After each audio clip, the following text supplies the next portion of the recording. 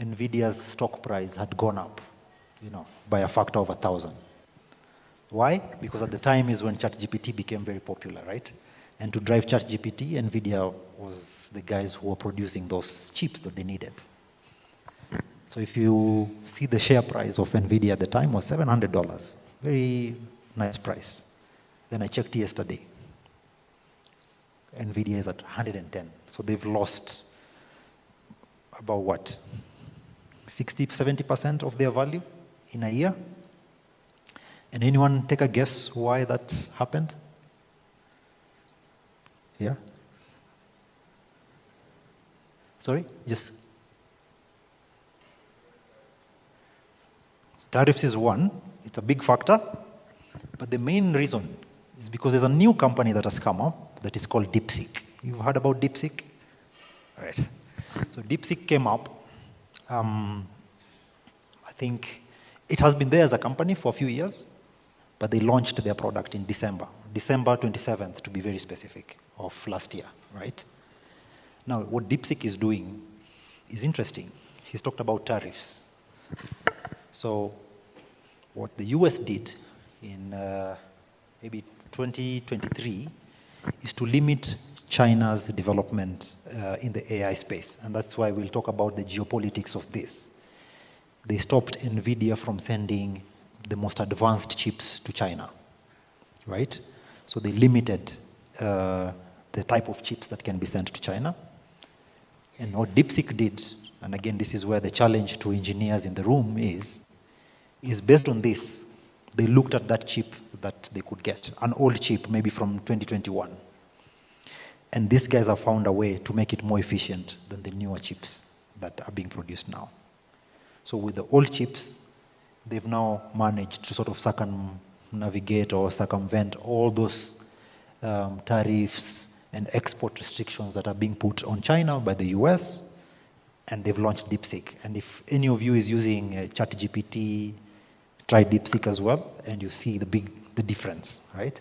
So with that, there's that effect on that share price. So NVIDIA became a very big company over the last 2-3 years, and now because of that small change that is happening to them at this point in time. And this is why I'm saying for you guys, the trend is changing faster than we could think. DeepSeek really launched in December of last year. So it's 3 months, right? And in 3 months, they're making this type of changes in the industry. So some of you might think, I'm in Kenya, why can't I, how can I sort of do this? It just takes a bit of, going above and beyond your lecture.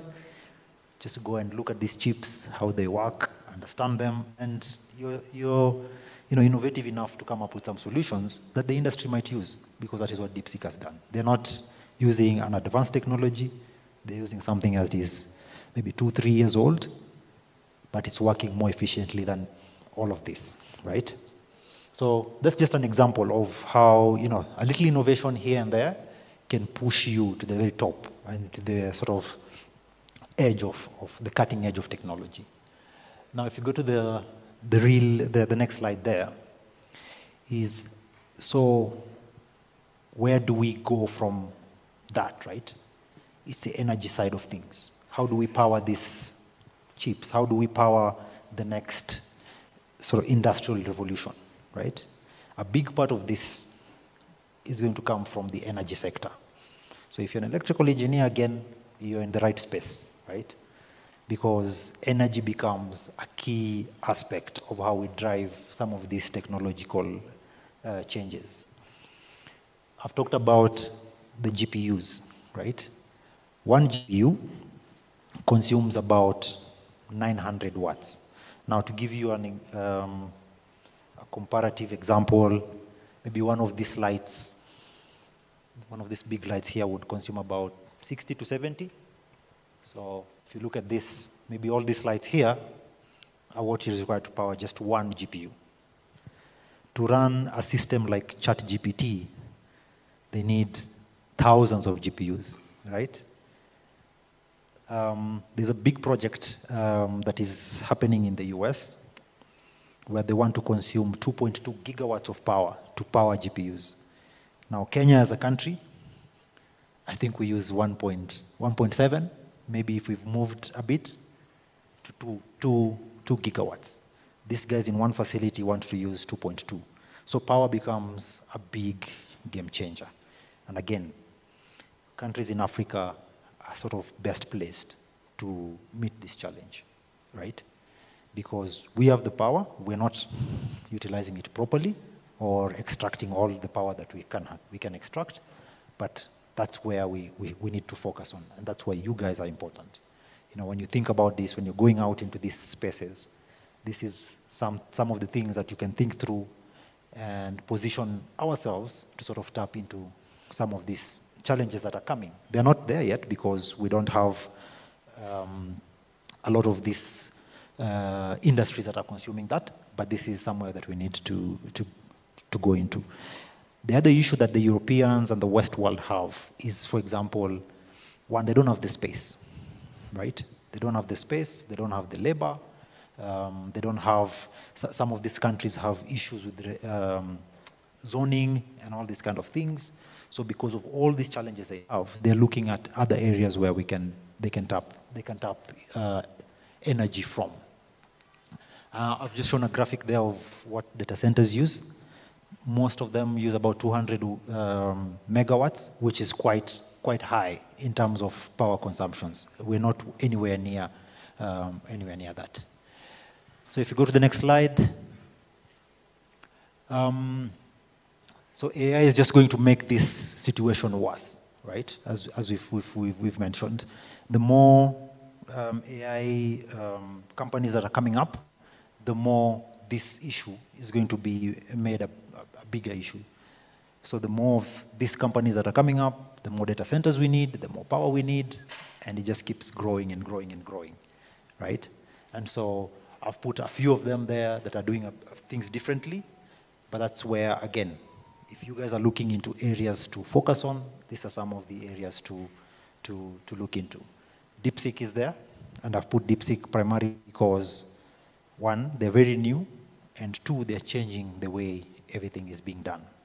So it's actually another company to look into if you're interested in this space, because they're changing how things are being done, right? Yeah, next slide. I will just briefly run through this. This is just the geopolitics scenario, and it's affecting technology. It's affecting how things are done. Because of trying to protect their positions, some of these big countries are sort of putting restrictions on each other to limit the rate of development. The US has been in the forefront in doing that, but as I've mentioned, DeepSeek is an effect, or is sort of a product of those restrictions, right?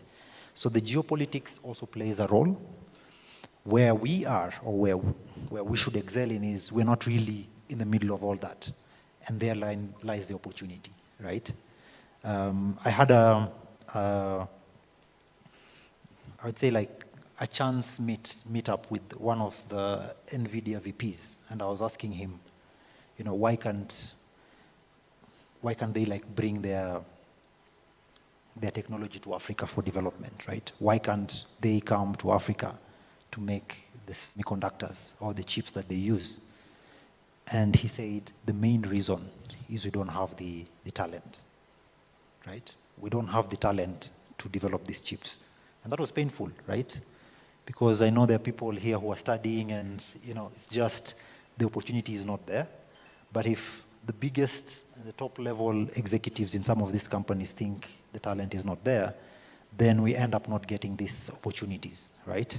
And that's why, for example, it's important for some of us to come and speak in these forums, just because, there is a world out there that needs this, and it just takes a few of us to expose this, and then, we make the next step.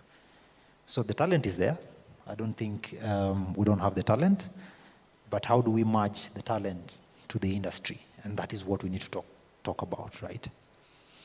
So just in the next slide, just examples of where, the headlines around this geopolitics and how it happens and how it affects the day-to-day in the technology space. The next slide. So then I go into specific telecoms. As CCOM, we are in the telecommunication space, so I think it's important to highlight that. And I think, I'd want some of you to come into the telecommunication space as well. So it's good to show you the trends, and then hopefully you'll end up somewhere where we can engage. So these are, again, headlines around the technology space and how it's changing. You can see a bit of AI there. So it's even us in the telecommunication space. We are being affected by AI. It's coming into our space. Satellites is there.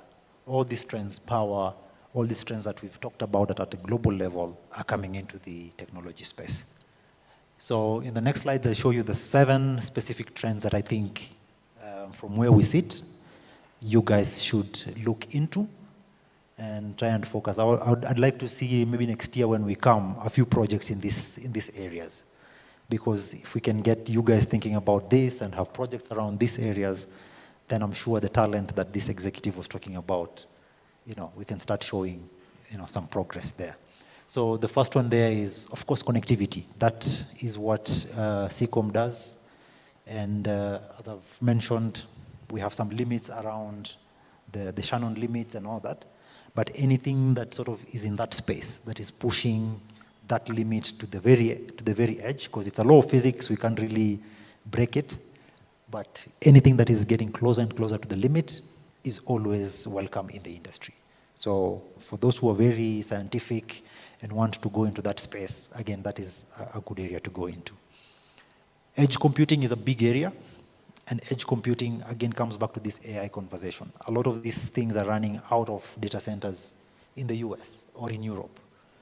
If we can bring those data centers closer to Mombasa, to Dar es Salaam, into Nairobi maybe, then again, you get into, more efficient ways of communication. So edge computing is one of the biggest areas actually in our space at this point in time in the telecommunication space.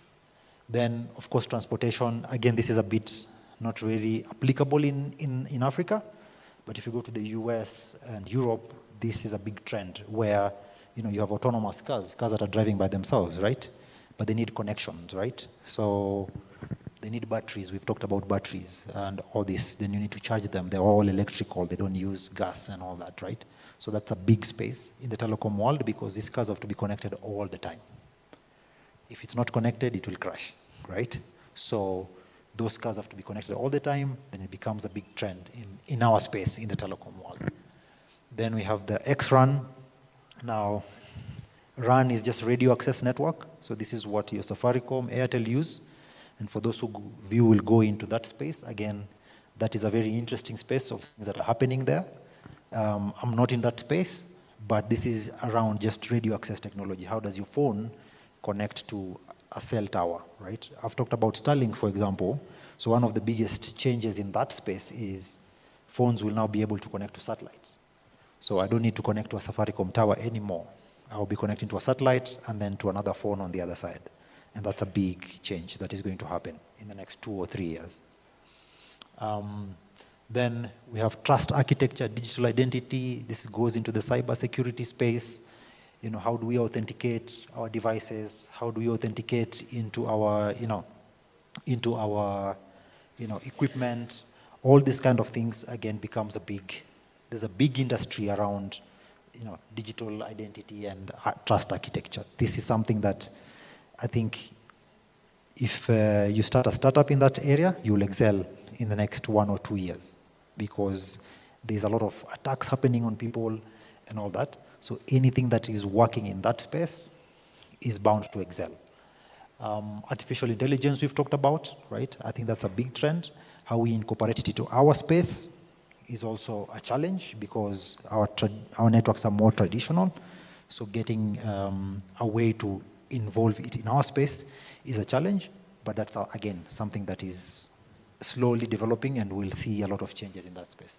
And then lastly, we've talked about quantum.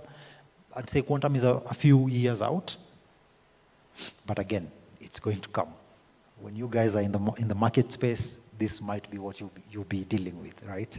So quantum computing, quantum mechanics, those guys in that space, you have a big opportunity in the coming years. And then just zooming into the edge computing world, and I've put there a graphic around what the executives are talking about, right? Executive in this telecommunication space. Where do they think, edge computing will come? So there's a lot of video monitoring, right? We see about a lot of CCTVs and all that. So that can be captured with edge computing, all the way to sort of mining operations, right? So the more we develop and more we develop the edge computing space, all these sort of industries are going to be impacted. These robots, if you look at industries and all that, they need to automate, and robots come into play, right? We don't see a lot of that in these parts of the world, but then again, it's because we don't have the computing capabilities to support such applications, and that's where these aspects become important. Drones, we've talked about, autonomous vehicles.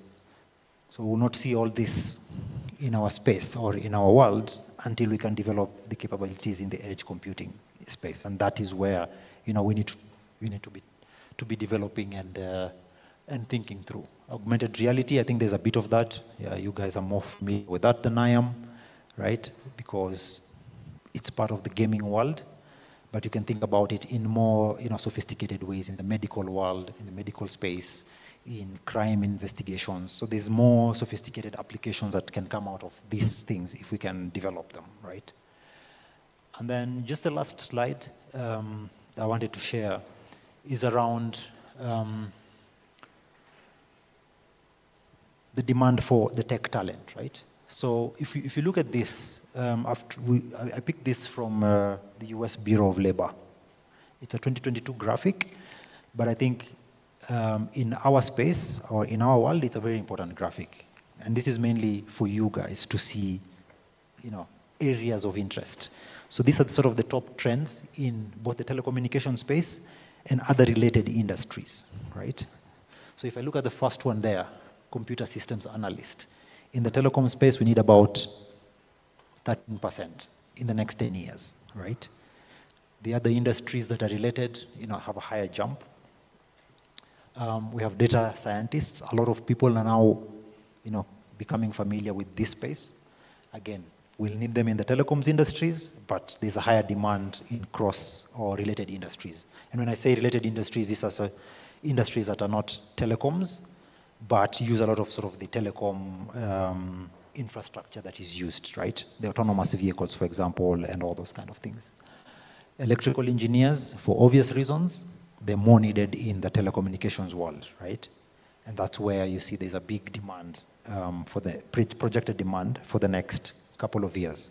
So all the electrical engineers here, I think I'll see you in the telecom space as opposed to any of these other spaces.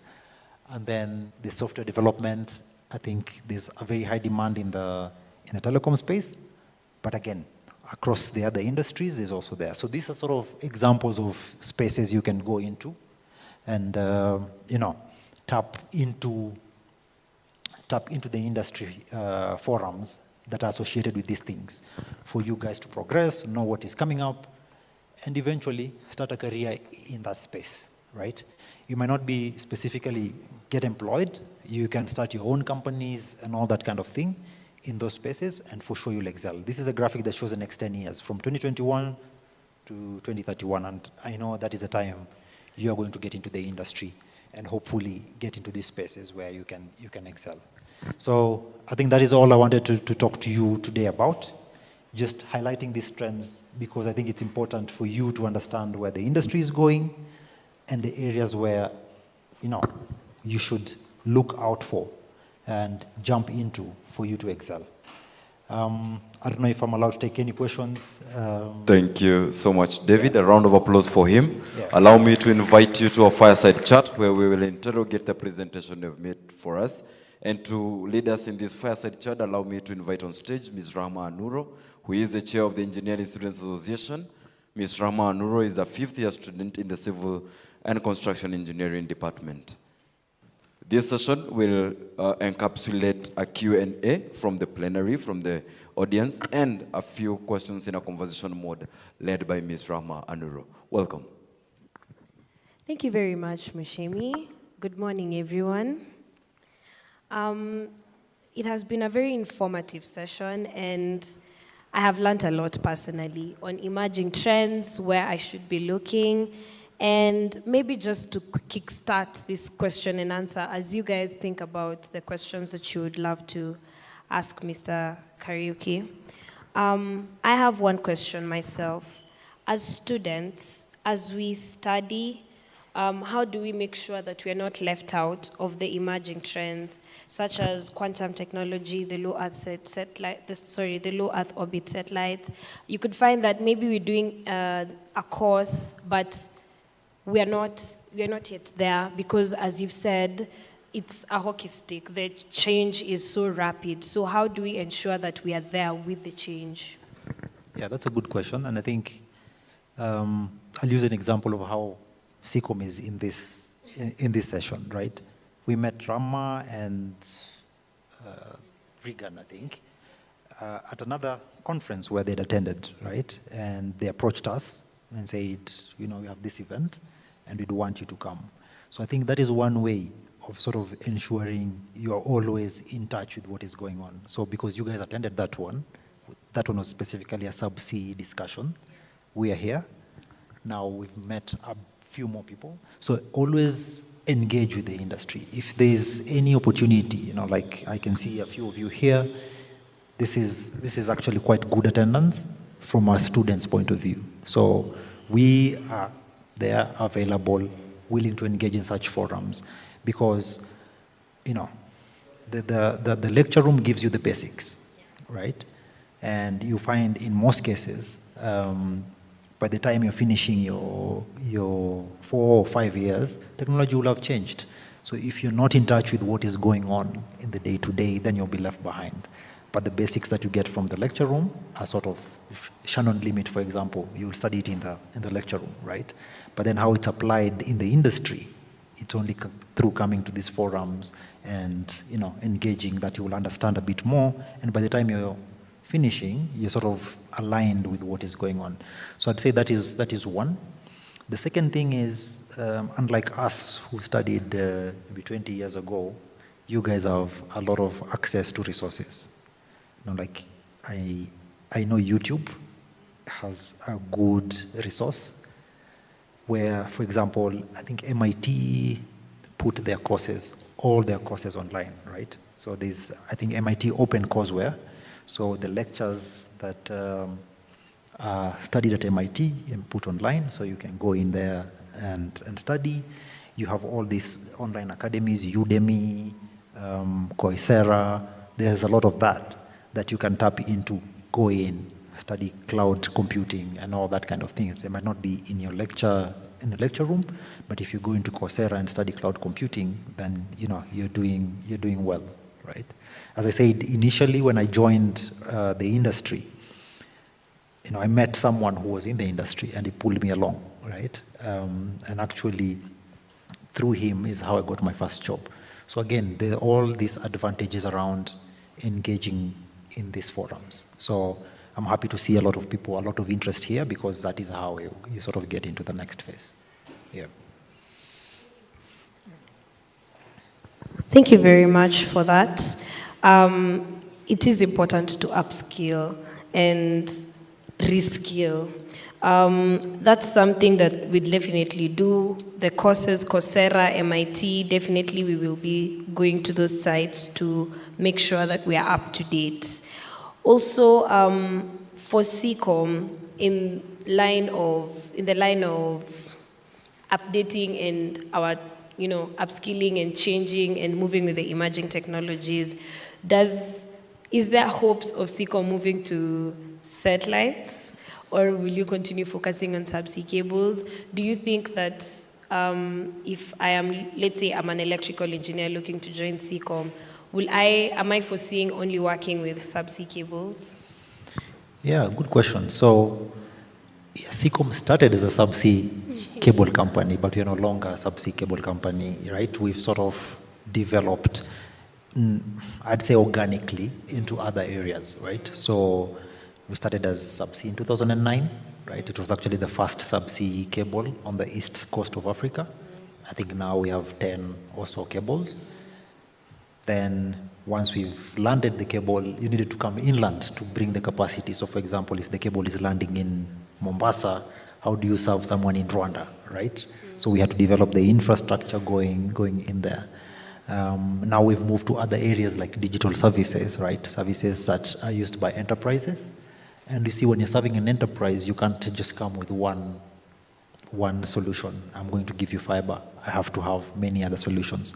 So in our toolkit for connectivity, we have satellite services, right? It doesn't mean we own the satellite, but we partner with satellite companies so that if a bank is coming to me and they have a remote branch somewhere in Moyale, I'm still able to provide that service. So to us, we take all these technologies as part of the toolkit, and depending on the service you want to offer, you pick which toolkit fits the customer best. So yes, we have all these technologies, not only satellite, there's metro fibers, there's what we call fiber to the enterprise, or fiber to, it's sort of similar to fiber to the home, but now specifically targeted to enterprise.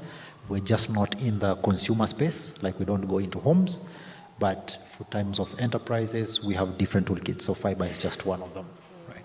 Yeah. So you can come to us, and we'll probably have a satellite job somewhere. All right, thank you very much. I will now open the floor to anyone who has any questions.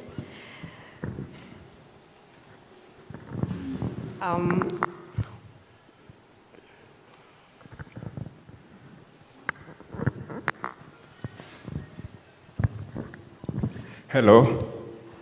You've talked about how we've had exponential growth in technology in the past 4 years as compared to the last 250 years. So my question is the exponential growth of technology right now outpacing our societal, ethical, and individual capacity to adapt and adopt it? I'd say yes and no, right? But remember, a lot of this is driven by people, right? So people, without people, the technology cannot be successful. So all the advancement you're seeing in technology, there's someone who's pushing this to the very edge, right? Of course, it means a wider society is being left behind, and that's a challenge that we need to address. And it's very evident, for example, in the effect social media is having on society. But it's people who are pushing these boundaries to get the technology in that hockey stick shape that you're saying. Now, of course, we need to do better. We need to do better in terms of making sure that people understand the technologies that are coming about, how they can use them to sort of prosper, grow economically, and all these kind of things. And that's a challenge that I think as a technology industry, we need to do better, right? We're not doing the best. We are pushing the limits, which is good. We're talking about 6G. We're talking about, going to 7G. But are people getting the benefit 3G had promised?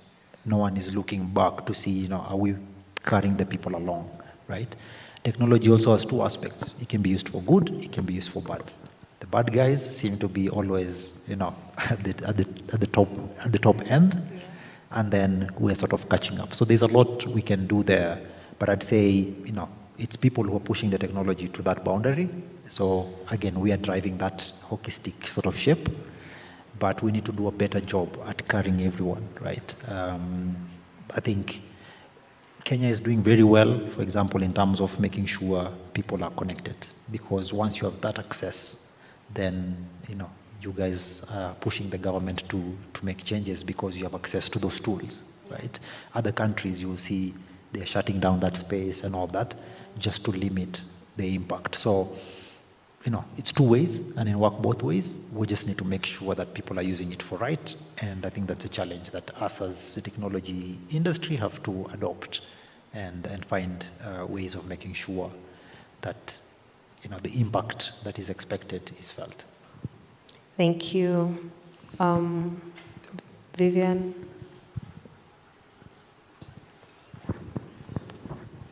Good morning, everyone. My name is Vivian Werimo. I'm a student, final year student of Mechanical and Manufacturing Engineering from Egerton University. I'm normally interested in emerging trends, and today my question is particularly tied to the AI trend. There's this video, allow me to put a background kind of. I was watching this video of a guy in America, and he was talking of by 2035, smartphones will be obsolete, kind of. We'll no longer be using our phones for texting or booking and everything. And he was saying by this 2035, we are going to be having personalized AI chat agents. I'm not sure if that's the correct word, sorry. And these personalized AI agents will be doing everything.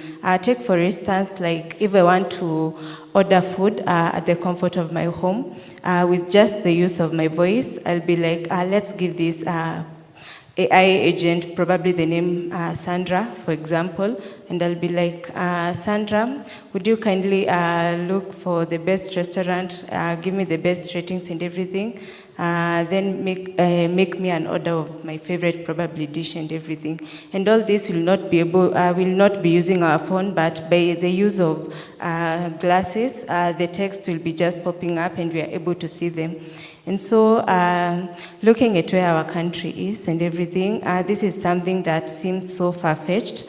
But my question to you now, since you're in this industry, how feasible is it in this country, Kenya and Africa, probably at large, by 2035, sorry? Yeah, so yeah, that's a good example. And I think it's not a far-fetched thing.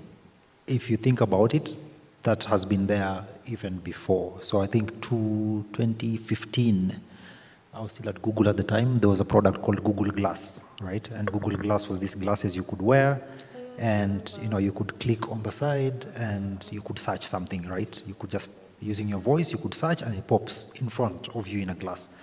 And that was 10 years ago, right? So I'm not surprised that some of these things have been constantly being developed in the background. I would not even go to that level of having it in a glass. You probably would have chips that you put in your body and you can talk to it, right? So these things are there. The challenge is usually how do you sort of productize them? How do you make them accessible for everyone, right? People push technology to the very limits, but there's aspects of, how do you productize it? How ethical would it be?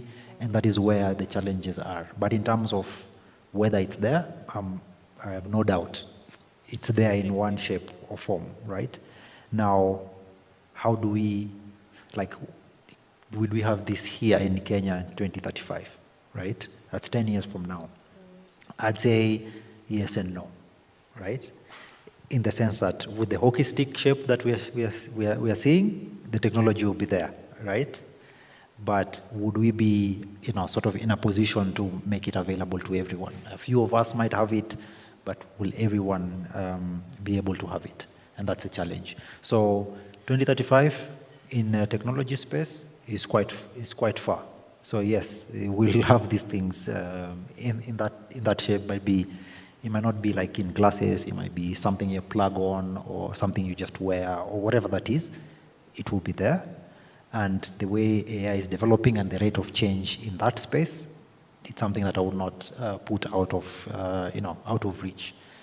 Having it widely used in Kenya, that's where maybe I'm not very sure. But then that's a challenge to you guys. Why not, right? Why not? Yeah. You guys will be 10 years into your careers by that time, so hopefully, we should be having those sort of things in our space at that time. But yeah.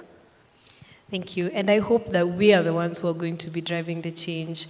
And also the question of access, I must say, is very key because just to move a bit, the CBK, Central Bank of Kenya, conducted the FinAccess survey, and you find that some people don't have access to money because they do not have access to mobile phones. And the mobile phones they have don't support, let's say, some apps. So I think the question of access is very key, and even to us who are here, it's something that we should be thinking about. Maybe just to put it closer to home, I know some people sometimes, have you ever found someone who has lost a phone and they're using someone else's phone? That's also something, they don't have access at that time. And there are some people who live their whole life to that. So even as we look to the future towards advancing and pushing technology to the next level, we should also look at what we have right now. Does everyone have access to it, or do the 90% have access to even the 3G that we're talking about? Yes, we can have one final question. It's very burning. Yes. It's 2. Okay.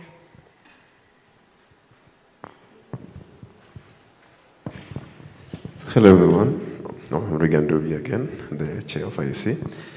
Currently, in the world, we have a lot of political tension. We have wars going on. Even in our own country, we have tension.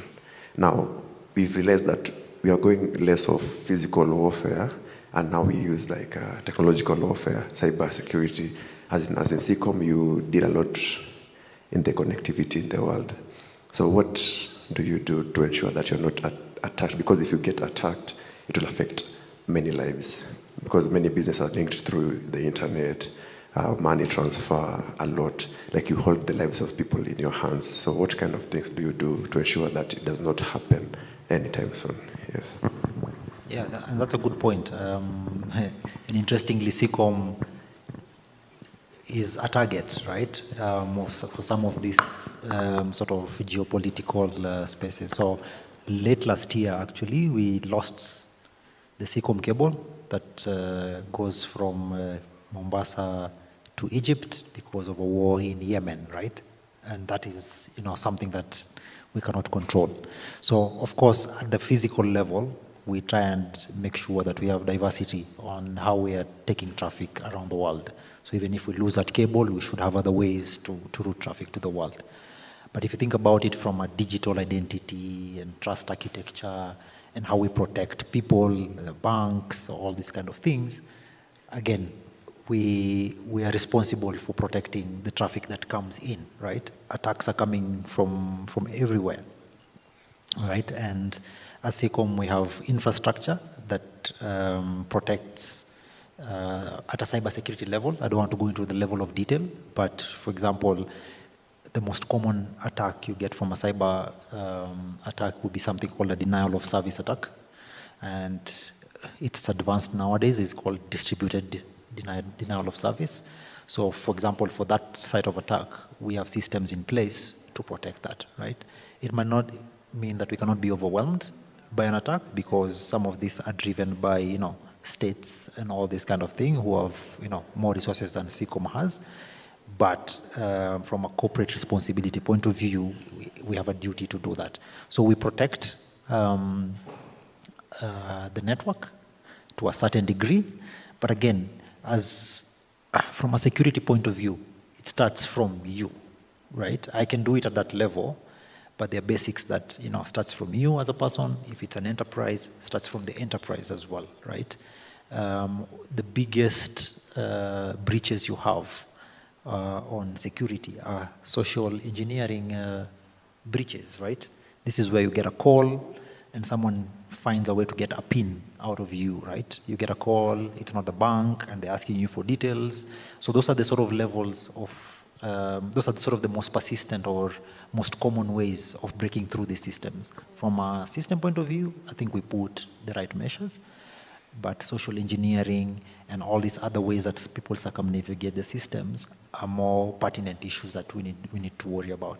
But we do that, right? As I said, we do on the physical level. We have redundancies across the network. So if I lose this side of the network, I can go around it. Or if someone is trying to do a denial of service attack to the systems, I can protect against that, right? And we try and do that to the best of our capabilities. Yeah. Thank you very much. And just to echo the words of David during the presentation, he said, if you didn't quite catch on that trust architecture and digital identity is what is going to be the next big thing. So if there any one of us who's looking to do a startup, that's where we should look, because cybersecurity is a big deal. And even, everything he's talked about, it's very, very important. I think we can have one more, and then we can call it a day. David will be here, and SICOM is still here the whole day. They have an exhibition booth. I believe they will be very much available to answer any other questions that you may have about SICOM, about the 5th Industrial Revolution, subsea cables, anything that you may need, internship opportunities, their graduate trainee program. They're right there at the exhibition booth. Yeah, my name is Mobisa Lin. My question to SICOM, I'd ask, the way Elon Musk is making Starlink so cheap, can that, in the future, not even now, is it possible for internet to be free so that people can access the internet for free, the way analog used to be? There was no costs. Yeah, that's my question. That's a good question. And I think we'd want that, but some of us will be out of jobs if it's free. But the cost to some of these services is just to run the service, right? So ideally, Elon Musk is able to do this because he has deep pockets, so he's able to sort of push the boundaries that other people could not have in the past. I don't think we'll get to a point where it's completely free. We'll probably get to points where it's, relatively cheap that you don't even, think about it. It might be a few years out. And to be very honest, you find that people in Europe and the US pay more than we do here, right? But, I don't expect it to be fully free. Someone has to pay for, the power that we have to generate to power the base stations that Safaricom uses, right? Your sort of SICOM has to carry the traffic from Mombasa to Europe, and there's a cost to that, right? So all those aspects, contribute to the price. Of course, the prices that we see now are a bit high because the cost of doing the business is high, but hopefully as more and more technology and the options become more, right? If Starlink comes up, as I've mentioned, Amazon is launching theirs today, actually. It's called Project Kuiper. It's going to be the same thing, right? You can get a satellite dish off a supermarket, put it on top of your house, and then you're connected, right? So that as more and more of those options come, then the law of economics starts working, right? Supply versus demand, and then the price will go down. But I don't think it will be zero. There will be a cost. But hopefully it's a cost that you don't think about, right? But there should be a cost. I don't think we can run it for free. Otherwise, it will be in a socialist state where, and even in a socialist state, the government pays for it, right? So I don't think it will be completely free. Yeah, I think there's one. Yes, we can have one last question, and then we call it a day. Yeah.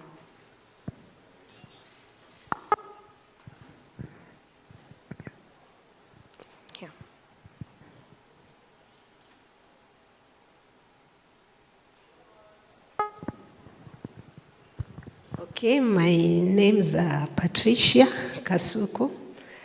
I've really admired the technological incentives. They are quite attractive. But how are you dealing with social responsibility in terms of culture, custom, and religion? Because now when I'm a Christian, I've asked myself, is this the beast? Yeah, I think that's an interesting question. As I said, from a technology point of view, right, the best we can do is try and use it for good, right? And some of these things are just, I'd say, organic progression, right? There's a time people used to just walk. Then we moved to horses, right? After horses, people moved to cars, right? At the time the cars were coming in, the company that was introducing the first cars was Ford. And when Ford, who sort of started the car company, once was quoted as saying that if he'd gone to people and asked them, what do you want? People would have said faster horses, right? But instead he moved them to cars, right? So technology will keep progressing. Now, how we use it and how we sort of engage with it is sort of what defines how it turns out to be. Social media is a good example. For the most part, it's very good. Like, it keeps people, talking, it's sort of engaging. But again, if you overuse it, it becomes a problem. There are bad people out there who will use it for nefarious means and all that. So in terms of how technology integrates into society, I think we need to let it, do it in a natural way, in an organic way. And based on the values that we all have values from homes, from churches, all these other places. We sort of guide it in the right direction, right? But in terms of if it's the beast or not, I cannot answer that. I don't know that. I don't have a crystal ball.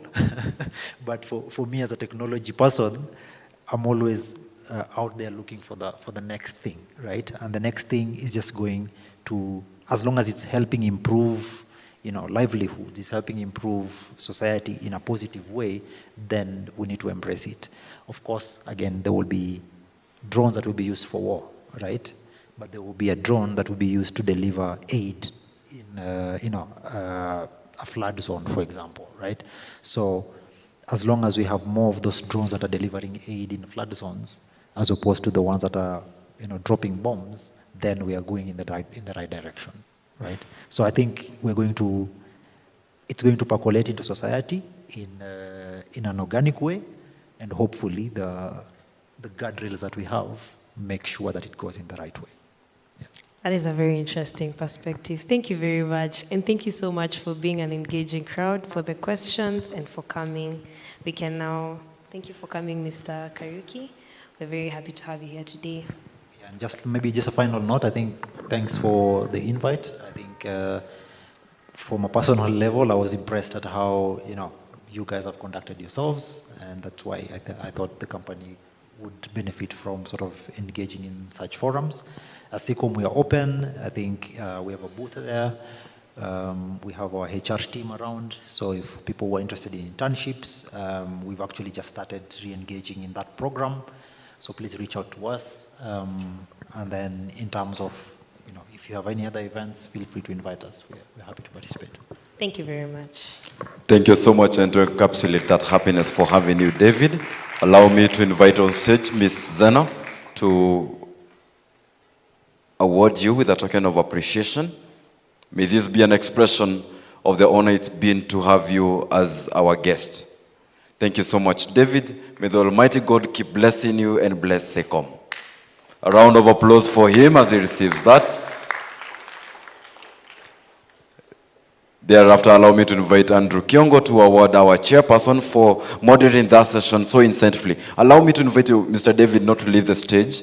David, please stay on stage. Thank you so much, Rahma, for your leadership, for your stewardship, and for pulling this through. May I now invite the ESA Executive Committee to take a photo on stage with David. David, please assume your seat, as well. Rahma, please assume your seat as well. ESA Executive Committee.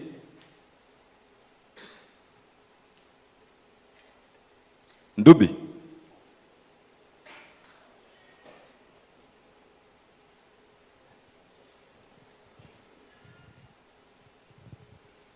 And to join them later, then heads of the International Engineering Students Conference.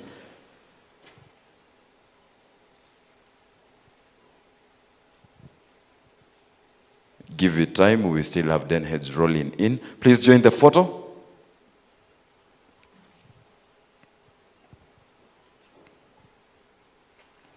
Please balance the stage. You're leaving David by himself and Ndubi is not to be trusted. Ladies and gentlemen, these brilliant minds have been working day and night to bring this to a success. Thank you so much, and may God continue blessing you. Josephine, over to you. Thank you, Mushemi. Up next, you're going to have an interactive workshop from one of our sponsors, Viva Fiberglass Reinforcement. The presentation will be done by Mr. Mohammed Ashad. He's a civil engineer, final year student, and his project is keen on innovation and sustainable construction materials. He has a deep understanding of fiberglass reinforcement polymer, FRP technology, and its potential to revolutionize the construction industry. Welcome, Mr. Ashad.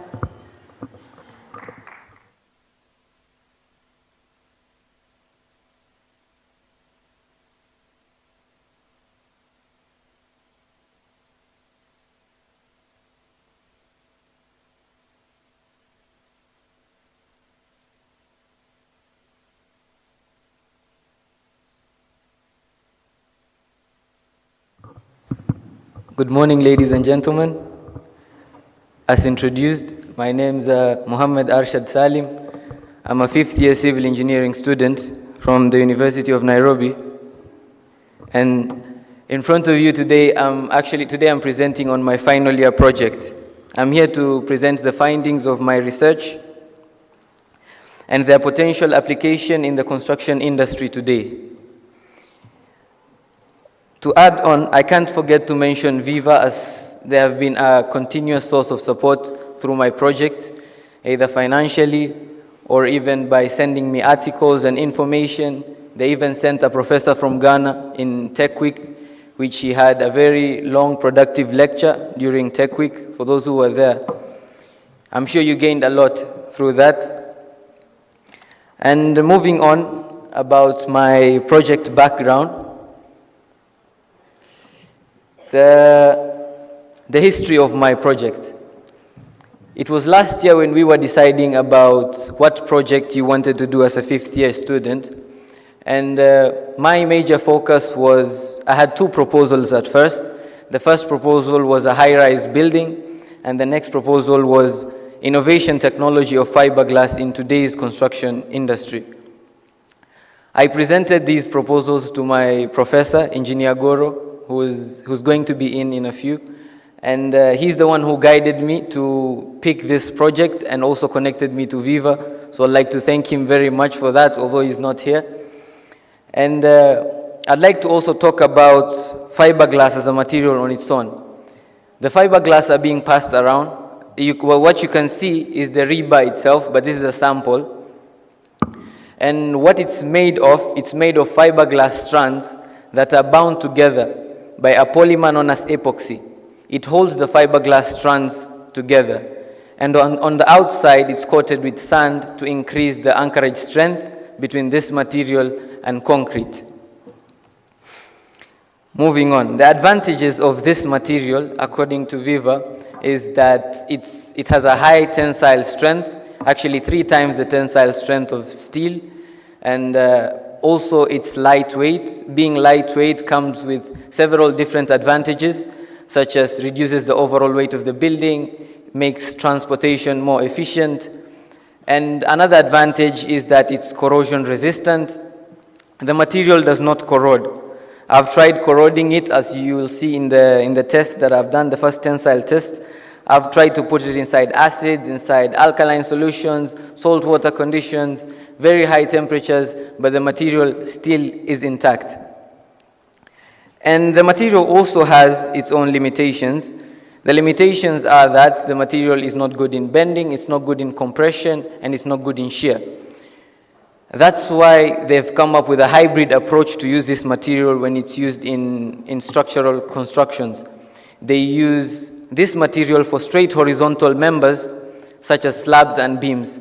But for the links and any bending members, and even the vertical members, such as columns, they use the normal steel bar. Another limitation of this material is that it's brittle. If you bend this material, it will reach a point where it will snap. It doesn't have the plastic and elastic sessions like steel. It just has a plastic section. The moment it reaches, the graph will go down automatically. Unlike steel, whereby it has an elastic section. That's also a limitation for this material. That is why we use it incorporated together with steel. I'd like to move on to my first test, the tensile test. As you can see on the presentation, the tensile strength test, the machine that I used is on the left, followed by the ISOD and Chappie impact test machines, and followed by the beam molds that I use to cast my beams. Moving on to the tensile test. Supposed to...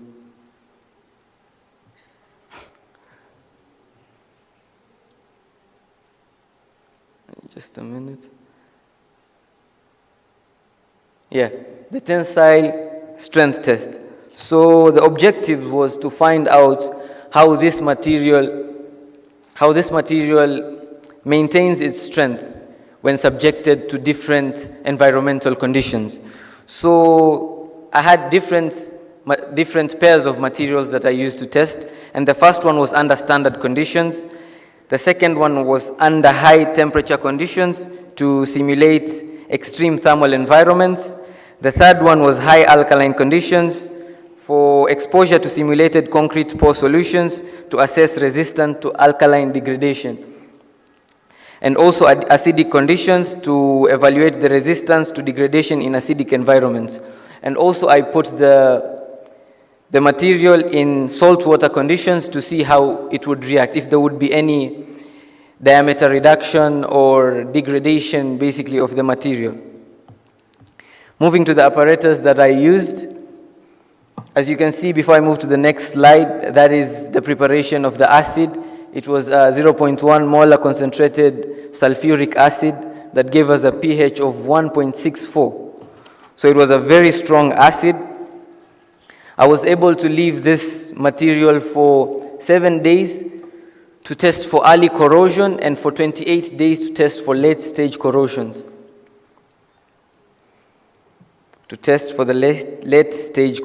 Also, I put this material inside alkaline environment, which was calcium hydroxide, to simulate the material being inside a concrete environment. Maybe there would be degradation, but you wouldn't notice it on the outside, so you'd have to put the material inside the concrete to get that simulation. And also I tested it after 7 days for early maturity of concrete and after 28 days for the later maturity of concrete.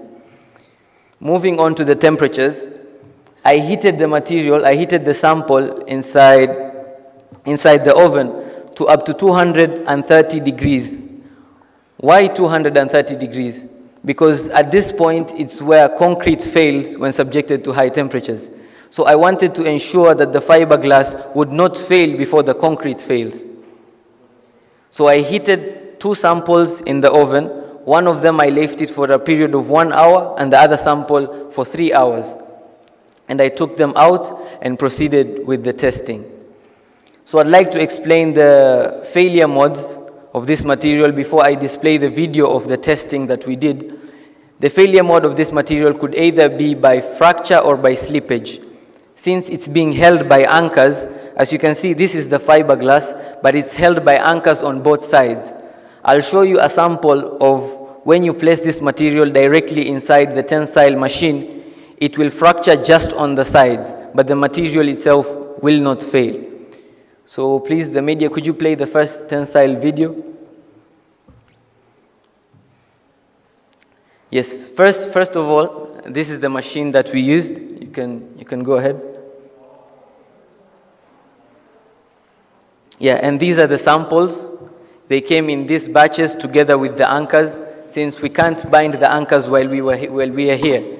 So they have to be made that way in the factory and brought for testing. You can move on.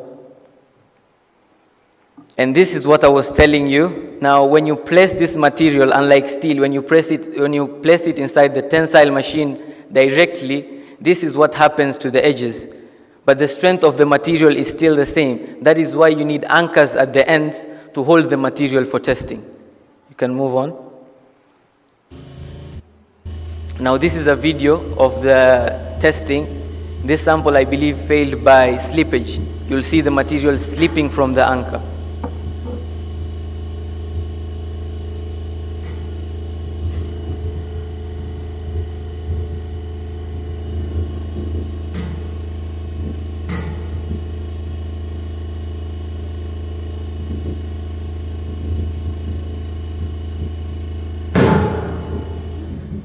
The moment you hear that sound, it means it's detached itself from the anchor. This is an example of how it fractures. I'll also play a video of how this material fractures and the tensile test we did in which the material fractured. Yeah, this is now the elongation after the slippage.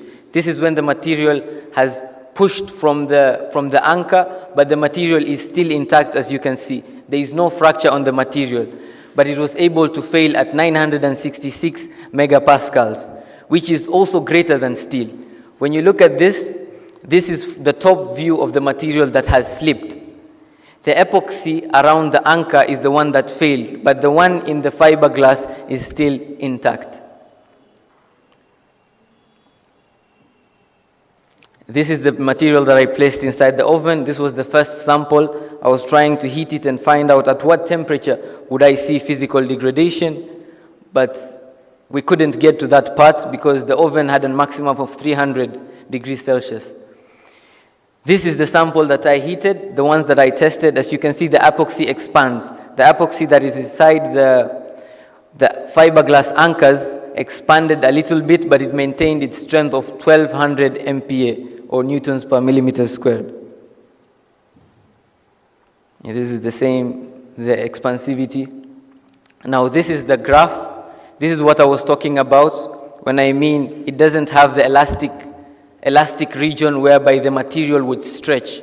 For fiberglass, once it reaches its limit, it will snap. That's why you'll see the graph rise. The moment it reaches its final strength, it will drop.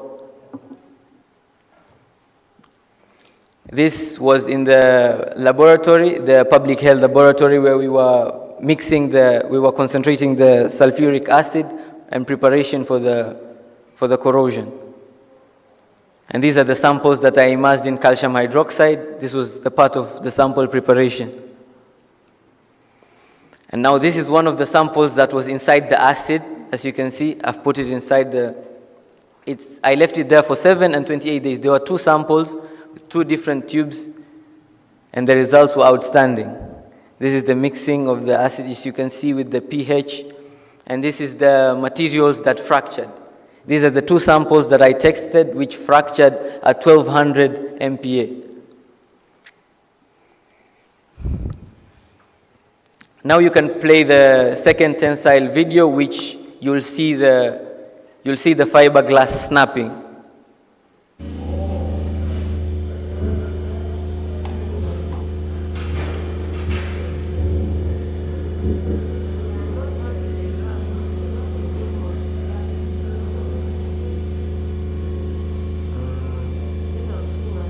This is the sample that I heated, and as you can see on the bottom part, you'll see some of the epoxy from the heating. It had expanded, but it retained its strength.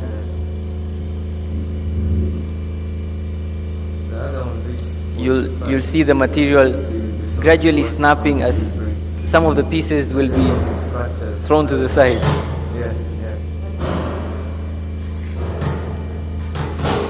Yeah. And the strength was 1200 MPa.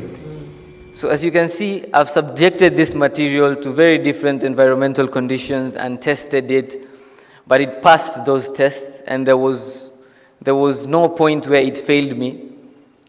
And the only concern was when we tested this material, some of the samples couldn't fit in our tensile machine. So we had to trim some of the anchors on the sides so that it would fit inside the tensile machine. And I believe this is what resulted to some of the samples slipping from the anchors. But their strength was still outstanding. I did the same test with steel, but for steel we got a strength between 600 and 650 MPa. So you can see the difference when it comes to fiberglass and steel. Moving on to the next test.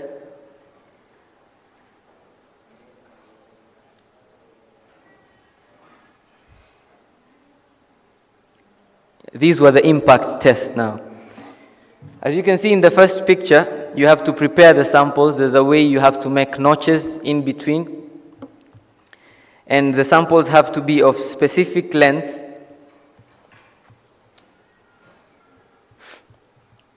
And the experiment aims to compare the impact resistance of fiberglass using the CHAPI and ISOD impact test. The results that will be provided will provide an insight into the toughness and energy absorption capabilities of this material under impact loading. And the objectives were to determine the impact energy absorbed by the GFRP rebars and to evaluate the sustainability of GFRP to impact-prone applications. So as you can see, those are the samples that I had trimmed. There's a video as well of the process which we used in the sample preparation and the testing. You have to make a V notch at the center. The samples are 6 mm in diameter. And also you had to use safety equipment such as goggles. As you can see, I'm wearing goggles because the material could get into your eyes or maybe your skin and cause irritation. So the standard length for CHAPI impact test is 125 mm, and the standard test for ISOD is 5.5 mm. And the notches are all at the center. They're not supposed to exceed half. And the energy we used for this was 22 joules on each side, and the angle was 150 degrees with a speed of 3.8 meters per second. As you can see, this is the process of aligning the notch where the impact will be generated. The first one is for ISOD and the second one is for CHAPI, and it projects a results as per the details you've given it. You can play the video. I'll explain more using the video.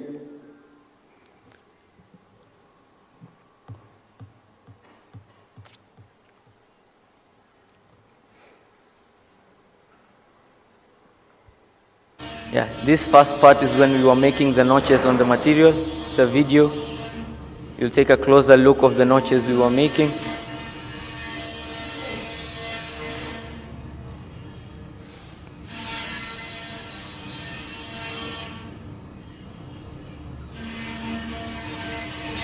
You have to be very careful because that machine could just swipe off your finger.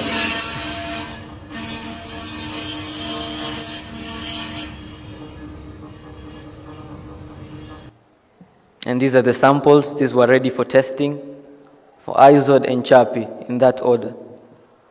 And this was the machine that we now used. This is the impact tester. It does both CHAPI and ISOD. And this is the calibration of the machine. It had different settings, but for all settings below 22 joules, it did not work. We had to reach a maximum of 22 joules on each side for actually to cause fracture on this material. This is how strong it is on impact. This is setting up for the ISOD test. And this is what happens the moment you release the pendulum. It hits the material, and this is the type of fracture you expect.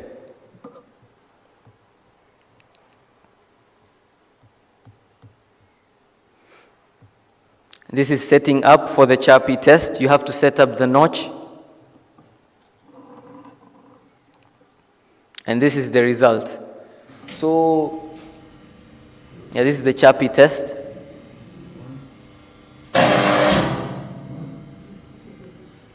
And the material snapped. Broken in half.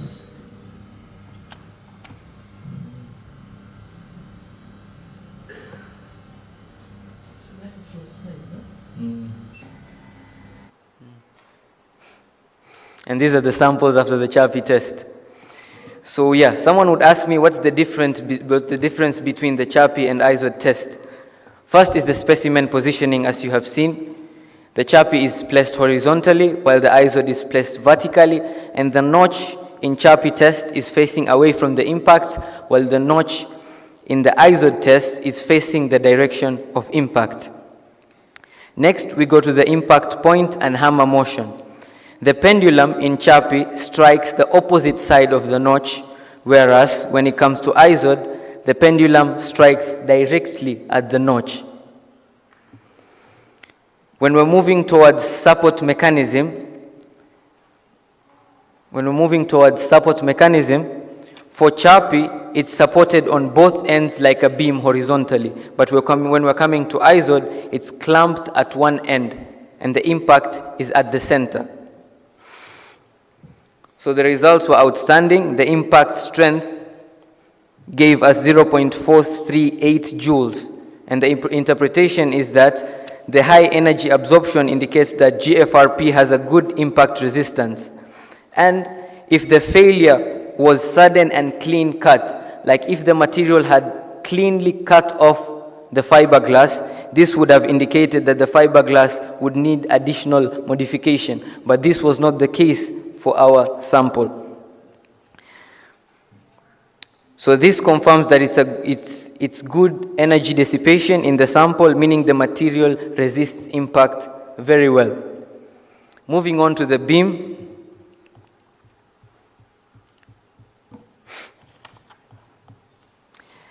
The experiment, the beam loading test, aims to compare the flexural performance of GFRP and steel reinforced concrete beams using a hybrid reinforced approach. The study focuses on assessing the early stage and full strength properties of concrete beams reinforced with GFRP and steel under different curing periods. The GFRP has been explored as a potential alternative to traditional steel reinforcement due to its superior corrosion resistance and high tensile strength, which is particularly beneficial in aggressive environments. However, steel remains the standard material due to its superiority and mechanical properties, as well as well understood behavior in structural applications. This study intends to identify the optimal use of this material in reinforced concrete beams, comparing their strength development, failure modes, and overall performance. So this is the preparation of the samples. There's a lot of preparation before actually casting a beam. These are some of the samples that I used. On the left, you can see I've put some of the aggregate, the fine and coarse aggregate inside the oven. This is because they had a water content and we had to account for that. So that is why you see the samples in the oven, and you can see the steel rods that we used and the fiberglass rods that we used that I had already cut. You can play the video first before we come to this. It's a very long video, so I've tried to increase the speed. This is now handling of the GFRP rebar. The handling is very different from steel. You have to wear protective gloves to handle it because it could injure your fingers or any surface that it comes into contact with. So this is how it comes. It comes in a bundle and you uncoil it and cut the length you need.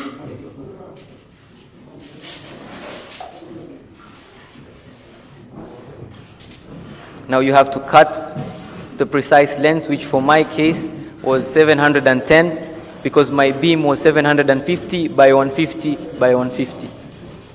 So I had to cut the desired length for the GFRP bars, and I casted 6 different beams.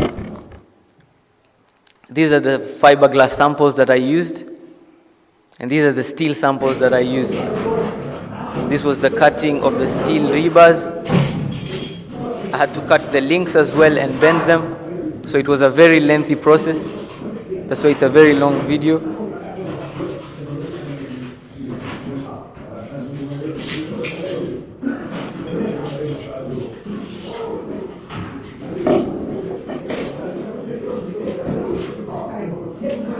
And when they say handling fiberglass is easy, I got to experience that myself because I had a very hard time handling steel, as you can see, even bending of steel compared to fiberglass.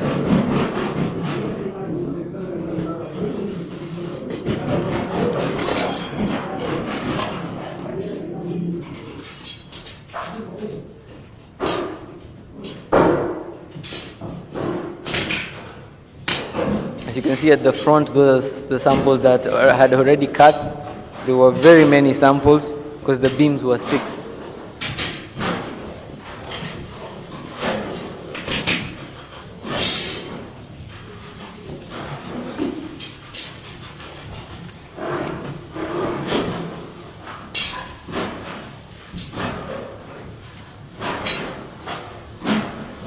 And the spacing I used for the startups was 150 in between. Now this was folding of the links.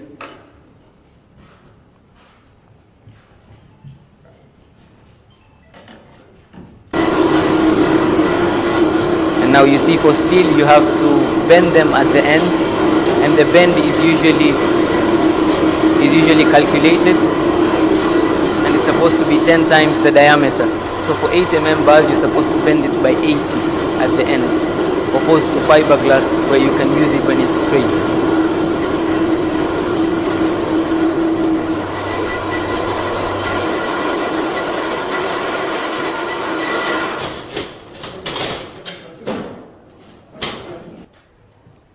So this is still a process of making the links. This was in the mechanical department.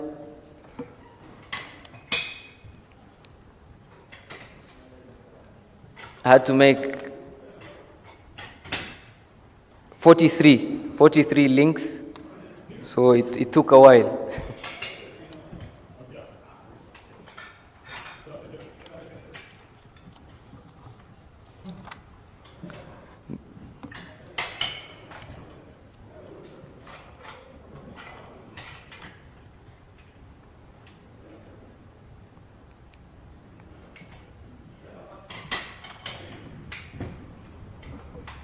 And the concrete cover I used was 25.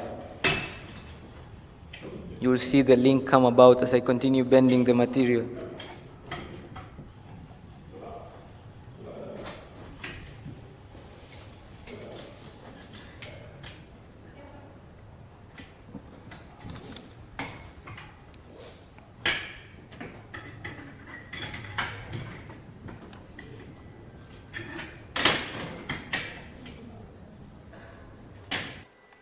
Moving forward, this was now making beam cages. I was now making the beam cages to be placed inside the molds. These are the molds I used. You can just fast forward the video to when I'll be casting. This was the preparation of the molds, greasing the molds to ensure that once the material has set, it can easily be removed. This was now mixing of the aggregate cement. I used a concrete class of C2530, and the ratios I used is to 1 to 1.5 to 3 to achieve that strength. And this was after 24 hours now, after we've removed the beams from the cages and now set them to cure. Yes, now this is the end. This is where I've set my beams right now. I'm supposed to wait for 28 days. I have roughly about 8 days left for the testing, but let me try to explain a little bit about the beam cages, because that's where the difference comes in. So the difference in the beam cages is that 2 of the 6 beams, I used full fiberglass reinforcement. Another 2 of those beams, I used full steel reinforcement. And the last 2, I used the hybrid approach of incorporating both steel and fiberglass, because this is believed to achieve the best strength. And this is the theoretical aspect of it. And I'm yet to test the materials, but those are the results I'm expecting when it comes to the beam loading test. And as you can see, these are all from the video. These are the beams when we're demolishing the molds, when we're making the beams, the concrete mix, the sieving, everything was done. This is them being set to cure. And those are the expected results so far. So I'll be happy to share the results with the students, those who are interested. I'll be at the booth outside. Feel free to contact me. Any questions, I'll be outside answering all the questions. So in comparison between fiberglass and steel, these are the graphs I was talking about.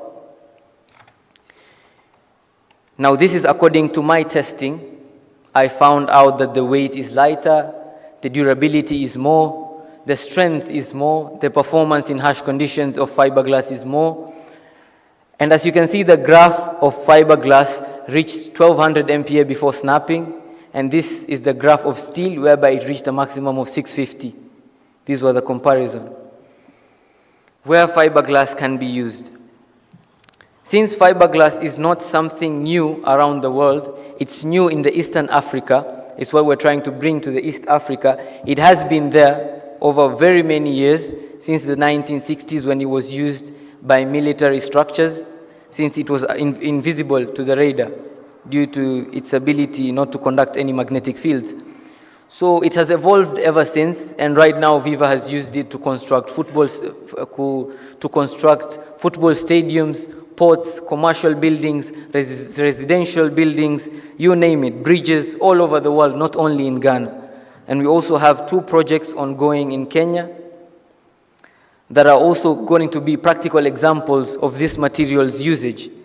So I believe as young and senior engineers, we should get ourselves acquainted to this material, because once it kicks off the market, it's going to be something revolutionary. So the challenges I faced and limitation while handling this material. While handling steel, it was too much of mechanical work, of which fiberglass would make it easier. Even the handyman on site will be able to handle this material way more easier than they would handle steel. This would also save on cost when it comes to the bigger picture. And the brittle nature, as I've talked about, the brittle nature of fiberglass made it so that I can't bend it at the ends, since it has to be bent in the industry. Okay, so to close, I believe, as per what I've tested and what I've shown you, fiberglass is superior to steel rebars, but when it's used in the correct way. Because if it's used in the hybrid approach, whereby each material gets to do what it does best, fiberglass would do exemplary well, because it has more tensile strength, it will be cheaper, it will save you on cost, it will not corrode. Most of us senior and young engineers have been to construction sites, and most of us have seen the steel rebars that are rusting on site, which is a point of weakness when it comes to this material. You might not notice it right now, but at a future date, it will be a point of weakness in the material. So lastly, I'd like to thank my supervisor, Engineer Goro. He's already here. A very big thank you to him. He's the man that has been helping me behind my project through advice. Whatever I need, I just go to engineer, and he has been a continuous source of support. I'd like him to say a thing or two. Thank you, Salim. I highly appreciate when young people do research and accept a good backup and share information. Because for this, we picked a material being made in Ghana, not made in Kenya, and they are going to start making it in Kenya. They are just doing the paperwork. I'm helping draft the Kenya Bureau of Standards document to control the material, and he just got interested in my group of 12 research students, and is working very well. He hasn't submitted his report, but it will be due very soon so that he can now submit his project report. It is a very good research. It is proving a lot of new coming things in the industry. We don't have to live in the old tradition of things, and things can be made better in life. So I encourage you people to get out in the field and look at new materials that are being exposed, or existing materials that are being produced, but being produced in a bad way that messes the engineering world. Please keep it up. Thank you very much, Engineer. I'm honored to be on stage with you. And also, I'd like to direct a very big thank you to Viva Fiberglass for their continuous support. And a big thank you to ESA for organizing this amazing event. And a big thank you to all of you for your attention. And a big thank you to my friends for their continuous support. Thank you very much. I hope you have a lovely day.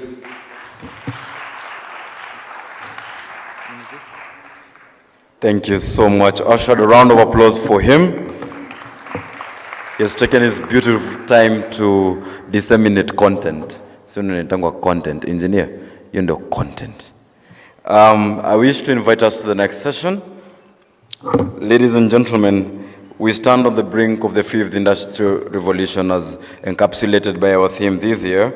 And this Industrial Revolution invites us, just like Ashad has been doing, to get hands-on work, to understand the industry, and to prepare ourselves to go out there, pursue information, do research if we can.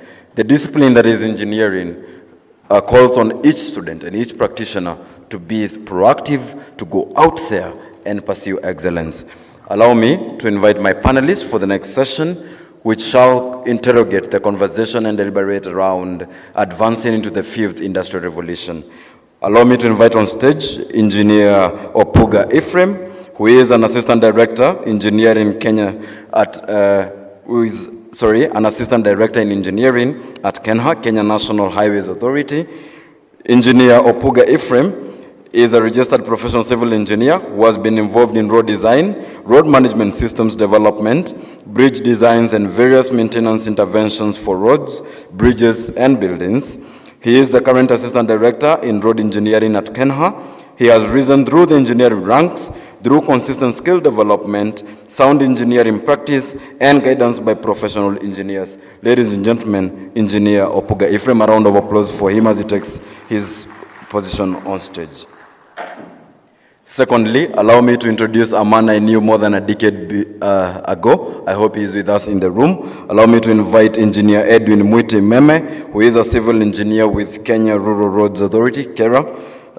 Engineer Mwiti is a dedicated civil engineer with over 3 years of experience in road infrastructure development, project management, and quality assurance. Edwin works at KERA, specializing in road asset management, project cost appraisal, contract evaluation, and compliance inspections.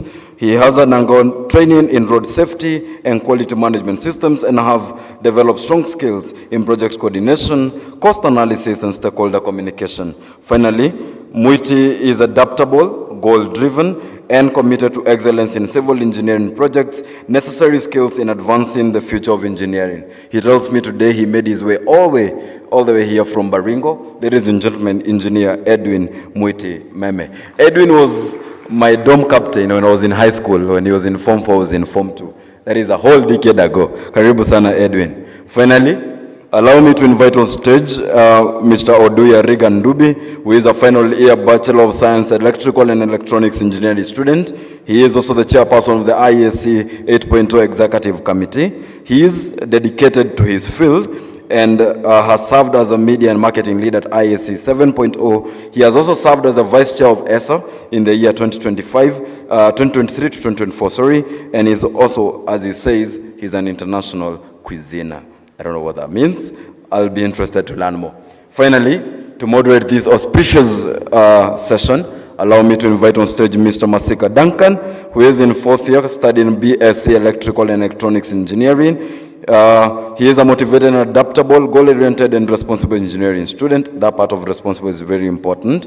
He possesses strong interpersonal skills and is an exemplary ability to thrive in any team. He possesses as well a strong methodical and client-centered approach to work and is strongly driven to see things through to competition. Ladies and gentlemen, this panel, as I said, will deliberate the conversation around how do we advance into the 5th Industrial Revolution. Moderator of the session is yours.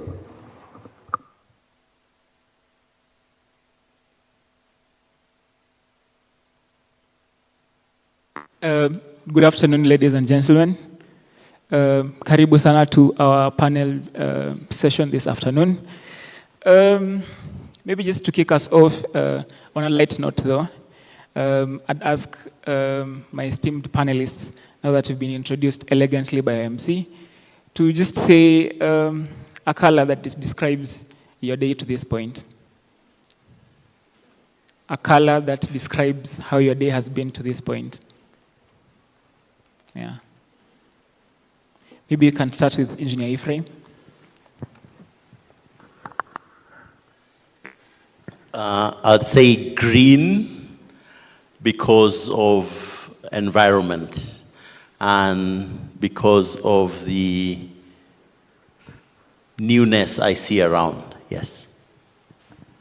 Engineer Witi. I would say white symbolizes peace. It's through peace we are here today. That's brilliant, brilliant. Ndubi. Somebody has stolen my color, which is white. Yes, that's why I've dressed white from top to bottom, because I just felt calm today. Yes. So, karibu sana to our session this afternoon. We're going to talk about the fifth industrial revolution and specifically the role of an engineer. So we will have some time to discuss with my esteemed panel here. And then after the session, we'll have a couple of minutes so that you also get a chance to ask your questions. Maybe just to set us off, yesterday there was a session on AI in Africa at Kigali. And the chairperson of the African Union, Mahmoud, posted on his X account. And then I went to the comments. I was specifically interested in the comments. And one of the comments was, artificial intelligence will not replace humans. It's humans who know artificial intelligence that will replace humans who don't know. So maybe I can get an opinion from each of you about the sentiment, yes. I'll repeat the sentiment. Artificial intelligence will not replace humans. It's humans who know artificial intelligence that will replace those who don't. So maybe I can get an opinion from you on the same. Maybe you can start with Engineer Witi. Thank you. For me, I think AI will not replace human beings, but at least we should embrace it and help to solve problems, because it is coming to help us, not to disadvantage us. Do you want to go next? All right. I was reading a very interesting article on Forbes, the Forbes magazine, and it really opened my eyes. Because when AI was introduced, when OpenAI came to be mainstream, everybody had this fear. It's taking our jobs, or no, in a few while, because it's cheaper to hire an AI because it does not use human labor. But then AI is here to undertake the work that is repetitive. As a human being, we usually get bored of repetitive work always. So we are going to use AI to take this repetitive job so that we can tackle bigger issues. We have the health sector, hardware, we have bigger issues. We need to grow as a race. So AI will take these boring jobs that, not even job, it will take it. It will help us. If you utilize it well, it will help us to be more efficient to do this repetitive work so that we can focus on greater issues that may affect us. Yes. Well, I think that question is answered. So whatever I say next will just be additions and decorations. But as an engineer, let me go ahead and decorate and say two things. First, technology cannot replace humanity, will never replace humanity, because we possess a dexterity and innovation that only humans can have. We possess creativity, we possess innovative ideas that we cannot put the brain system into any computer. What the computer will think will be knowledge that we feed it, and that is what it will regurgitate. But the appreciation of this hall, for example, I have seen AI decorations of rooms that use AI for interior design. But I will tell you, sitting on this hall only, that the acoustic design that is required for those boards does not require AI. It requires an acoustic engineer. He must understand how the sound will emanate from a speaker and hit at a sound and come back. The AI may suggest this. I know there are suggestions that have been made on acoustics for AI.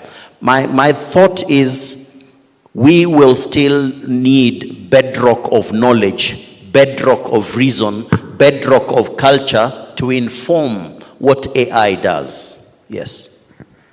Thank you, Engineer, for the nice sentiments.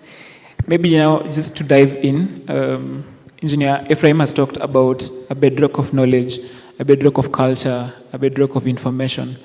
Based on this information, Engineer Owiti, now that you have 3 years experience working at Kera, can you share examples how digital or smart systems have already started influencing how projects are done at Kera? Thank you so much. For example, in Kera, we mostly deal with class zeros, which are located in rural areas. So for now, there are 3 projects which are going on.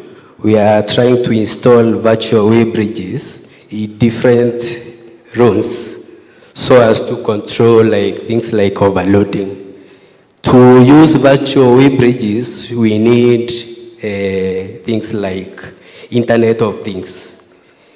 There are cameras or sensors which are installed, which only transmit those signals to the control room. It's through that we can monitor and control overloading, which most of us know it has greatly affected our runs negatively. Yeah. Thank you for the sentiments. Engineer has talked of practical examples at Kera that they're doing. Maybe Ndubi, AI and automation are becoming more common by the day. Maybe what excites you about the future of engineering? Considering what engineer has said, they're using sensors, they have a control room where they can virtually see all these things going on. What excites you about the future of engineering, considering AI and automation? Yeah. As I said, AI is very exciting in very many fronts. One thing, it increases efficiency on most things. For example, smart grids. We can implement AI on smart grids, and they can calculate how can we use power more efficiently without wasting energy. That's one way that AI can be used. And as engineer here said about the beam construction, the design, we humans tend to make errors. That's what makes humans to become humans. We have emotions and we can make errors that are not noticeable. We can now use AI together with our creativity to even counter-check what you've done already and give you better suggestion on it. You say you've done, for example, I'm doing a project currently, and if I want to code in Python, I can write a code, but then I don't know what's wrong, it's not working. I feed it into maybe DeepSeek or ChatGPT or anything for it to counter-check for me. It might give better suggestion, so that I can reduce the lines of code I'm using. Do this, use this prompt so that it can be less work. AI, one thing about it is it's scary. When it came out, it was so scary. It was so scary, mostly for the computer engineers and all, the programmers. It scared them. But when you realize it's not as good as it is without the human input, you will see that now, if you pair it to the human input, it makes work completely easy. Design work, even innovation, suggestions. Maybe you have a mental block. you can say, hey, what can I do to improve this? It gives you a pointer, and you can now expound on it with your own creativity. That's one thing that excites me about AI. It makes tedious work easier and more enjoyable, and I can look forward to work on something because I have a tool that will help me to go through it. Thank you, Ndubi. Ndubi has mentioned a point about AI making things easier, at the tap of a finger. It's efficient, but easiness and efficiency comes at a cost. There's a price to pay. So, Engineer Ephraim, you've had extensive experience, in technical work, even in systems mobility, in infrastructure, and I think you are aware of the realities that you have in this side of the world. So how can Kenya, as an example, because Kenya is part of Africa that's developing, we're still struggling with legacy infrastructure. So how can we bridge the gap between those realities and the high-tech promise of Industry 5.0? So the easy answer is let us be patient. But the truth is time is not on our side. We have to move faster with less resources. And that's what comes with innovative materials. We have to do more with less resources. What he has talked about on the way bridges, we implement similar systems, but there is a cost to this, which you allude to. So can government, an African government, for example, afford a significant length of road very quickly, like what I read recently that China completed a 100-kilometer road with technology only. This is possible in China. Can this be done in Africa today? The answer is no. Because one, the cost implications, the cost of doing 1 kilometer of road will be in the upwards of 63 million Kenya shillings.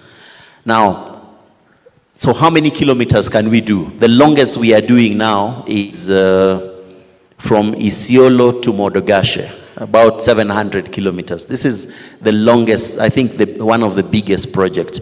And it is costing the government about our economy. So the reason why I say time is because we allow time for the GDP to grow and for other society sectors to also grow.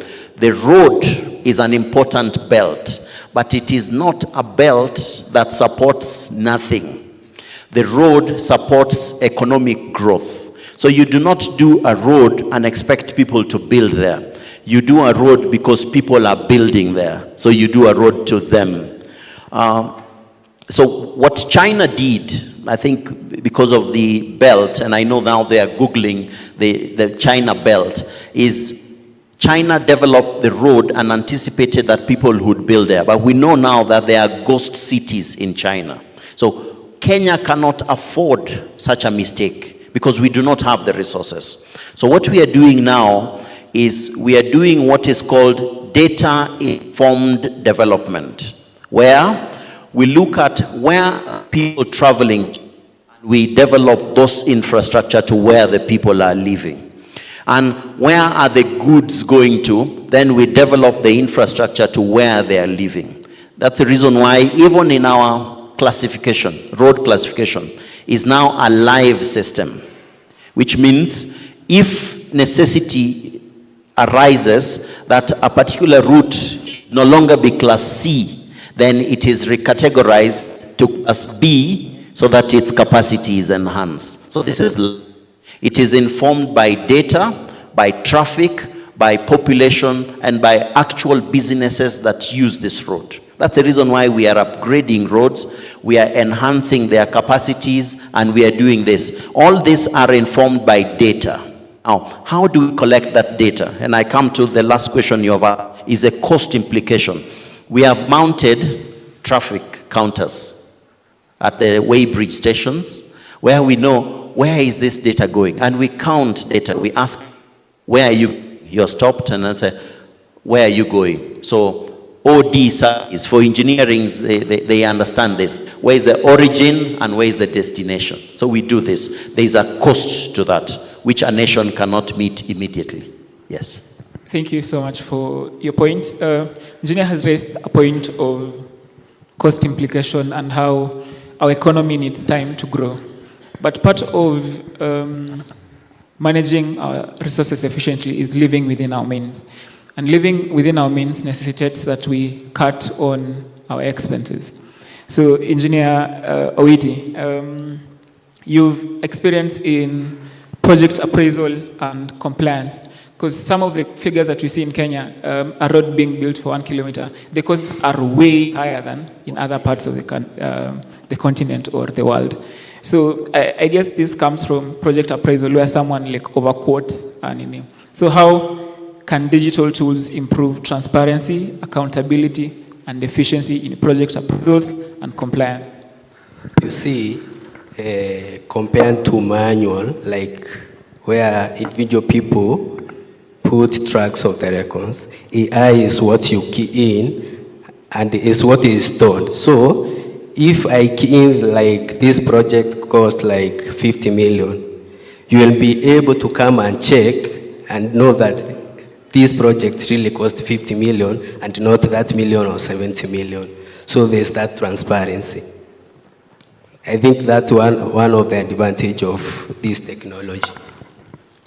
Maybe if I also add to this is just optimization, because the optimum point is a point which you do after several iterations. The system, which are tools, can help you to optimize. So what they do is they do several iterations so that you can see the decision you are making is the optimum one, because the optimum is a point. The other one is the employment of this in appraisal, employment of analytics in appraisal. So that helps also. Thank you so much. Ndubi, when you're starting the Industrial Revolution from Britain in the 1970s, where we are doing mechanization of textile to 2.0, to 3.0, to 4.0, where big data, IoT, cloud computing came in, the focus was more on automation and efficiency. But now coming to the fifth Industrial Revolution, we're trying to integrate technology advancement with the human side. Like there's a bridge between human and tech. And we've seen trends where there's mass personalization. What are your concerns about these trends in terms of, right now when you go to Spotify, you play 2 or 3 songs, the rest of the songs are played according to your taste. Whether you go to YouTube, there's an algo that does that. So what are your concerns about these mass personalizations, if there are any?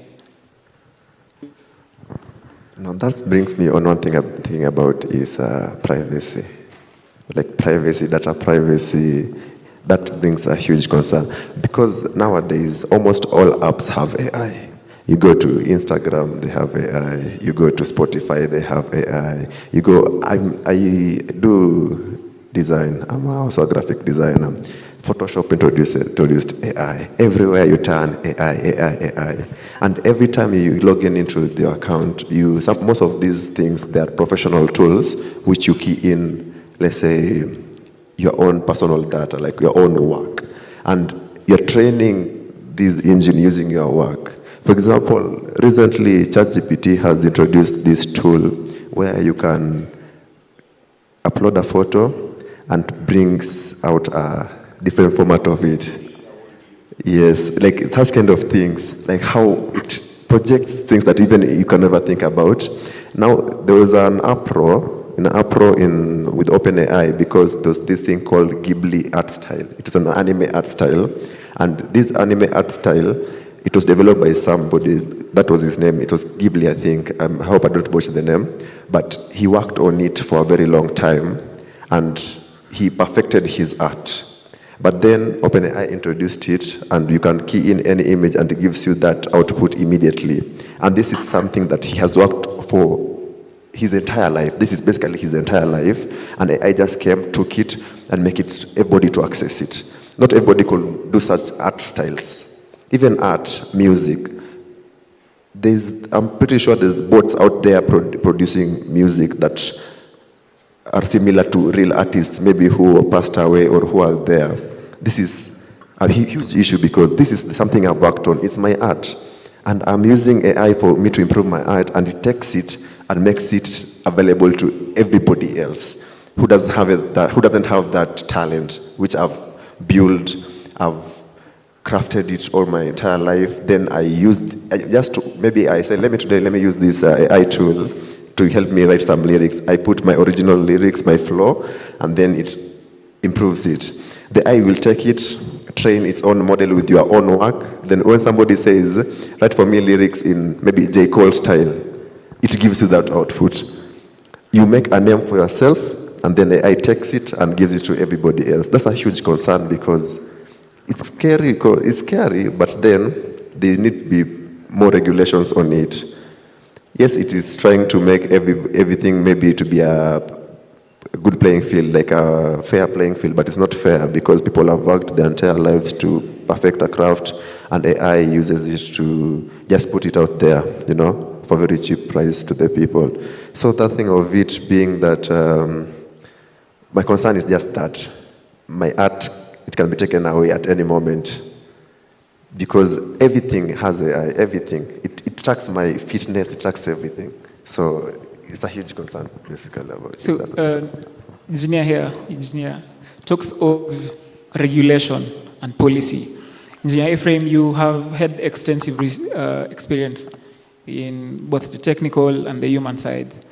What are the policy gaps that exist, if there are, in our country specifically, in the space of automation and AI? Well, I think significant. We have significant policy gaps in even AI regulation. I'm not sure we have a live AI regulation currently, but I know that we have a technology policy policy adoption in government. This exists, but in the public space, we don't have regulation. Now, I know 3 cases. I know where Japan controls what you see on your phone. So does China, and so does other nations. So what you see on your phone is legislated. So I wanted to distinguish that there is legislation, then there is policy, and then there is regulation on the lower end. So legislation is the laws of a land. We still do not have in Kenya a law that I know about that regulates AI usage, implementation, and frameworks. I do not know a policy about AI usage or adoption. I have seen in some government websites bots, chatbots, and those bots use AI that say, you can ask me anything. The issue is, are those in any regulation? Are they provided for in any regulation? I know none of those regulations. Now, the reason we've not adopted this is because we don't have this regulation. So the place of regulation really often, and this started in the Roman Empire. Industry was always faster than the industry is always faster than government. Now, there is a triple helix that is discussed in the modern generation, and this is government, academia, and industry. Now, their meeting point, that is the triple helix. Can government adopt everything very fast? The answer is no. And government is slow to adopt for a reason. That's the reason why if Viva, fiberglass, want their material used in Kenya, there's a process for adoption. There's a process for new material introduction into the market. And because as a government must be slow in function and in principle. Now, academia, this is the melting point where all knowledge and deep knowledge must be enhanced, not just tests and synthesis. When we talk about there are levels of knowledge, and deep knowledge is stationed in the university. But industry, where we sit, is free to try out things, to try out various solutions, and then go there. So where we sit is at the lower end, which is regulation. And that's the reason why we are able to make maybe an interplay. But if the triple helix were to function as it is, even these deliberations, the script here should have been reviewed by some government agency. And each statement we say should be have been reviewed and then allowed for broadcast. Thank you, Engineer. You've mentioned quite a lot of informative stuff. Now, just to pick from where you've left, just on the same frequency, Engineer Ephraim has talked about industry trying out these things. Because he said government is slow to adopt. Engineer has said industry can try out. So maybe in your experience, Engineer Witi at Kera, how have you leveraged behavioral data and user feedback to create more adaptive and intelligent transport systems? Sorry? How have you leveraged behavioral data and user feedback to create more adaptive and intelligent transport systems? So, for example, in our area, we usually do construct roads. We just don't go and construct road. There are stakeholders. Before a road is done, there's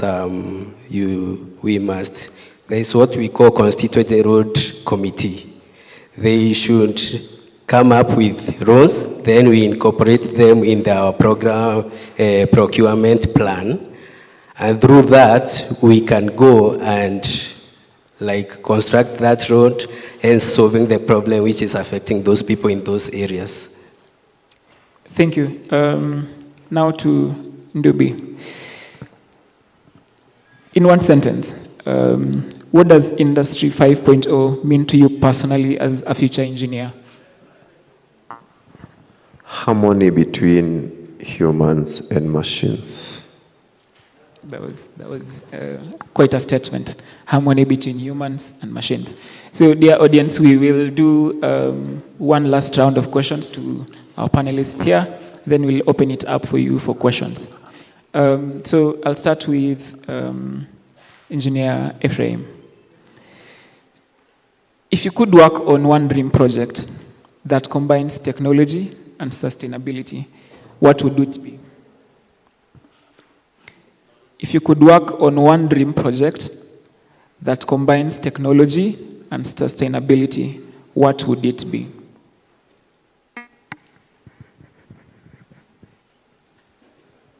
Spatial planning projects. I've moved from design to planning and road management. And one of the challenges I have noted in the country is the challenge of spatial planning. And this is embedding GIS and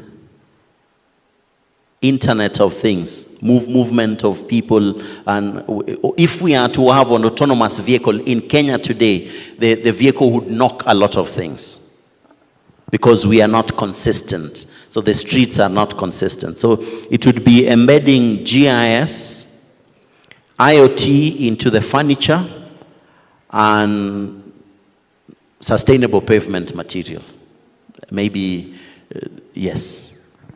Thank you so much. That was interesting. To Engineer Owiti, what's the one skill that you're working on now that you think will be essential in the coming years?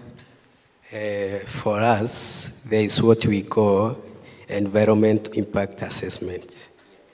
You see, most of our roads are done, but there are impacts to the people around those areas.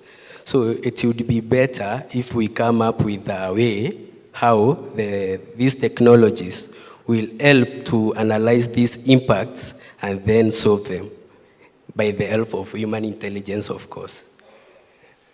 Environmental assessment impact. Engineer Ndubi, what's the one word that you'd use to describe the kind of engineer you hope to become? Profitable. Money. Engineer Ndubi wants to be profitable. So I'd open at this point to any questions that the audience might have. If any of you has a question, now is the time. A question here. Could someone help me with mics around?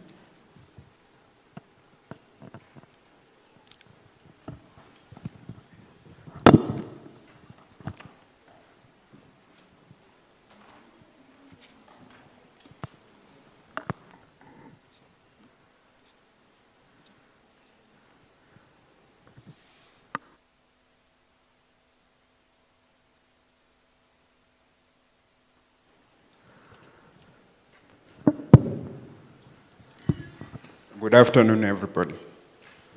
So, Engineer Ephraim talked about how when we do our road construction and designs, they're normally data-driven and informed before we undertake any road project. So my question is, so how can we effectively bridge the gap between data collection and actionable insights, ensuring that the data-driven recommendations are translated into practical and sustainable road construction projects?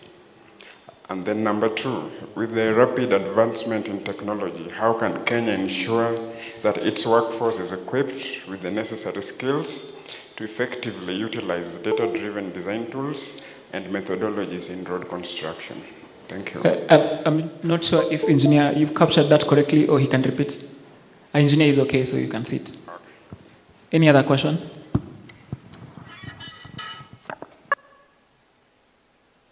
Maybe engineer can respond first before we proceed.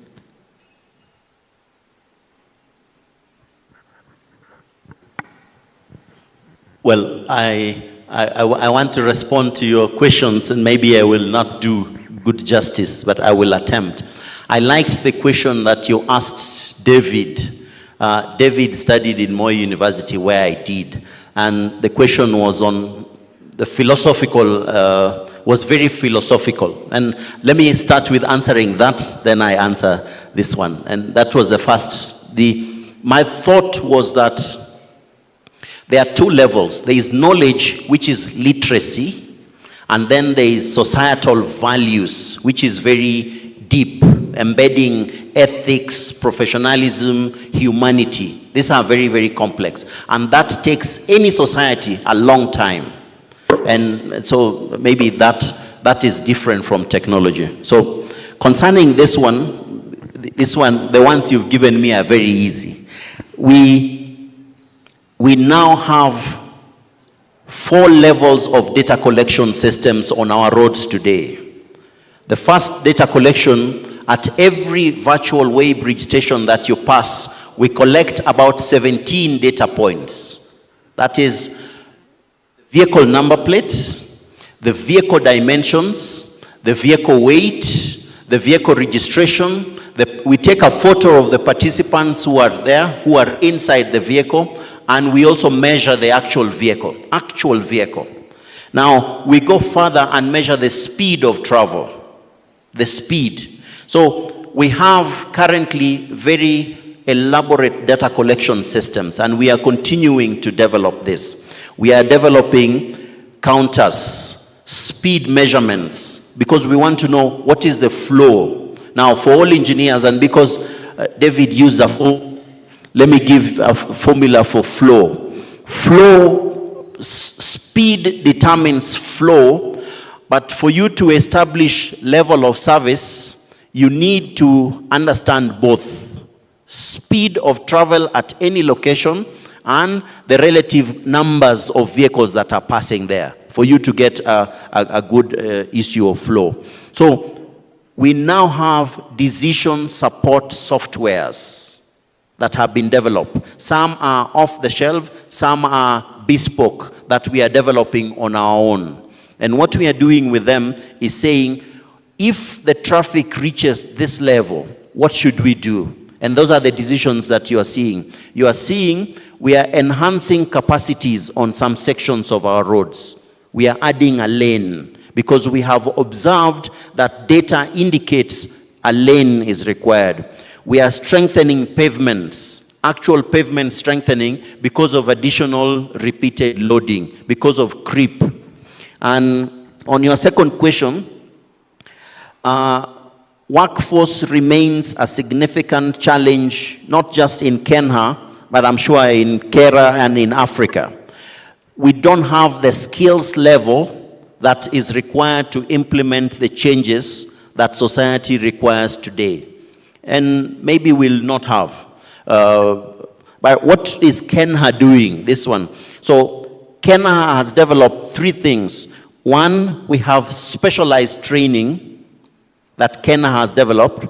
I think in my profile you saw that I have been trained in Japan. My first master's was in Japan, trained by the government. And I have also been trained in UK at the University of Birmingham. Government employs specialized training for many of its staff. And this is targeted to solutions.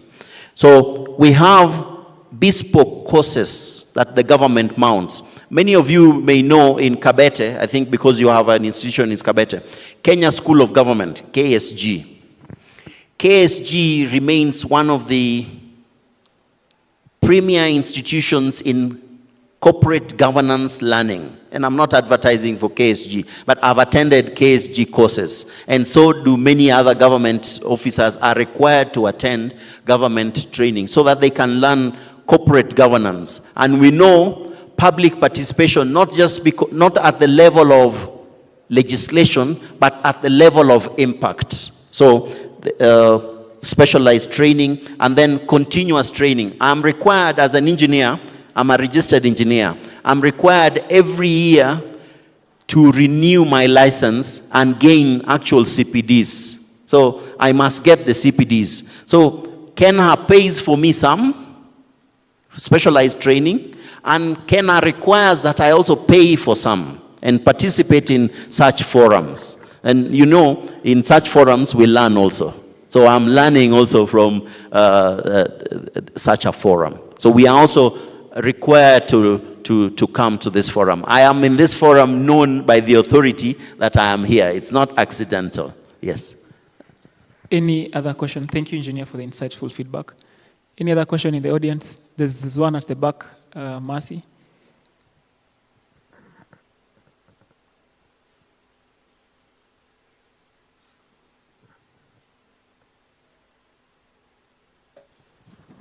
Thank you so much for this expositive session. My name is Mercy Chepngetich, a 4th year Geospatial and Space Technology Engineering student. And my question goes to Engineer Ephraim. He has talked about the integration of GIS and IoT in terms of automated vehicle guidance. And personally, on my end, as a GIS and remote sensing analyst, I'm looking forward to working maybe on a project, maybe just an extra project, maybe in terms of adaptive traffic signals. And my question is, what are the key challenges faced in implementing IoT-enabled GIS systems for different projects, maybe in terms of the traffic, at the same time, maybe in terms of the automated vehicles? Thank you. Thank you, Mercy, for the question. Maybe Engineer Ephraim, as you answer, you could also tie it with your closing statements, even as we wrap up. Yeah.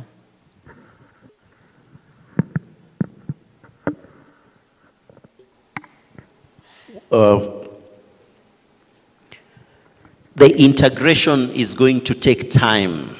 This we must acknowledge, Mercy.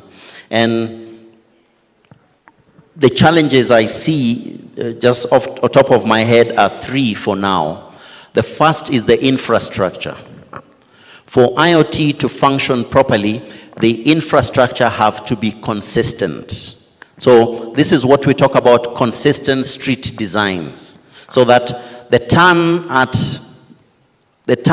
as you come from University Way into Mombasa Road should be consistent from the turn at Kenyatta Avenue as you turn to the same Mombasa Road. So the consistency of infrastructure is still a challenge because of our standards and specifications. The second is people. And I will talk about drivers, the Kenyan drivers. It would require lane discipline. So the Kenyan drivers are not very disciplined. The third is the vehicles. And now the vehicles, some of the vehicles we have don't have proper functioning brakes. So they will not stop quickly. So now what you'll notice is consistent in these three. There are also the system spheres in road safety, because embedding these systems will ensure that we have safe roads. But the reason why we have accidents is because of these three. We have accidents because of poor infrastructure, non-predictive movement, and so forth. So I look forward to you implementing a project that can serve these functions, because it's a real challenge. Adaptive traffic signals are currently being piloted in Kenya by Kura on our roundabouts. And I had a chance to see the violations. It's as if the people are not trained to navigate roundabouts. So it's as if our drivers do not know how to navigate roundabouts. So Kura should talk about it. So, but let me give my closing remarks. I would say two things essentially. One, the change is with us. The change in technology is with us. The change in technological shift will continue. And I don't know, after this change, what other change we will go into. We have now technological change, we have climate change, we have culture change. What remains constant is humanity. If we can be human, if we can practice humanity, then all changes will find us solid. And humanity is kindness to one another, listening to what others say, reasoning with one another, differing with one another logically, and agreeing logically, and presenting points. I think there is a lot of chance in that one. The second thing I would say is about the authority where I work for, Kenha. Kenha, I saw we are at the corner here on this. We support such initiatives and will be available to further discussions concerning the initiatives that we are doing. One of the things we are doing now is we are developing a system that will encompass all small systems that have been working, one system that controls everyone. For other nations, they have already met this. So we are trying to get one system that will encompass all systems. So I look forward to working with others and interacting further with you all. Thank you very much. Thank you, Engineer, for the call to humanity. Maybe Engineer Awiti, as your closing remarks. Thank you so much for listening to us. I'll just summarize whatever we have said with just one sentence. Embrace technology, but never lose human touch. I think it's the same thread running around humanity. Ndubi? A lot has been said. I've learned a lot from the two engineers with us. I appreciate it. And one thing is, fear is part of human nature, and there's nothing that humans fear more than the unknown. If you don't know something, you'll always fear it. Even from the dawn of time, when the first vehicles came, when smartphones came, when the internet became so, there's always that fear. You don't know what can be done with it. Because if you look back at our history, technology does not have a clean track record. The chipsets we have, they came from war. So that's one thing that, as a human, you look back and you remember this is what technology can do. If you remember World War I, II, hopefully that will be the end of it, of using technology for war. But the fifth industrial revolution is to now bring humanity and technology together. And that's why we had this conference, to address the fears that we have, the fear of the unknown. Fear of unknown. Quite insightful. Maybe we could give a round of applause to our esteemed panel. Thank you so much, my dear panelists. It was nice engaging with you. Over to the MC. Another round of applause for the panel discussion. It was very informative. And in appreciation to that, we are going to be gifting them. Miss Yvonne will be gifting Mr. Regan. Gloria will be gifting Ephraim, and Joy Komen to Engineer Edwin Witty, and Mr. Onkoba Matoke to gift Masika. You can stand for also photo taking session. Thank you. Yvonne to Regan. Thank you.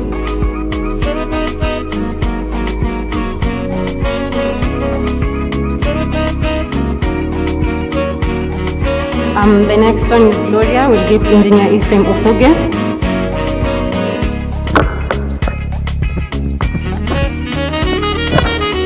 And Ms. Joy coming to give to Engineer Edin Mwiti.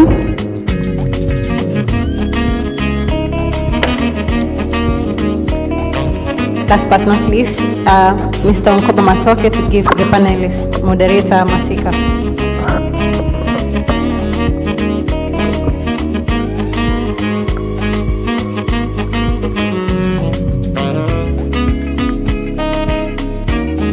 A collective photo session.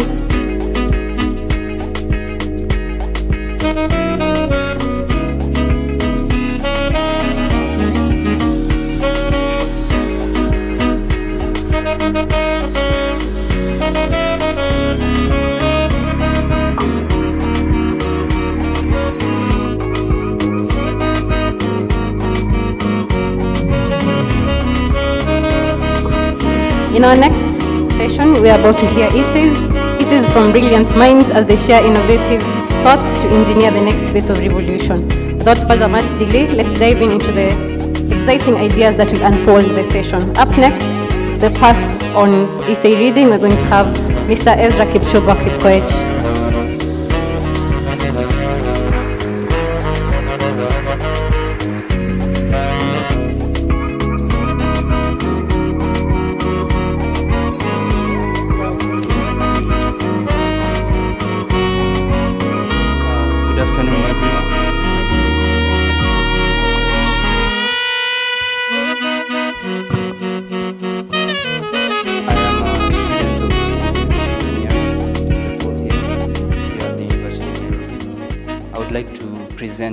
My essay, which I submitted to this conference. My essay was addressing the prompt of how academic programs can equip engineering students, many of you who are here, with skills suitable for Industry 5.0. So let's begin by defining Industry 5.0. It is a distinctly human-centric phase of industrialization that extends beyond manufacturing. And the way it separates itself from the fourth industrial revolution is because it focuses more on bringing back the human element into industry and manufacturing. 4.0 was all about efficiency and productivity. And this was pursued to such an extent that the human element was a bit ignored. So 5.0 builds on 4.0 by bringing back the human element.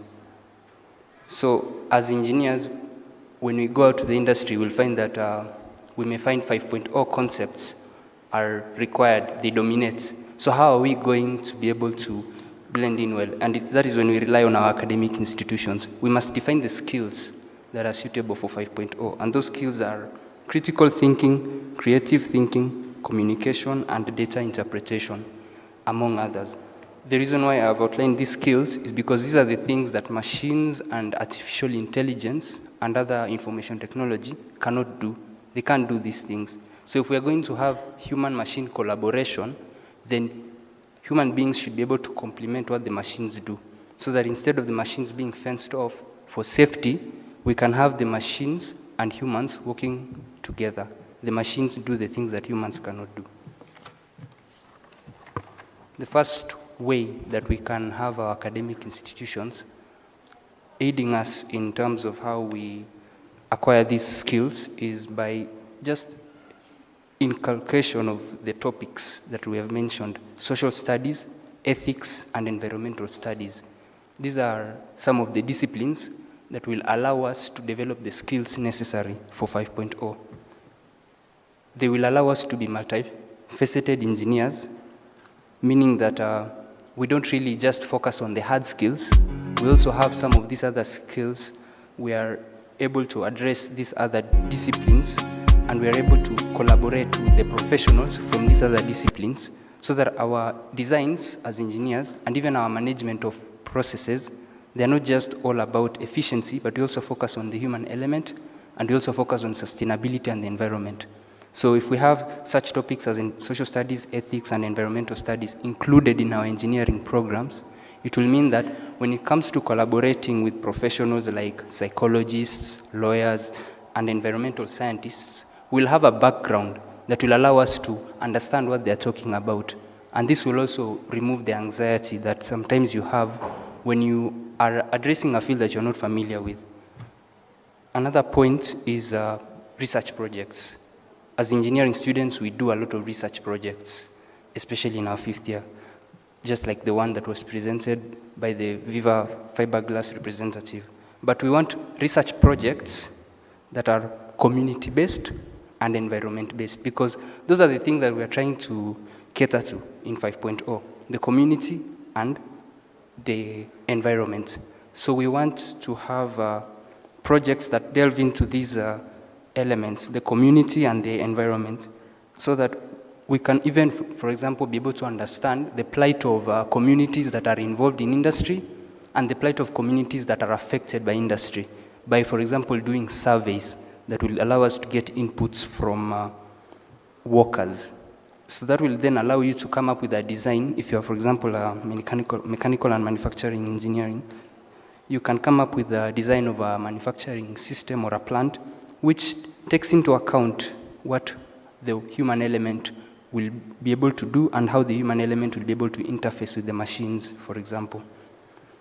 The practical learning from such projects will allow you to come up with those positively human-sensitive designs. Another point is just using technology. I'm sure many of you are very familiar with artificial intelligence. Some of you even use it. And some people say that it's not a very good thing to use.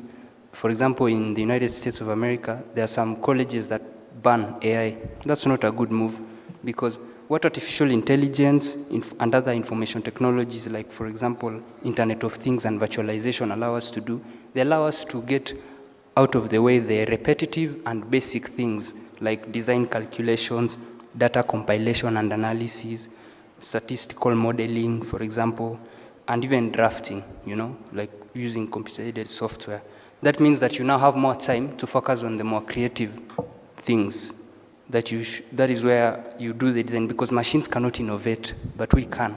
So we need more time and energy to innovate. So if machines can do the repetitive things, then we will be able to focus on the innovative designs. And for the case of students, the more familiar we are with these things, the better for us. So the earlier we are introduced into these technologies in our academic programs, the better. So we can see things like smart boards, wireframe generators, smart laboratories being implemented. For example, the project that was presented about the Viva Fiberglass, you notice that he used a lot of lab equipment that was capable of even coming up with the graphs automatically, meaning that you don't have to go through the manual process of collecting the data and graphing it yourself. The lab equipment is able to interface with computers and is able to produce the graphs, meaning it now allows you to quickly do the analysis and to innovate. So that is an example of the use of technology in our academic programs to enable us to be more compatible with 5.0. My penultimate point is about industrial exposure, and this is all about industrial trips, attachments, and internships. We have this already in engineering programs.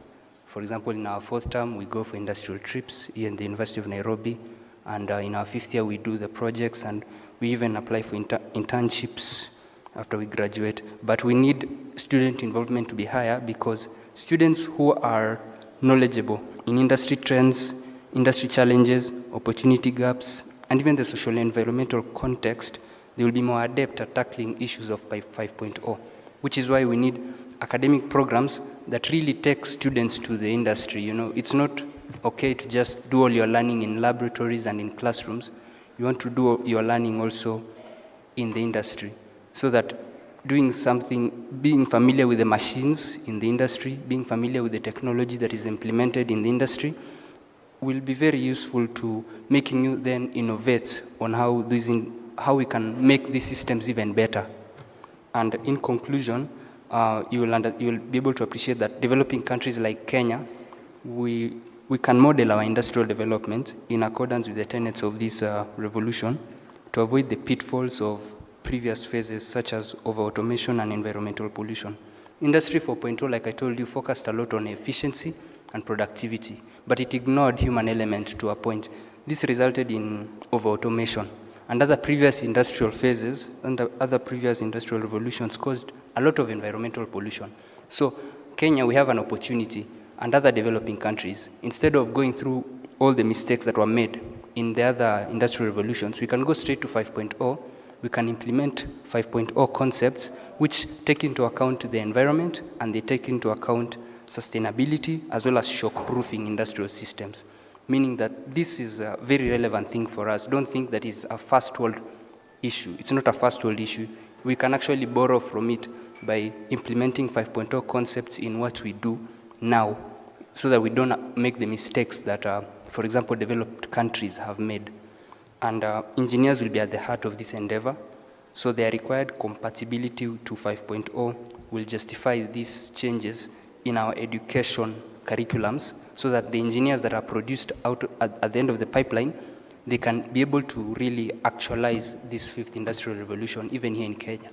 So with that, I would like to conclude by thanking the host for giving me the opportunity to present my essay. This essay is available. I believe you can contact the IESC den heads, and they can be able to make it available to you. Thank you. That was wonderful. I am lucky. Ezra is my classmate. Up next, you're also going to have Mr. James Ndungu to present the other essay. Both of them were the winning essays, yes, in the ones that were presented to the IESC committee. So after thorough scrutinization, those two emerge as the winners. Welcome, Mr. James Ndungu. Okay. Good afternoon. As you've heard, my name is James Ndungu. I hope you can hear me clearly. Yeah, and I'm presenting just a summary of the essay that I did. Yeah, and okay, the title of the essay, Exploring Strategies for Sustainable, Ethical, Socially Responsible, and Environmentally Sustainable Development in Technology. Yeah.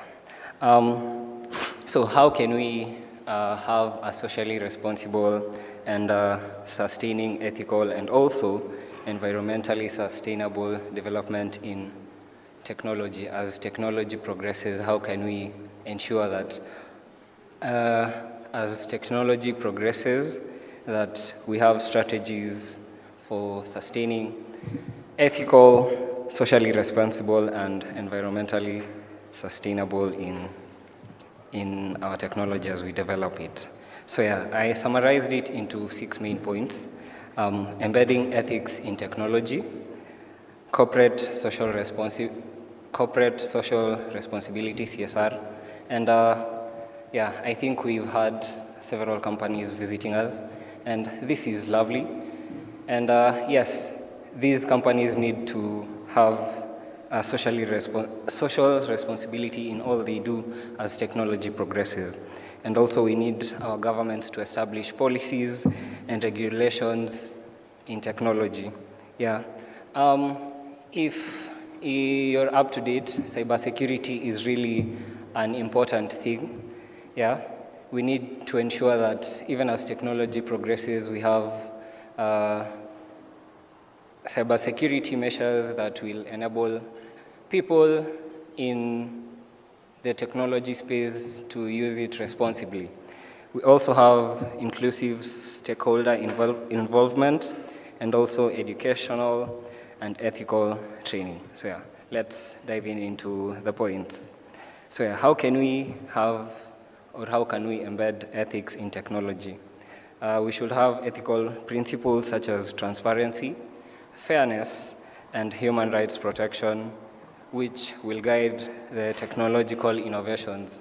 And to those in electrical engineering, you've heard of IEEE, or also those who are not in electrical engineering, you might have come across IEEE. So yeah, IEEE is the Institution of Electrical and Electronics Engineers, and they have set some principles that should be followed.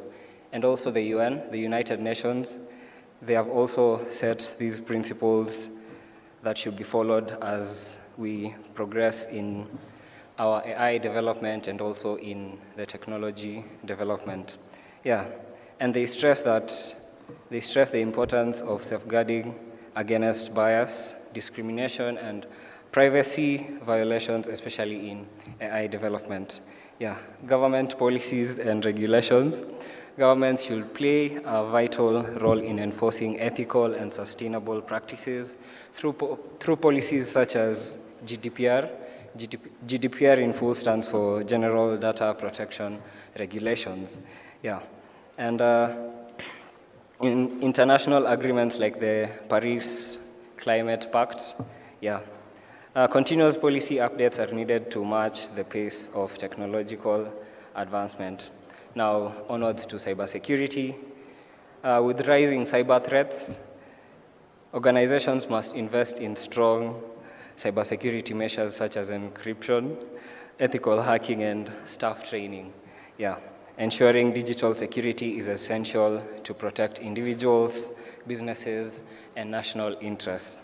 Onwards to how we can include our stakeholders in these progression. So yeah, ethical and sustainable technology development requires input from multiple stakeholders, policymakers, engineers, us as students and academics, and the public.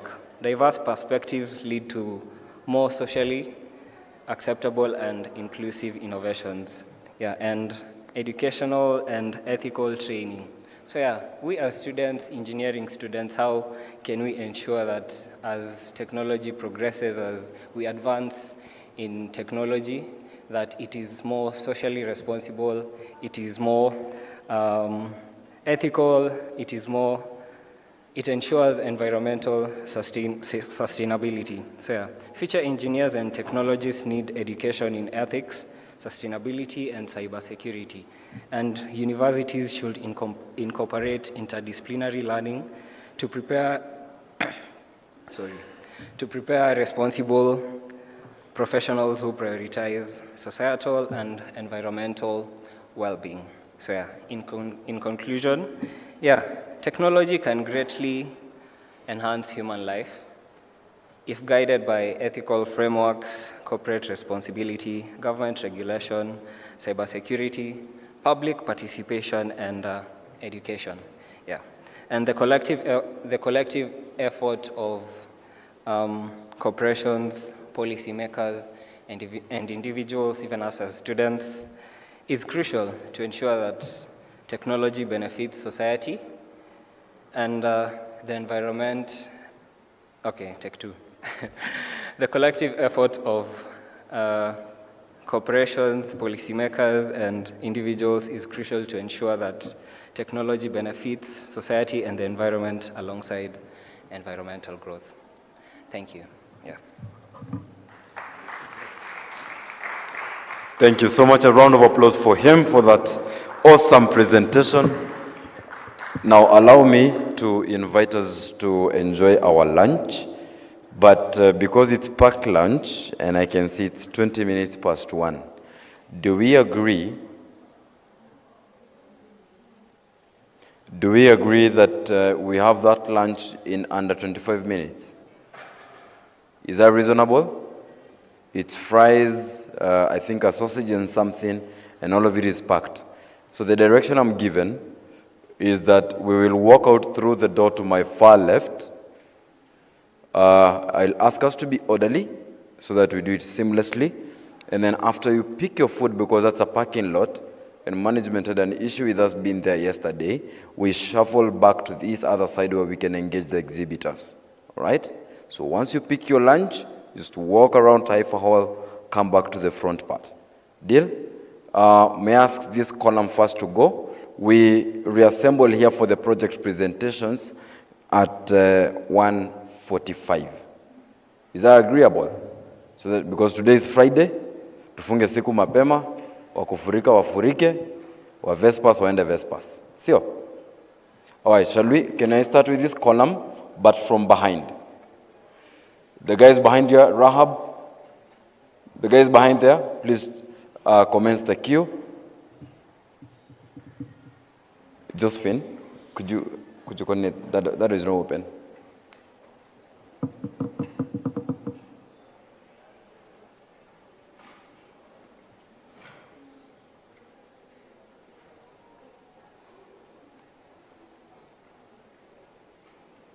Please, we can be swifter than that. Guys, excuse me, could you be swifter than that?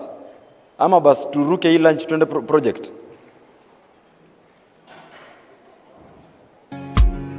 Again, I've requested us to queue just nicely. Just nicely. There is enough food for everyone. We can just queue nicely.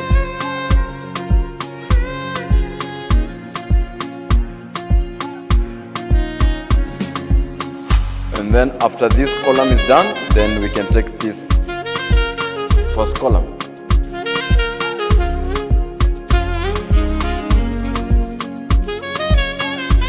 Announcement as well.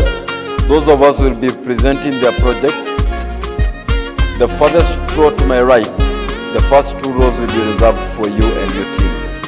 Please ensure you occupy those seats as late as 1:45 p.m.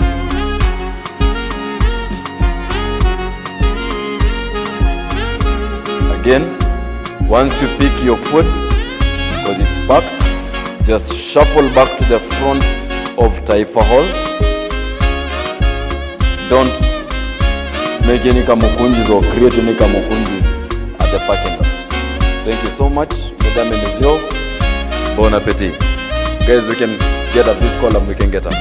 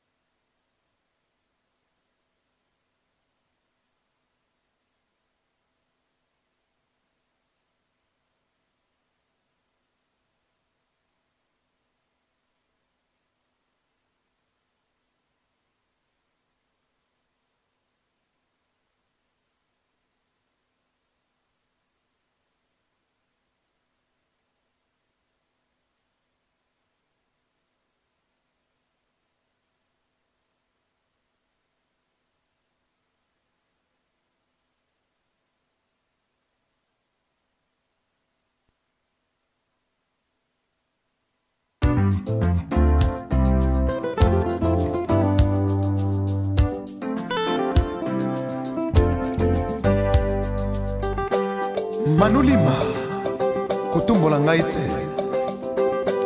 Ah, elekaka nango, le grand ninja.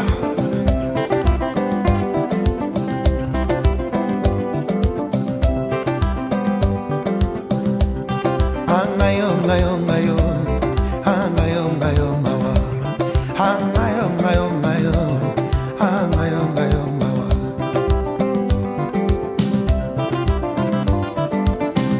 Yaja boinga tinateo, nasengi e palatoe. Nazangi sutena vinangae, o abondele langayo. Mobile boinga na se andoto, aloti nazweli embanga. Natonga la muki ole tunanga, akamati decision.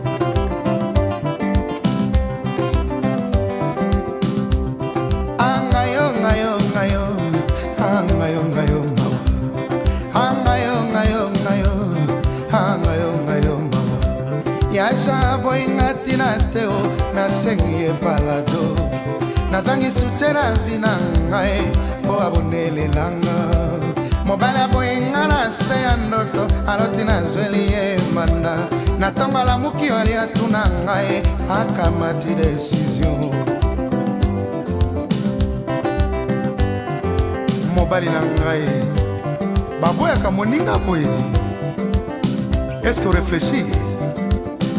Mais ngai, moyena boya yate. Ata toke na tribunal, na koyi bisobe juge wana. Moyena boya yate. Nalula yofu. Bato bae kotu nangali kambora zali se kolela lela. Mawa. Nazangi liloba yako zongisela bango posomo elekaki ngaye. Batu nakabiso bata makila mabe tosala nini ye. Balinga katope mateo. Nafanda kaloboko na litama na komitu na kamawa. Eza makambo,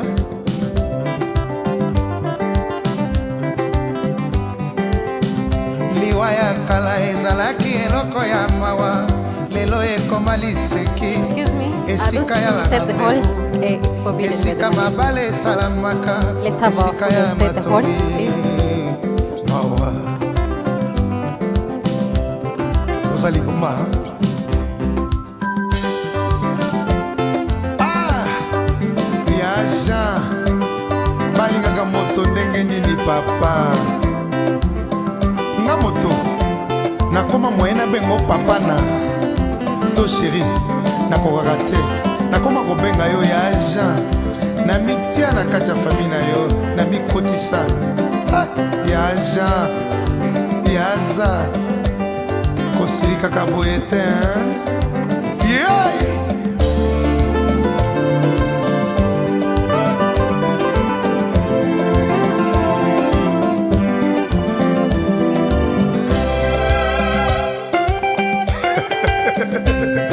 Bon baby na bino de.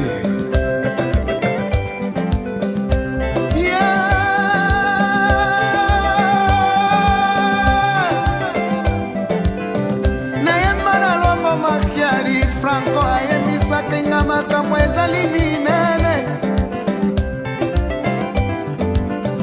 Nayemba na poete Lutumba Simaro ayembisaki nga meresi bapesaka na mbwa.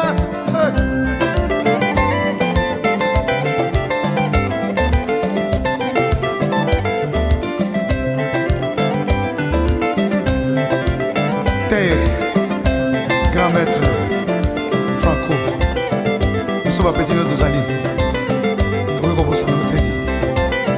Shall we shuffle back into the hall?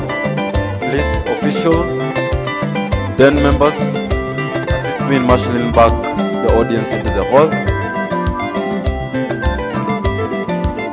Officials, then members, assist me in shuffling back the audience into the hall.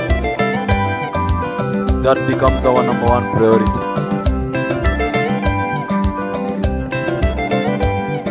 Hello?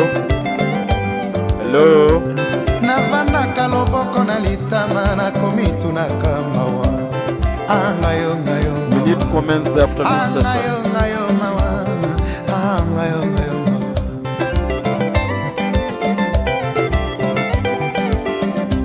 Yasha boy ngatila teo na sengi parado.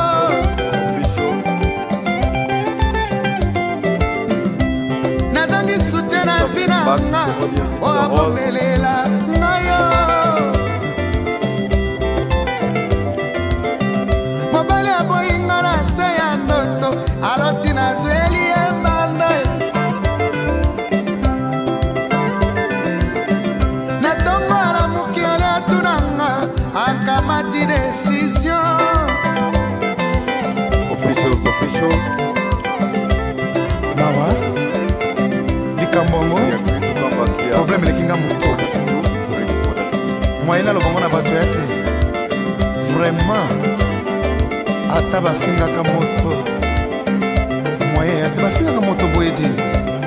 Ya bopol. Ese bafingaka moto boyedi. Obima na tongo. Na ndako. Tango ozonga na poko. Okuta ebe problème. Nalembi.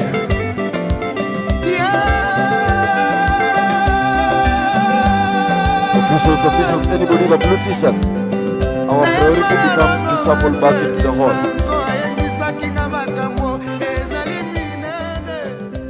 Else we'll spend too much time on something we can do in the next 3 hours.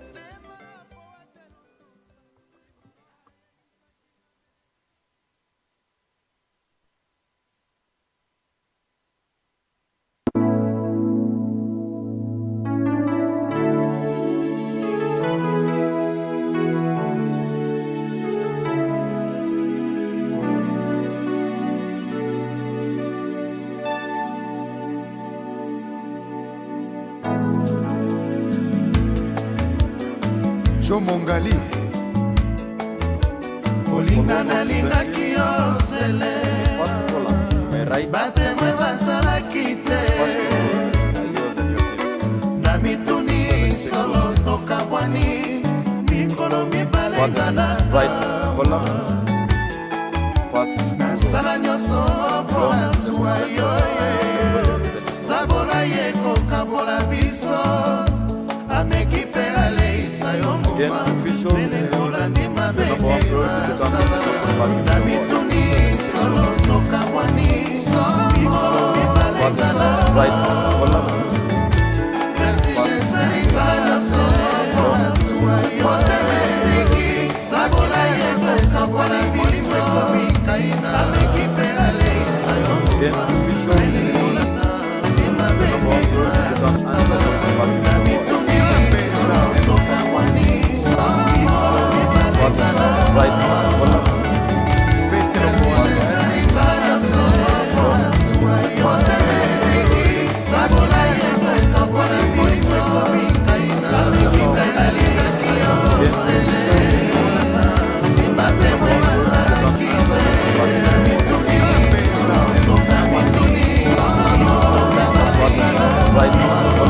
Right.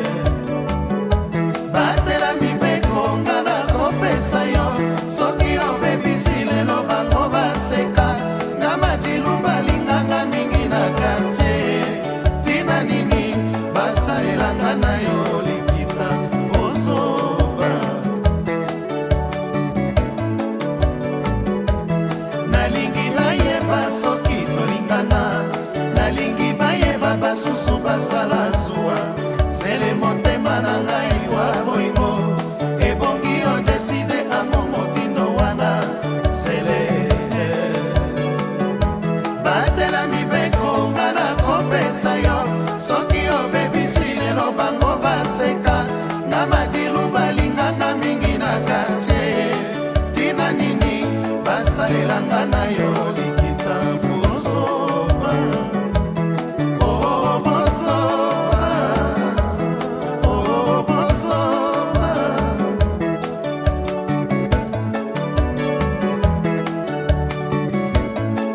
mongali yena mongali yena mongali yena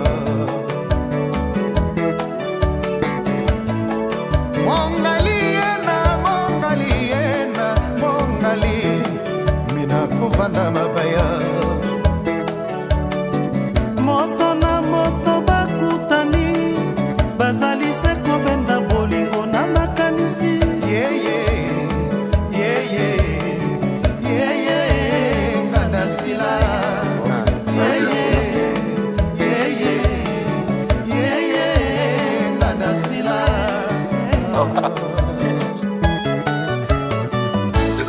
nalingi nayeba soki tolingana nalingi bayeba basusu basala zuwa sele motema na ngai wa bolingo ebongi odeside amo motindo wana sele batela mibeko nga na kopesa yo soki obebisi lelo bango baseka nga madilu balinganga mingi na kartier tina nini basalelanga na yo likita bozoba oh bozoba oh bozoba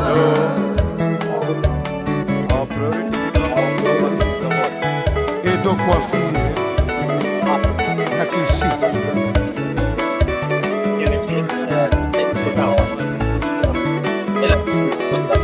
Willy Mpoku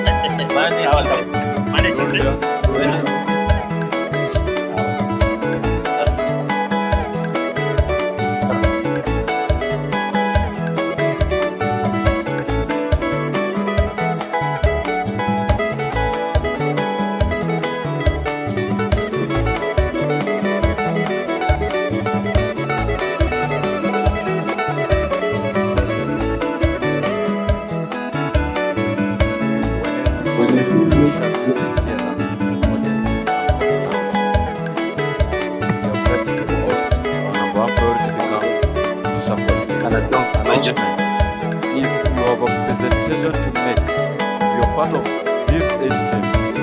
If you're PhD capable, Dennis Kiprop, Amos Bahati, Zachary Odhiambo, Alex, Daisy Jelagat, or Vivian Wairimu, the front row here is for you to occupy. If you're any of those 8 individuals, the front row is yours to occupy. Please ensure you sit there.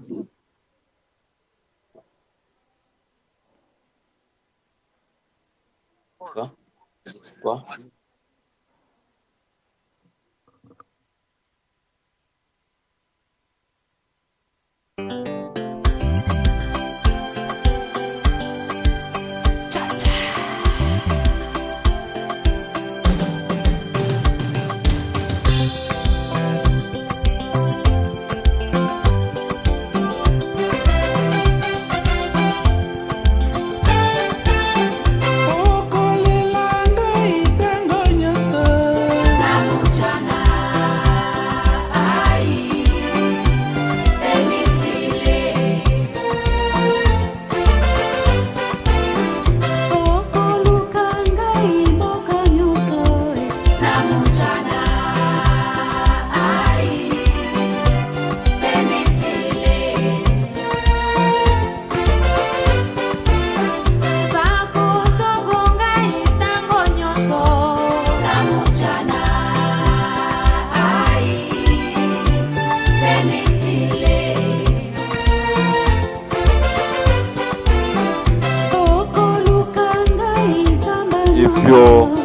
one of these individuals, Purity Kerubo, Grace Ngari, Amos Bahati, Zachary Otiambo, Alex, David Lagat, Vivian Wairime.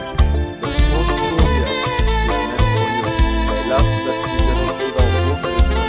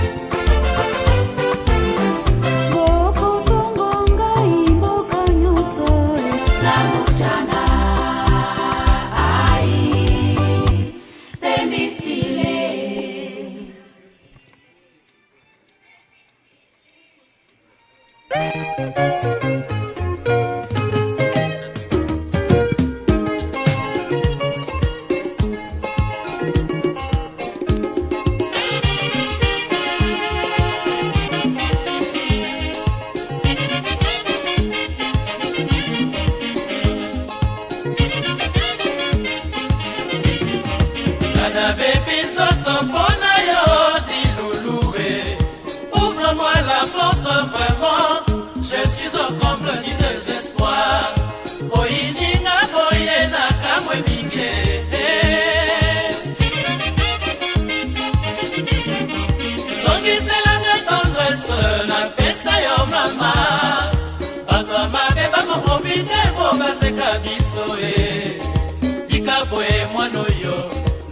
nakoni kaka mokolo moko. Le sentiment le plus proche de l'amour, c'est la haine. Moto oya lingaka makasi, yende aboyaka makasi. Tozalaki pourtant lokola bana mapasa. Bapasi na bisengo nyonso tokabolaki. Na comprendre yo lelo tina oboyinga. Obayenga po mobulu elekanga.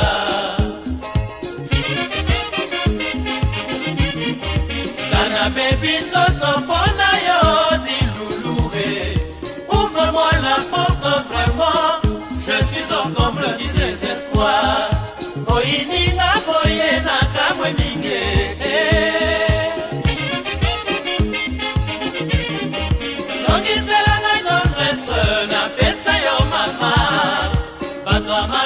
Profite po baseka biso tika boye mwano yo nakoni kaka mokolo moko.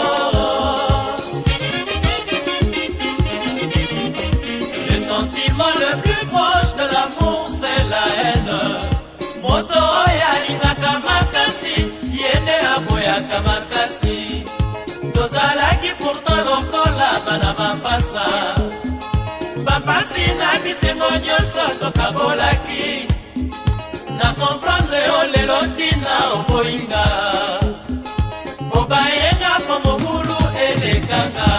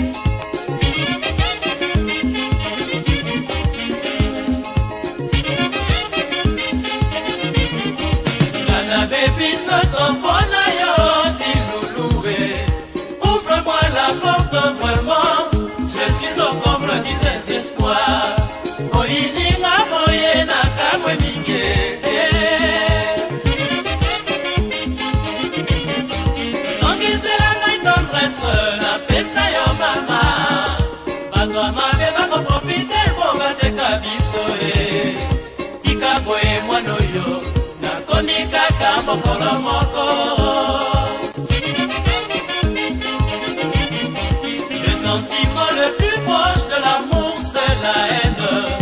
Moto oya lingaka makasi, yende aboyaka makasi. Tozalaki pourtant lokola bana mapasa. Bapasi na bisengo nyonso tokabolaki. Na comprendre yo lelo tina oboyinga. Obayenga po mobulu elekanga.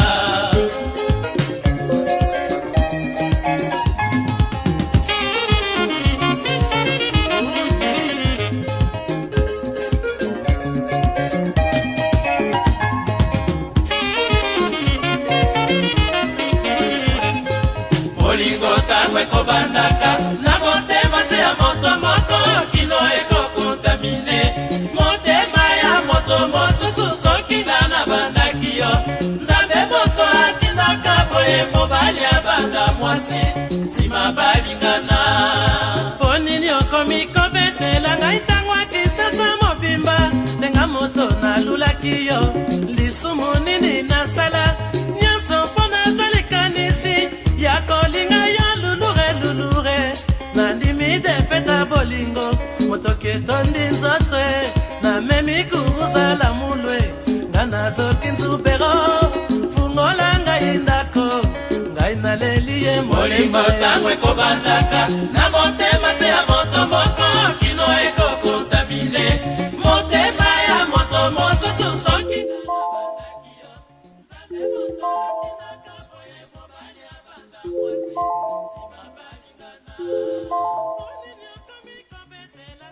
wakisasa mobimba. Ndenga moto na bandaki yo lisumu nini nasala. Nyonso mpona zolikanisi oyo ya kolinga ya lulure.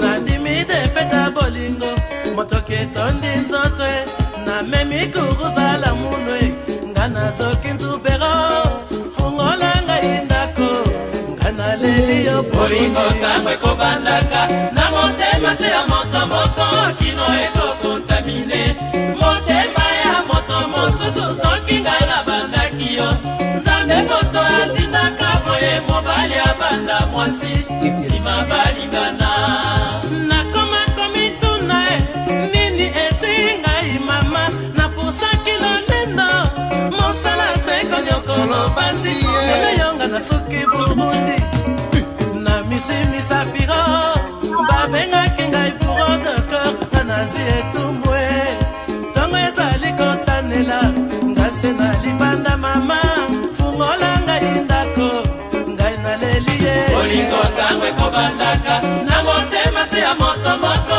kino ekokontamine motema ya moto mosusu soki ngai nabandaki yo nzambe moto atindaka boye mobali abanda mwasi nsima balingana nakoma komikamwe nini etwi ngai mama napusaki bageste mosala seko nyokolo pasi lelo yonga na suki moseka mama na miswi misapiro babengaki ngai puro de cœur nga nazwi etumbwe ntongo ezali kotanela ngase na libanda mama fungola ngai ndako ngai naleli ye bolingo ntango ekobandaka na motema se ya moto moko kino ekokontamine motema ya moto mosusu soki ngai nabandaki yo nzambe moto atindaka boye mobali abanda mwasi nsima balingana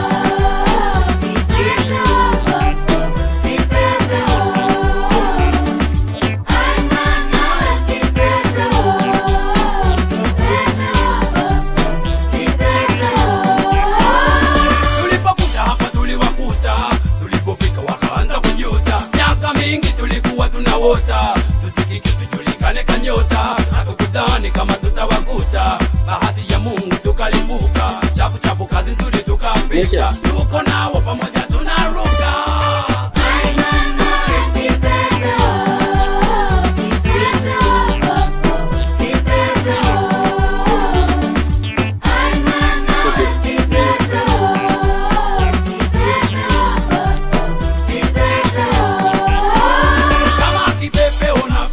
Kila mali na mshukuru Mungu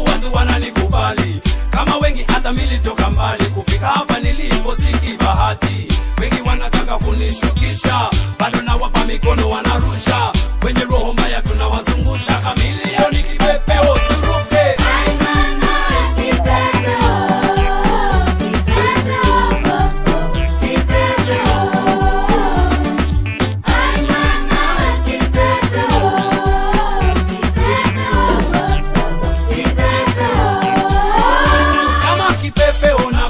Bila tatizo na pepea hewani, Mungu ndio uwezo. Kujenga jina ni bidii, sio mchezo, na kuitunza pia kazi ngumu, si likizo. Tanzania ndugu zangu watafurahi, kwenye streets za Kenya nitapewa hai. Uganda, Rwanda, Burundi, Kongo tuko hai, sababu ya kumuona kamilioni butterfly. Uno we kubye bakade na matoa situke. Uno we kubye abebi watoto mafukute.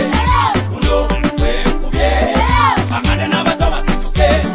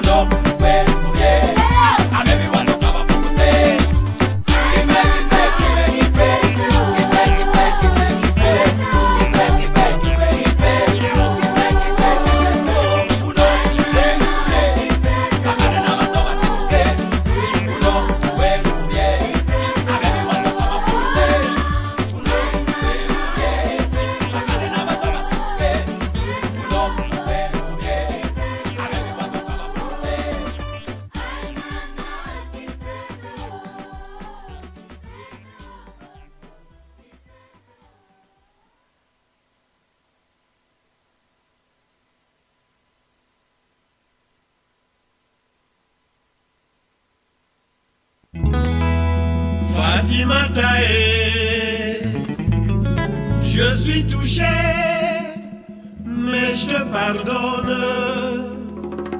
Fatima Tae, oh ma belle, oh ma belle.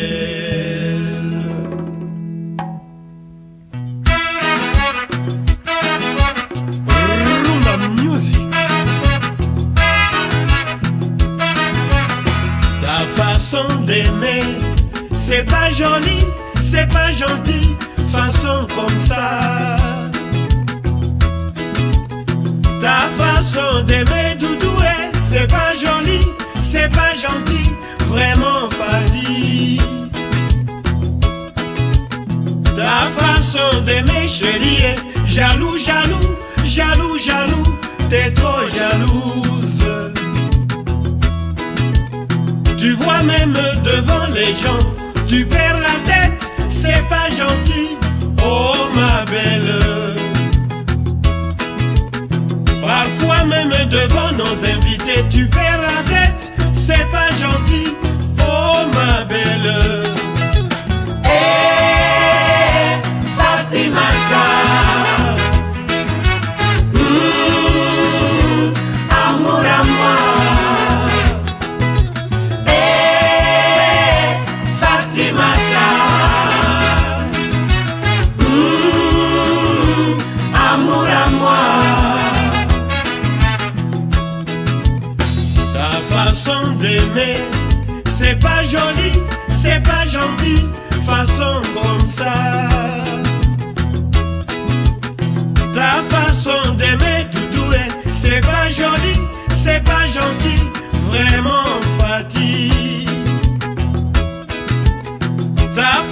jaloux de mes chéris, jaloux, jaloux, jaloux, jaloux, t'es trop jalouse.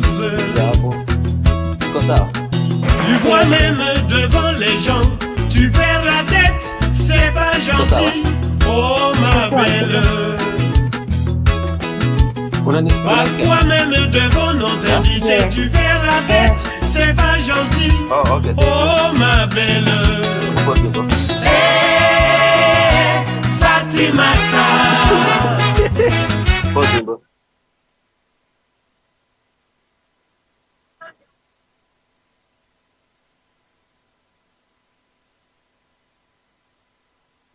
Nasikika ama? Ndio. Yes.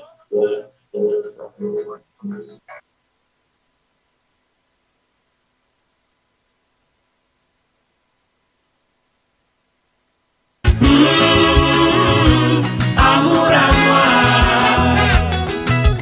Hey, Fatimata. Amour à moi. Je suis déçu, maman. Fatimata.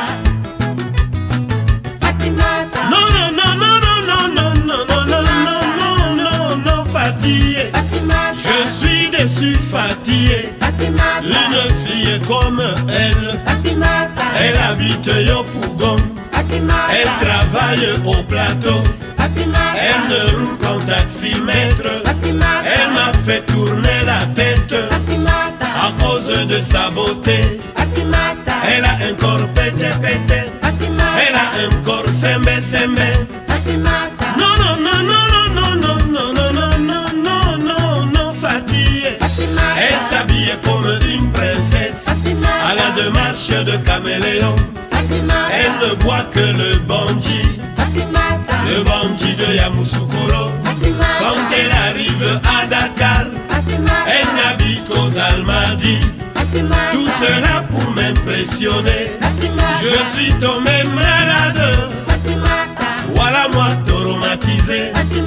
Non, non, non, non, non, non, non, non, non, non, non, non, non, Fatimata.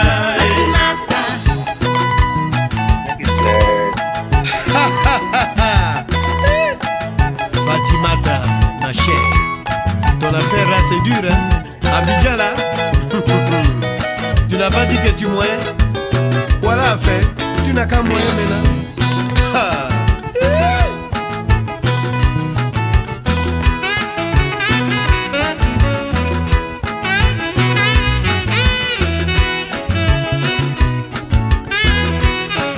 Rumba Music, Africa, du nord au sud, de l'est à l'ouest, c'est ça l'Afrique. Regarde.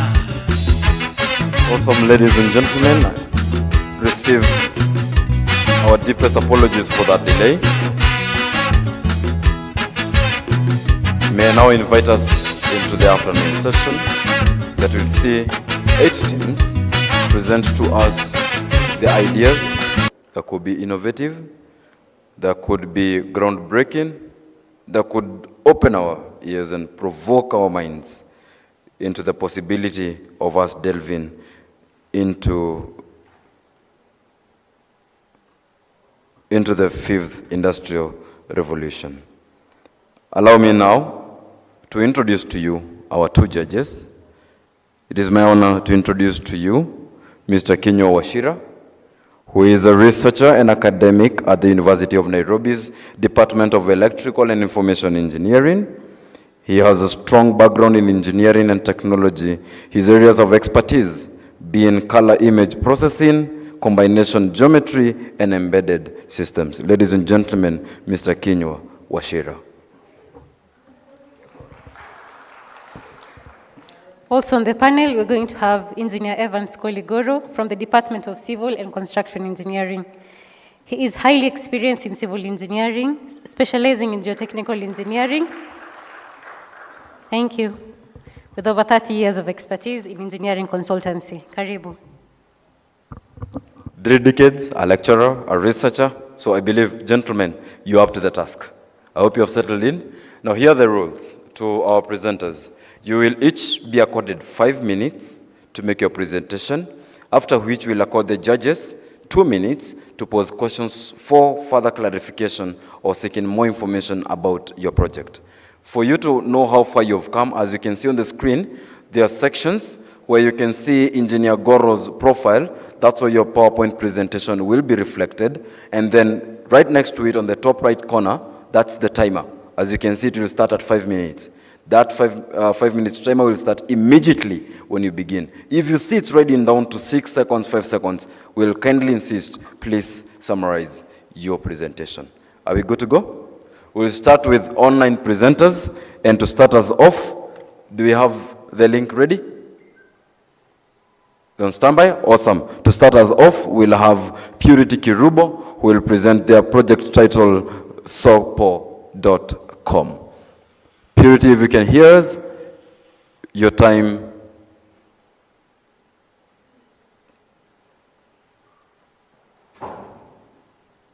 Purity, are you ready?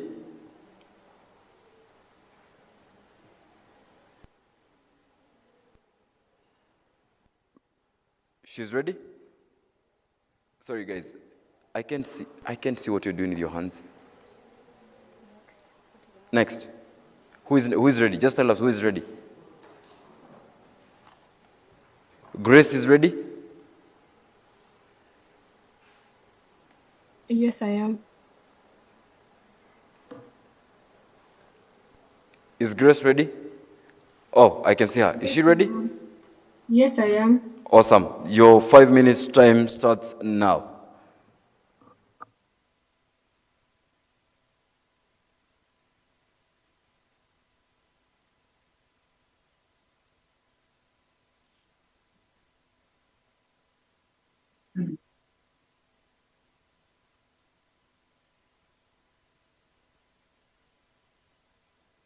Hi guys, so my name is Grace Ngari from Meru University, and I'm here to pitch a project about Endo AI. So Endo AI is an AI project that is helping women with endometriosis by basically creating awareness. So I'm empowering women with endometriosis since I have noted, according to the statistics, chronic condition affecting 1 in 10 women globally are due to the lining of the uterine of the uterus. So how do I understand the endometriosis? The symptoms, we have severe pelvic pain, the prevalence, which is 1 in 10, that is 190 million, are affected by endometriosis globally. And also the diagnosis stages takes around 7 to 10 years average. They live with the diagnosis. So what challenges do patients face? We have the physical and emotional challenge, the misdiagnosis, which is often taken by conditions due to their overlapping systems. And then approximately 50% of the women face disruptions through their work or their education time. So my motivation of the story of why I developed Endomit is due to the late Mary Jambi Koikai, who was a radio presenter from Kenya. She was diagnosed with endometriosis and regularly faced significant challenges due to that misdiagnosis. She had to travel abroad, and unfortunately, due to the overwhelming struggle, she passed. So her story inspired me with the advocacy, and I was able to come up with an AI model that is helping women to detect endometriosis. So the current treatment landscape is 1, the pain management, 2, the hormonal therapy, and then the surgery, basically. So introducing Endomit. So in this Endomit, I have an AI application mobile app where I'm able to offer support to women. I'm able to educate them and also have the community aspect where women can connect with each other for shared experiences. So these are just but some of the features that Endomit has. We have the AI-powered diagnostic support, the resource library, and the community connection, as I said. And then the impact of Endomit is basically empowerment, resilience, and the quality of life. So allow me to show you how Endomit works in 1 minute.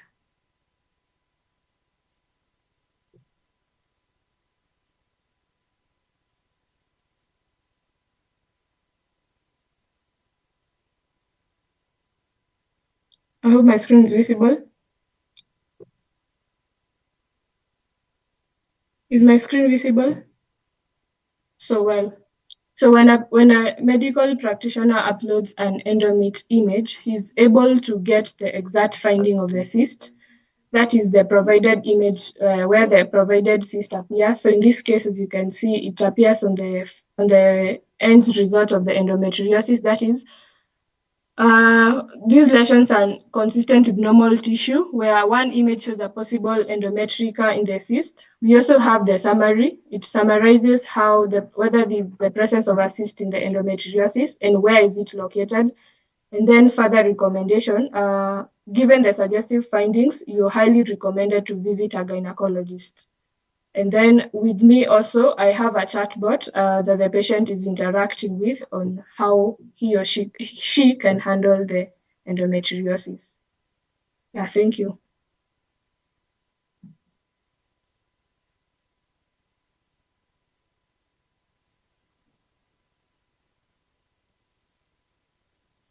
Up for your questions. Engineer Evans Goro, Engineer.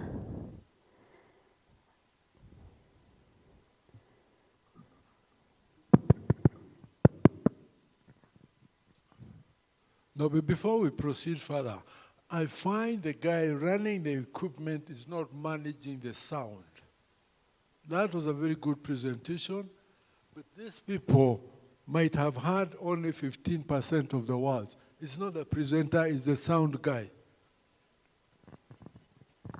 Media team. The presentation wasn't that clear enough to the crowd and to the judges. The sound team. It's okay. Yes.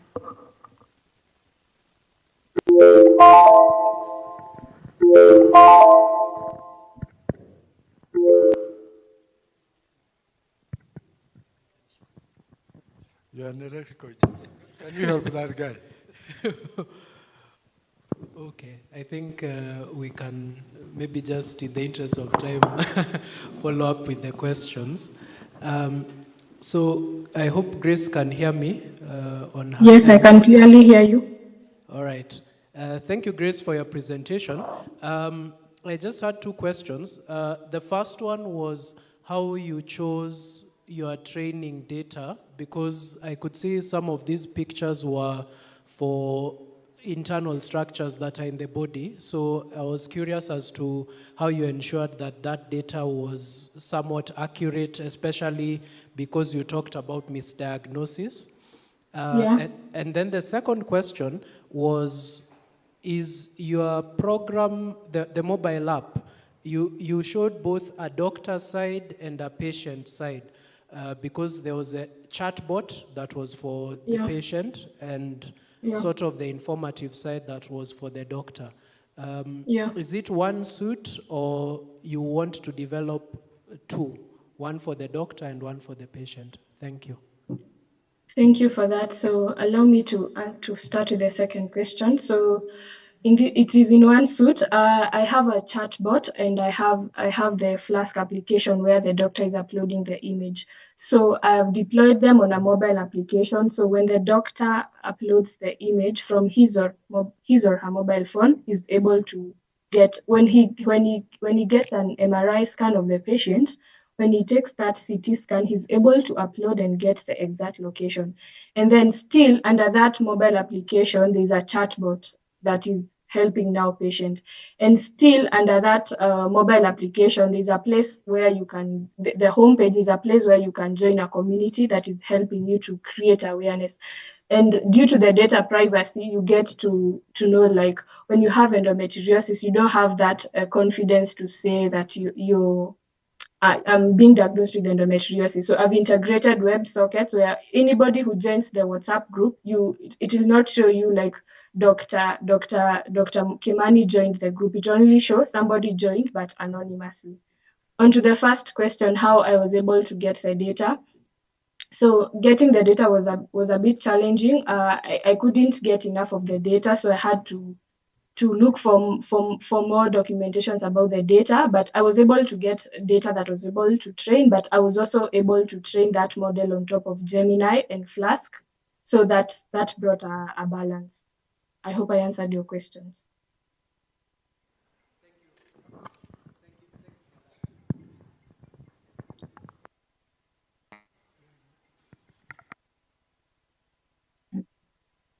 Can you hear me?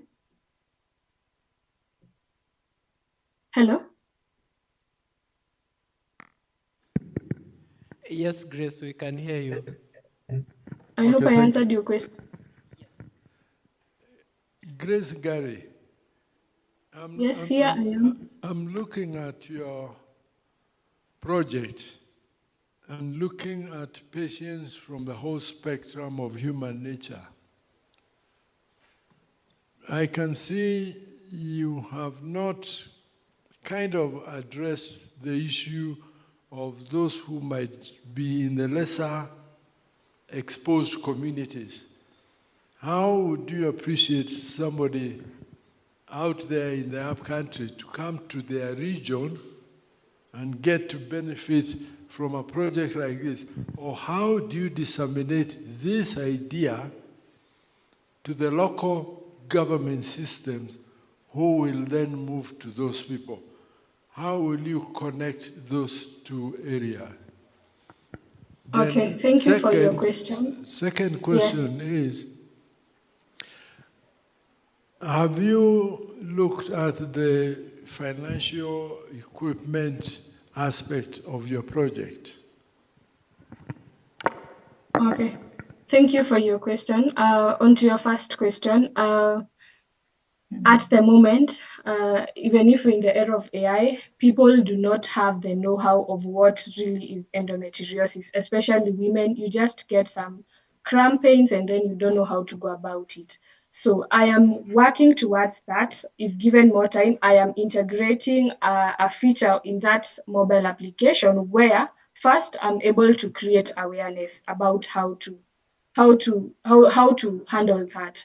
And then also I am also working on a feature where I'll be able to connect patients in the upcountry regions. Maybe you don't have the know-how, I'll be able to connect them and they can know how to navigate in case of that. About financial services, I am yet to work out on that, if I may say.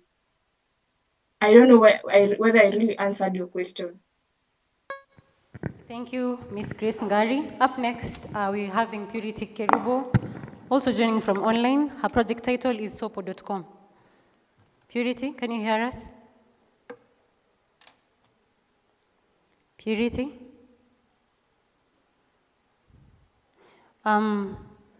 Yes, I can hear you. Okay, you only have 5 minutes for presentation, and the judges have 2 minutes to question you. Okay, your time starts now.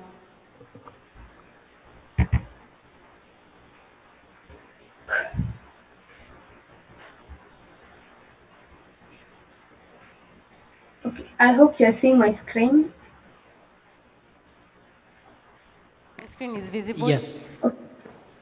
Okay, my name is Purity Kerubo. I'm a third year student pursuing Bachelor's of Technology in Electrical and Electronic Engineering at Mary University of Science and Technology, and I'm honored to present to you my project, sopo.com, which stands for Solar Powered Concrete Mixer.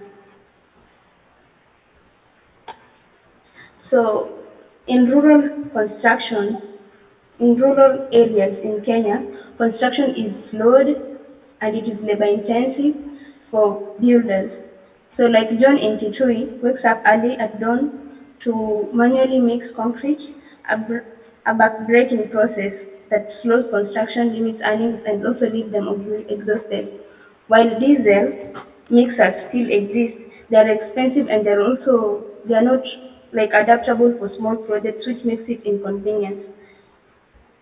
Now this brings us to our solution, which is our solar-powered concrete mixer. It runs on sunlight, works in off-grid areas, and with a rechargeable battery, and it mixes concrete 3 times. We believe it will mix 3 times faster than manual labor. It ensures it is emission-free, and it is lightweight, and it's also affordable.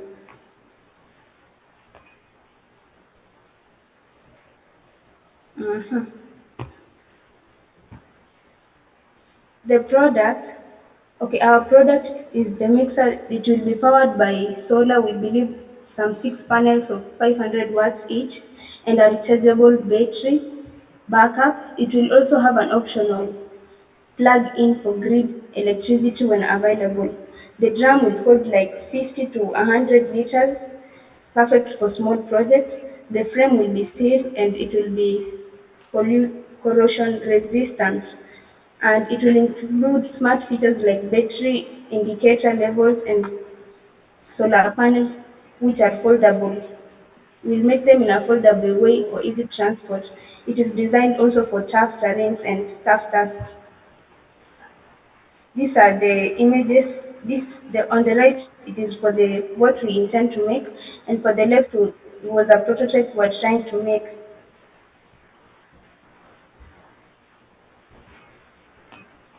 Okay, our target market will be small-scale builders and contractors in rural and peri-urban areas, farmers who will be like at home when we want to put a water tank, and also NGOs. The market size is the Kenya construction, which grows annually at 6.2 each year, and over 50, we believe that we have over 50,000 small builders who will benefit from our mixer with increased adoption and strategic partnership. The market potential is believed to grow rapidly within 5 years. Our competitors are the diesel mixers, which have expensive fuel and also they are high to maintain. They have high maintenance costs, and the manual laboring, which is slow, and also it is intensive. And electric mixers, it will not be adaptable in areas where we do not have electricity, like the rural areas. Our competitive advantage is ours is solar powered, so there will be no fuel costs. It is portable, it is cost effective, and also it is eco friendly. The business model, we plan to partner with building and construction company to help us with testing, and also we believe in 1 year time, if we are supported, we'll have 100 units to secure partnerships and hard stores, and also expand if the project will be a success. The model for revenue will be direct sale to hardware stores, leasing to farmers and cooperatives. We'll also have a carbon credit by offsetting emissions. Our go-to-market strategy will be awareness, distribution and training, and also scaling. The conclusion is Kenya's RAN needs affordable smart tools for construction. Our solar-powered mixer isn't just an invention, it's a movement. It lowers costs, saves time, and protects our environment. Okay, your time is up. Thank you. The judges are up for questions. Yeah.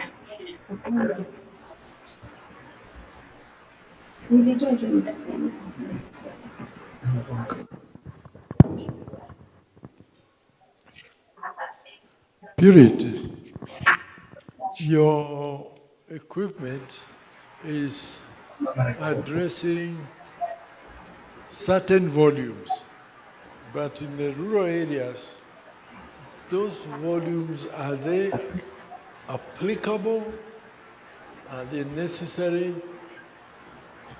Or how many times that a contractor needs to mix the material so as to earn enough to pay back for this material, for this purchase of equipment? That is why you find most of them go manual, because they don't have big volumes or regular application. So your clientele of approach is middle-level builders, not rural. Second one is this mixing you are going to mix how easily applicable is it to the users after you've made it? Because we have a lot of mishandling of mixed material once it is mixed. How do you look at extending further into training the owner of the machine to know how to handle these materials?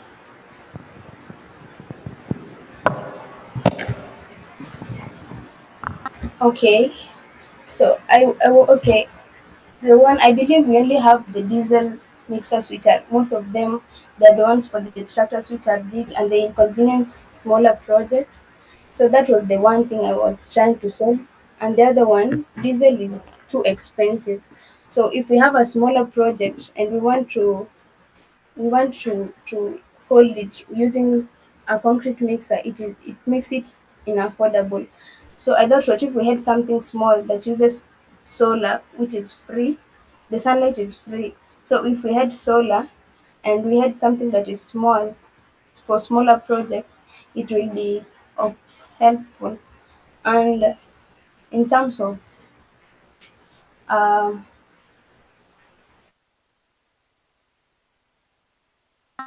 sorry, I'm so nervous. In terms of how it will be given to rural areas and not middle, the middle class people, I was believing once we are done with the project and it's available in the market with time, we can like offer it to people in the rural areas, like the way you give it like in higher purchase or something like that, where they can come pay some small installments, go with the machine, and now they can be able to pay it like halfway per month, maybe they pay something per month. Lipa mdogo mdogo in short. Okay, I guess your ideas are very noble, but please bear in mind, sunlight is not free. You must buy the panel to use the sunlight. So there's a cost of the panels for you to use the sunlight. Yes, thank you, Purity. Just as Engineer Goro has mentioned, my question was tied with his last comment because I was curious, like how much the battery is drained by this particular process, because you see, yes, you are collecting the solar, it's being stored somewhere, but you see, it's also being used. So, did you do sort of an analysis to see whether even solar is viable for this particular task, considering that maybe in a day-to-day activity you want it to be mixing for a majority of the day or for several hours? So maybe you can give a comment on that, Purity. Thank you.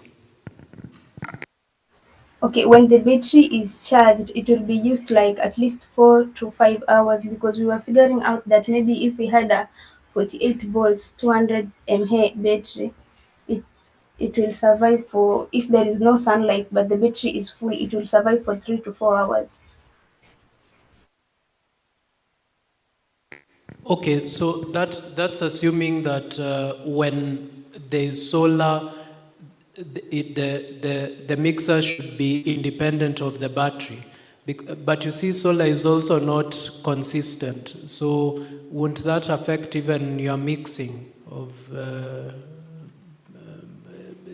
building materials?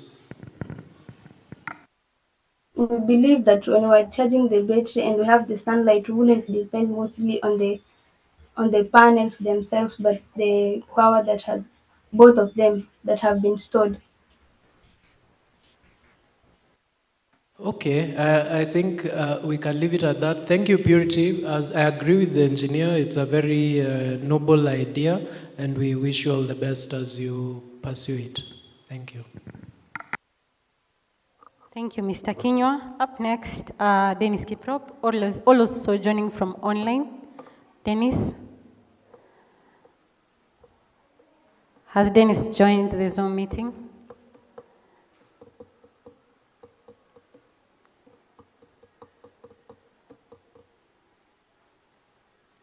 Participants, please remember you have 5 minutes to present. The timer is floating on the screen, so as you're presenting, the timer is being projected on the screen, okay?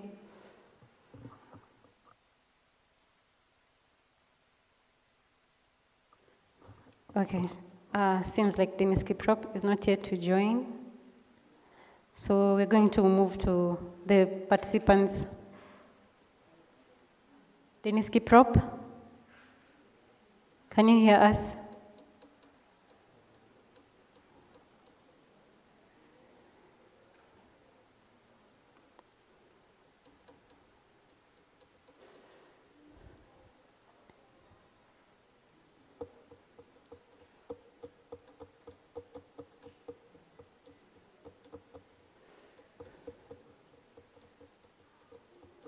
Dennis?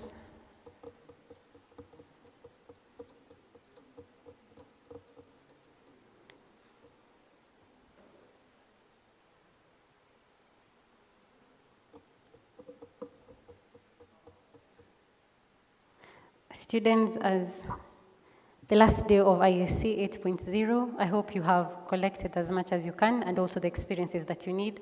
You've secured attachments or internships and also networking opportunities from the sponsors who are present. Dennis Kiprop, with the project title Anti-Drowsiness, sorry.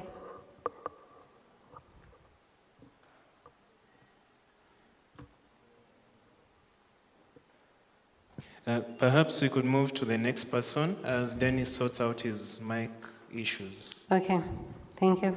So the next person is Amos Bahati.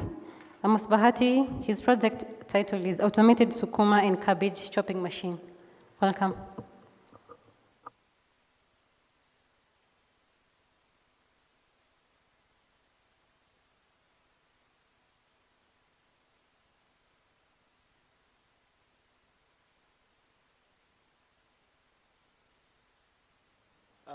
Good evening, ladies and gentlemen. My name is Amos Bahati from Kenyatta University. So I'm working on a project entitled Automated Sukuma Wiki and Cabbage Chopping Machine.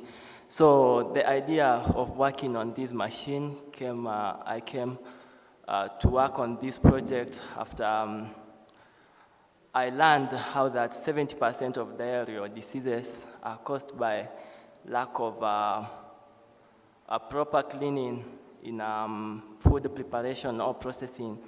So this project is an improvement over the existing.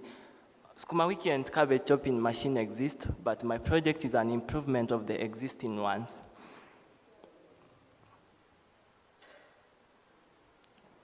So I'll take you through the problem solving, the problem I'm trying to solve. I'll take you through the advancement which will be incorporated in my machine, which one includes the smart weight sensor, adjustable cutting blades, a belt-driven feeding system, and automated self-cleaning mechanisms. We have experienced a lot of accidents on the existing Sukuma Wiki and cabbage chopping machines, people losing their fingers and such cases. So my project is all about solving these problems on the existing Sukuma Wiki and cabbage chopping machine.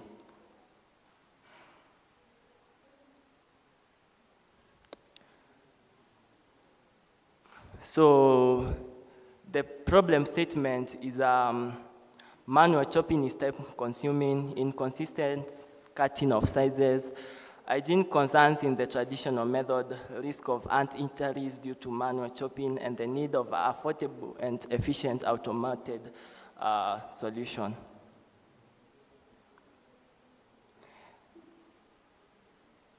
Next slide. So these are advancements or the improvements in the existing Sukuma Wiki and cabbage cutting machine. So one is the smart weight sensor, which will automatically detect the quantity of the vegetables and also help in the adjustment of the blade operation for efficiency. We'll also have safety blade cutters, which will prevent the operators of the machine from injuries, making the machine user-friendly. We'll have a self-cleaning system. Most of the Sukuma Wiki and cabbage machines are mostly mechanical. They lack the current technologies and advancements. So we'll have a self-cleaning system which will use a sprinklers at high pressure to clean remains of food substances on the machine. This machine will also have a battery to make it favorable for people who don't have a supply of electricity.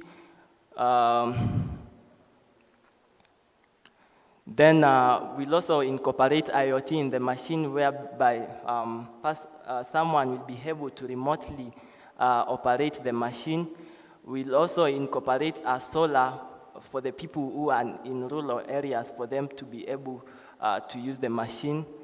Then this machine will incorporate a system of adjustable machine which will make the machine able to cut even other vegetables like carrots and etc. vegetables. So this is how the machine will work. I have said the machine will have a conveyor belt which will be able to load the vegetables into the machine. Most of the accidents which happen on these machines, it is because the user or the operator of the machine has to squeeze the vegetables inside the machine. So my machine will incorporate a conveyor belt, where the conveyor belt will be able to pull the vegetables inside the machine, making it a user-friendly machine. Weight sensor, as I have said, which will be able to adjust the speed of the cutting blades. Then the vegetables will move via the system, where they will go through the blades and they will be chopped. The self-cleaning mechanism will activate once the operation stops. Then IoT for the system to be able to, for one to be able to operate the system even in remote places. Then the solar panel, which provides backup when we have insufficient power supply.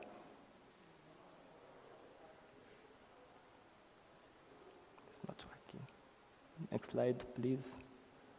So this machine, its advantages of others is enhancement of safety, better efficiency, improved hygiene, greater portability, user-friendly, high productivity, and remote monitoring. Thank you.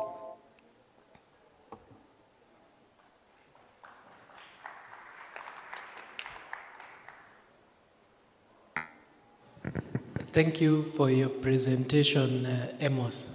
I had two questions. The first one was, do you have, or have you designed the prototype already, or it's still in the concept? I have not yet designed the prototype, but I'll be starting to design the prototype soon. I'm currently working, we have some guys who I'm working with, so we are currently planning on to start the prototype. Thank you. All right, yeah, because the reason I asked was because I was wondering how the conveyor belt will ensure cleanliness and safety when it's still also a mechanical device in terms of moving. You've already removed somebody from pushing the vegetables into the blade assembly, but how is the conveyor belt sort of designed? Is it a trough-based system? Is it a flat bed? You see, that could bring other design considerations. So it's just something to think about. My second question was, you have all these features. Actually, you put them on our slide set here. I was wondering, do those features justify the cost of the machine? Like making it solar powered, making it remote monitored, introducing IoT. Just for this very sort of simple machine, is it justified, in your opinion? Is it a justified process? Like now, should my Sukuma Wiki cutting machine be IoT enabled? Should it be solar powered? Just for the sake of solar powering? Because those things bring cost associated with them. Okay, we are working on making this machine user-friendly. So in our project, we have 3 different types of machine. We have a home-based machine. We have a commercial machine for hotels, and then we have an industrial machine. So some improvements will be in a certain device and will lack on the other. Like the IoT, that one will be the industrial machine, but in the home base, it is not a must to have the IoT and such stuff. So we have some features which will be incorporated in some machine, and it will not be incorporated into another machine. All right, thank you. My biggest concern in this is I'm trying to look at your concepts in mind. You never had anywhere you sketched anything. Because when I look at other communication factors or other training factors, you have things fall apart by Gogo and Thiomo. We don't know what fell apart. So this novel type communication doesn't sound real without some...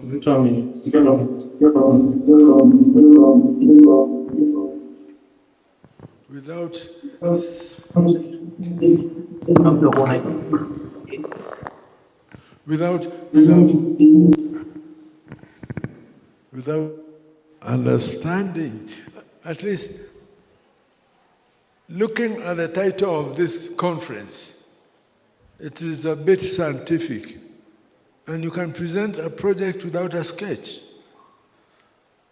Two, sorry, I don't mean a sketch, a technical drawing, freehand sketch, trying to deliver and send the message through.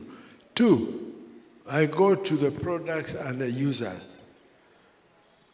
I do cook. When I cook sukuma wiki or cabbage, in a leaf, there is the stem I remove. How is this machine going to remove that stem?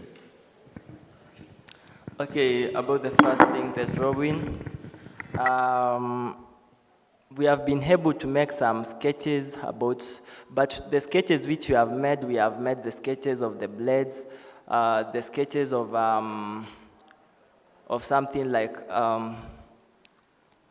the self-cleaning system, how the machine will look like. But I'm sorry, I have not been able to project the drawing here. They are just freehand sketches. Then about the stock, we were thinking about how to make the machine to be able to filter the strokes, but right now, we didn't get a solution about that. We are currently thinking about how the machine can be able to filter the strokes and the leafy parts. Thank you. Thank you. Thank you. Thank you, Amos. Thank you, Amos. Up next on stage is Zachary Odhiambo. She is going to present a project titled Douche.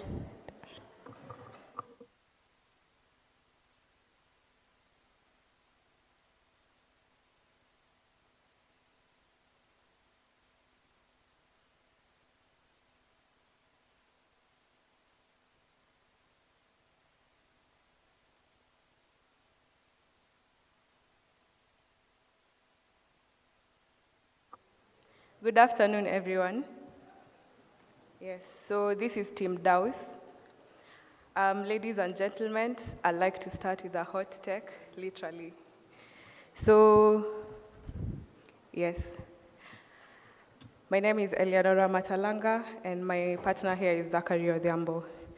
So, we've realized that fires have really been a big menace and have really caused damage to a lot of properties and loss of lives.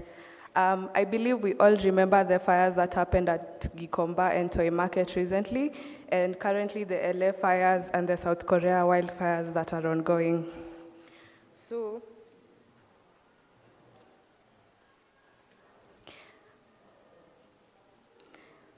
yes. So I'd like us to look at the statistics. From our research, we saw that between 2014 and 2022, there were 248 fires, 30 fires from Gikomba Market, which led to almost a loss of 76 million of taxpayers' money. And From also our research, we found out that the Nairobi Fire Brigade receives at least 300 distress calls per month, and only 30 to 40% of these calls are responded under 10 minutes. From the South Korea fires that are currently ongoing, in the Hwasong region, 23 people died, and from the LA fires, 4 million acres were burnt. So this case study shows how the financial losses in property keep increasing over the years from 2018 to 2023. Okay, so the solution DAOs leverages advanced technologies for real-time fire detection and suppression. So at the core, we have the thermal sensor and the Raspberry Pi camera. So the thermal sensor detects the heat in real time, and it follows the heat, and it classifies the heat into 3 categories. We have safe, that is below 50 degrees. 50 to 100 is classified as warning, and when it's above 100 degrees, it's classified as danger. So the Raspberry Pi camera then captures the frames of the fire in real time, and according to the XY coordinates of the fire in the frame, it draws a bounding box for specialized localization of the fire. So this allows the suppression to work directly. Let me show you the demo. So that's the thermal sensor. It's, at this point, we are using soldering iron to follow the heat. That's the Raspberry Pi camera. It has the thermal sensor embedded to it. As you can see, it's tracking the soldering iron heat.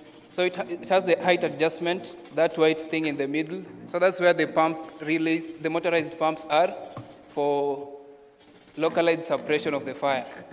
The suppression motors move vertically, horizontally, and anti-clockwise and clockwise directions to ensure efficient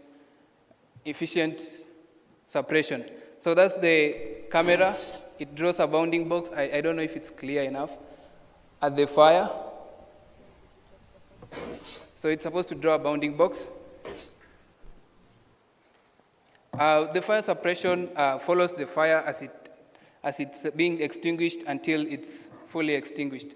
Then it alerts the fire brigade and immediately disconnect the mains power so that we don't cause electrical power fires.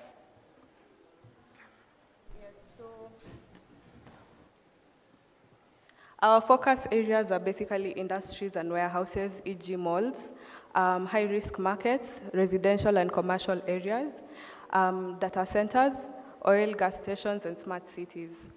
Our value proposition to our clients is we protect their their assets. There's real-time detection and automated response, and also they're able to comply with safety standards. For the society, we save lives, we preserve heritage, and we also promote sustainability.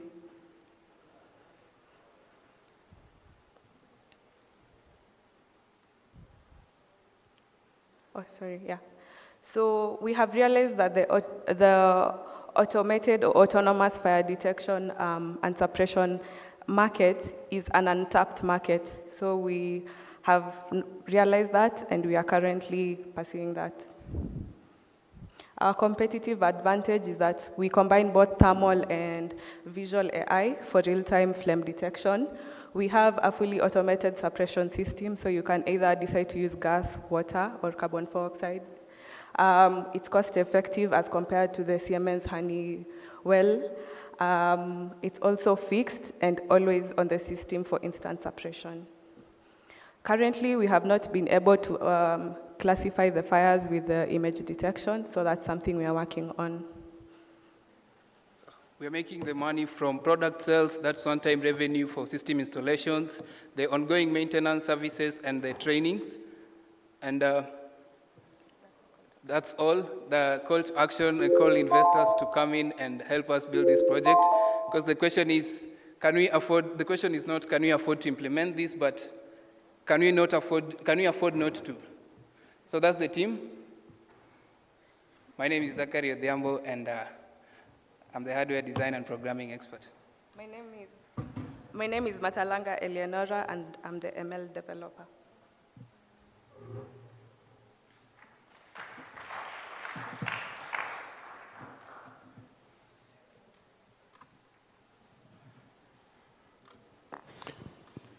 I look at the concept and find it quite viable.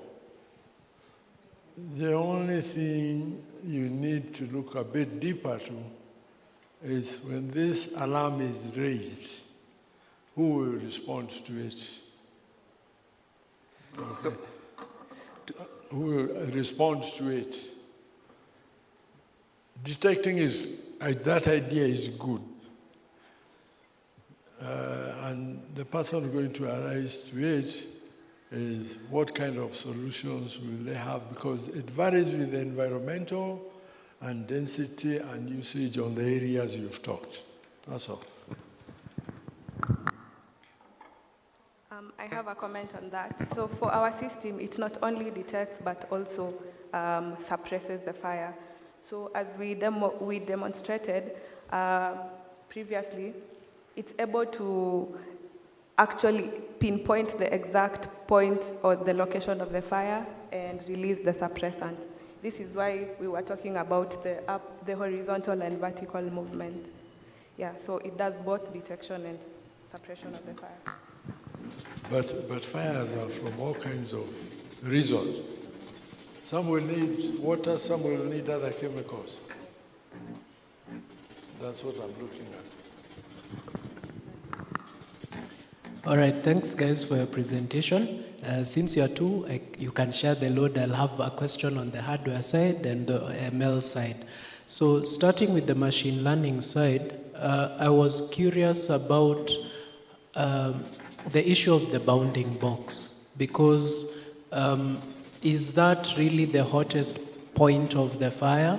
Because I was thinking if you had now a larger, it was in your limitations about you hadn't had a larger sort of sample to work with, but I was going to maybe ask what you had thought about like the use of the bounding box being. Is it that you are trying to identify the hottest point?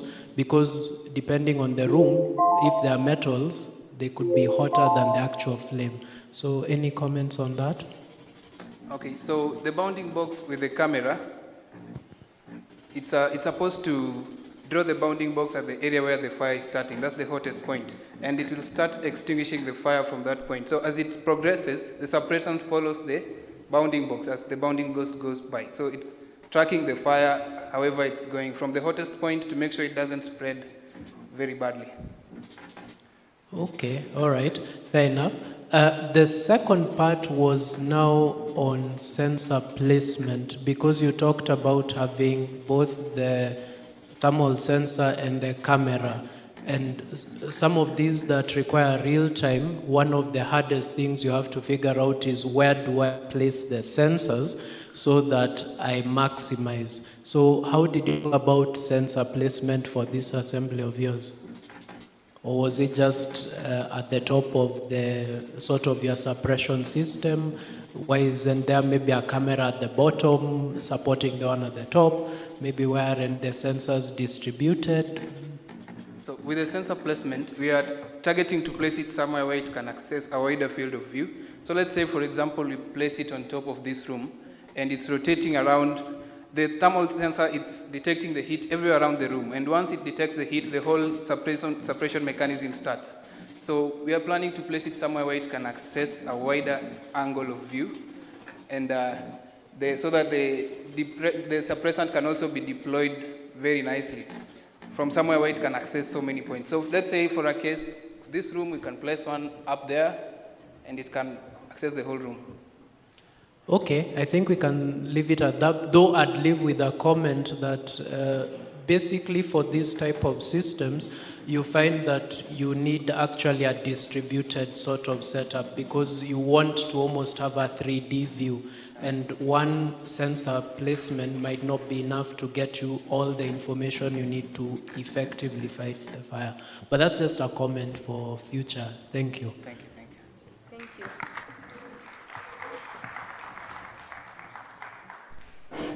Round of applause for them. Up next, we are going to have Mr. Alex, his project title being Gym Power.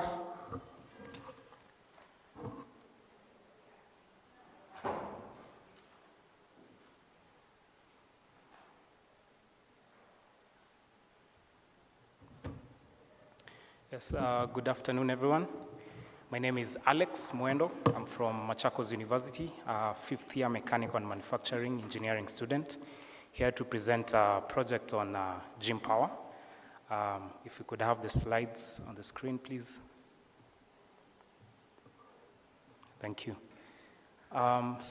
This project is one that seeks to convert energy from kinetic energy that is done in gyms into electrical energy that can be stored in battery banks for use in the gym or in the place that is housing the gym.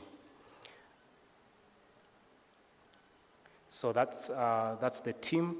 I have myself and Dixon Esamai and Mr. Peter Oramwanja, who helped out with the project.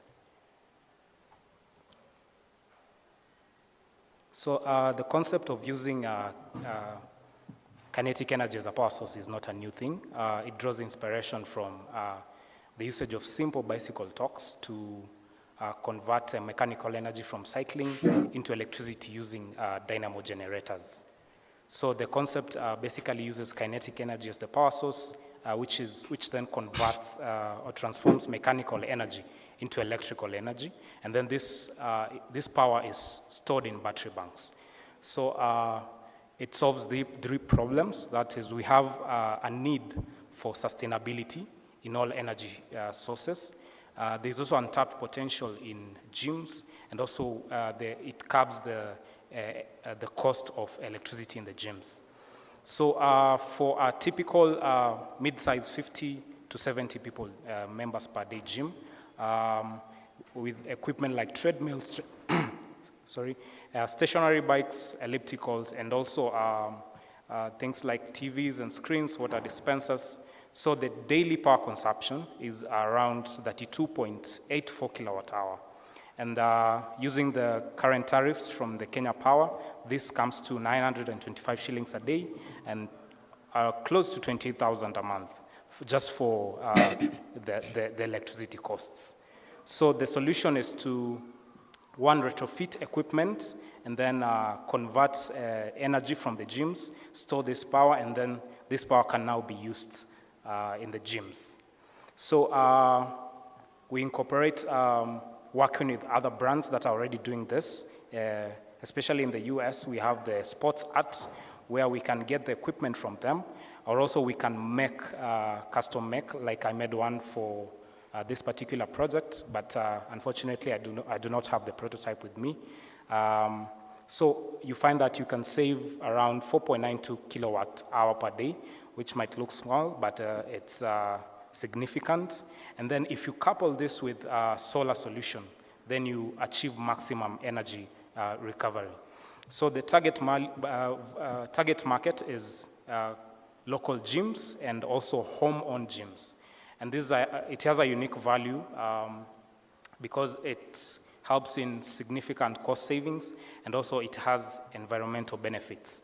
So this can be marketed through exhibitions and conferences, and also direct marketing to gym owners.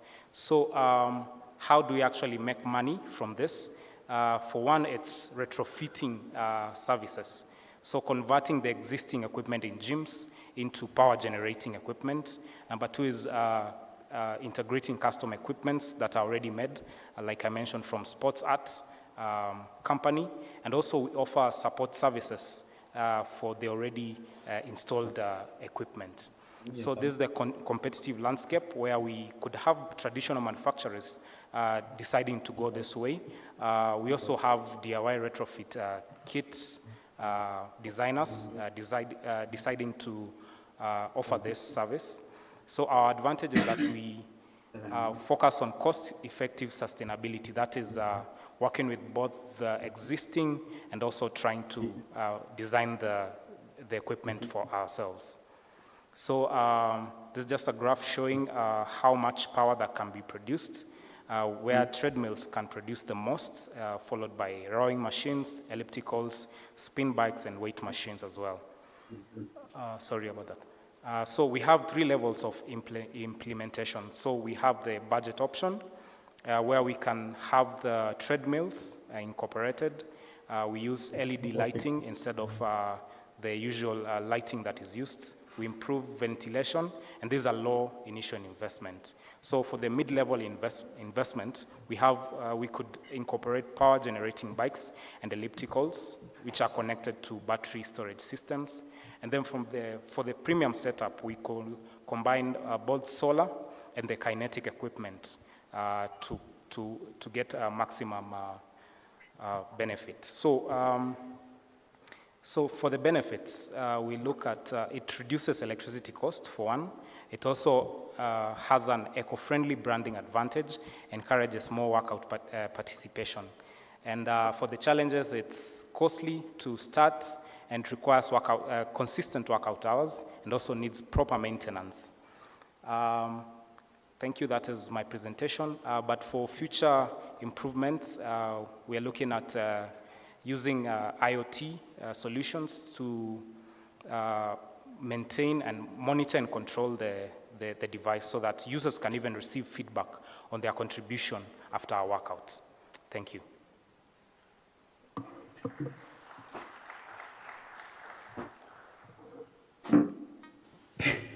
Thank you very much, Alex, for your presentation. I found it very interesting. I had two questions. The first one was on the retrofitting. Yes. If I'm retrofitting existing machinery, hardware, do I open myself up to litigation because I'm essentially reworking somebody else's design? Is there any comment you can give on that? Okay. I think for one, if you get the equipment from the manufacturers, and probably this would be best maybe for home-owned equipment. So if you would introduce maybe a generator, maybe via pulley system, then I think that would be your system that you're working with. So my personal opinion is that no, you would not be tampering with it. Okay, I feel it's a slippery slope, but it's okay. Okay. The second thing was more of, a second question and a comment. When you compared the industrial version of this system with the prototype that you set up initially, yes. Which one was more cost effective and why? Of course, the existing ones do not, they are less costly because they do not have the generators and battery packs, as I'm seeking to do with this particular project. So that's cheaper.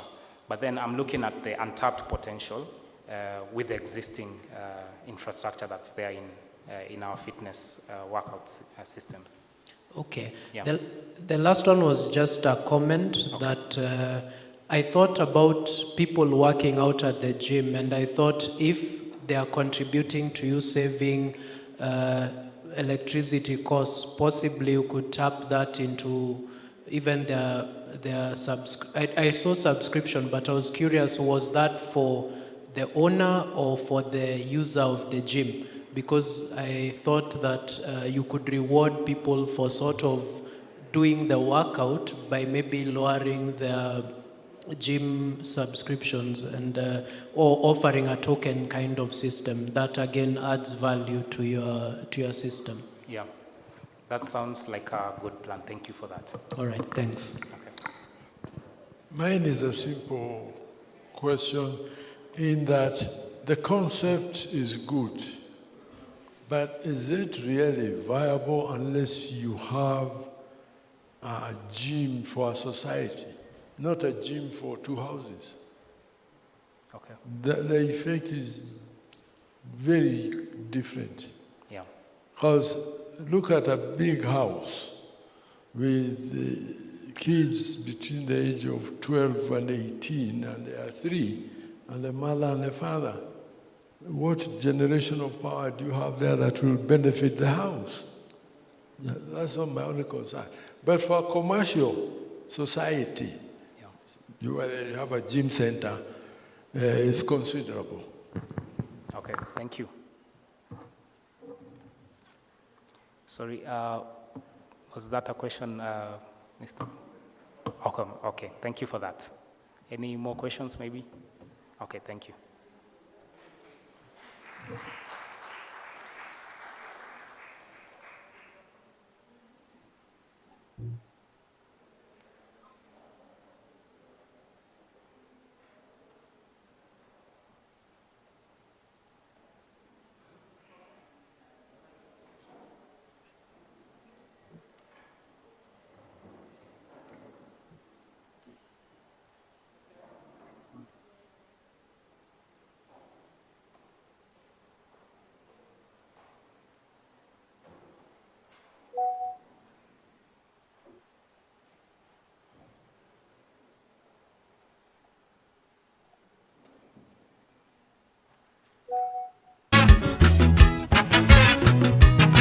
Thank you so much for that awesome presentation.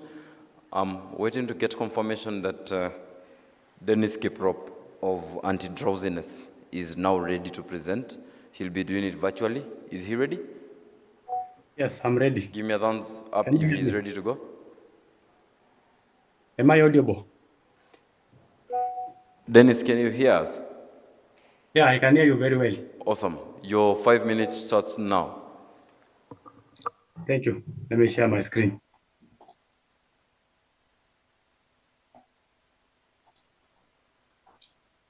Hey there, it says I cannot share my screen since the other person is available.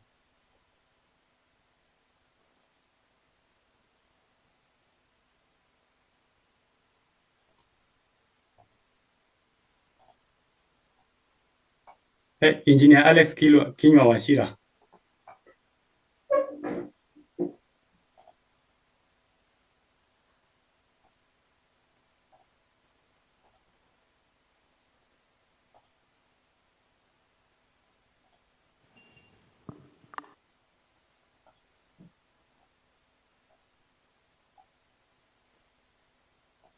Yeah, I believe now you can see my screen. Let me present my presentation here.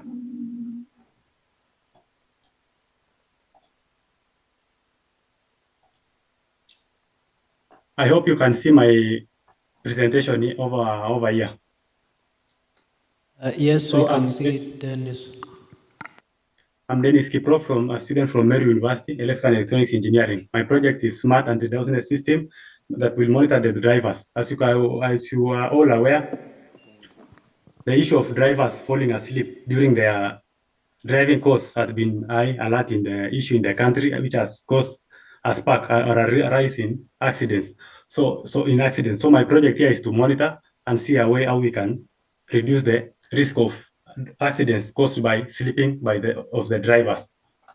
So for this project, it entails computer vision, tactile sensing systems, and proximity detection. For computer vision, I'll be using OpenCV or computer vision to monitor the high percentage closure of the driver. Tactile sensing system, it will also offer it will also ensure that the driver is conducting driving practice safely by checking on how the driver is handling the steering wheel, because you know very well that most of the time the drivers will tend to drive while touching or being engaged in other activities using one hand. And proximity detection is whereby the driver is not sitting in a correct posture or sitting not in correct posture. For example, sitting while the head is too far from the steering wheel or when the head is too near from the steering wheel. From here, stage one is gentle vibration. For example, here, if the camera has detected that the driver has closed his eyes for a very long time, or is not holding steering wheel in the correct format, or is sitting in the wrong posture, it will have 3 stages. For example, so the first stage, it will be gentle vibration. The system will vibrate the steering wheel to allow the driver to regain focus.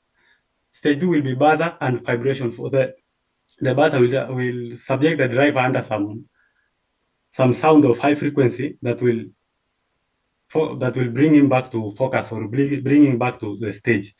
And the other stage 3 is after 5 seconds, and if no correction action is taken, we can warn other drivers or other road users about the driver who is sleeping in the action. The project has 3 parts. The first is hardware components. You can see I have ESP32 computer camera vision, and the buzzer and the LEDs to warn also. For the next slide, I'm using visual clues, analyze eye closure and head posture. Detecting grip on the steering, detecting the grip strength and hand pressure, and also positional awareness, as I said, monitoring the head position while driving. This is the expected performance and the impact. It will increase the focus of the driver by 92% and also reduce the response latency delay time by 200 milliseconds.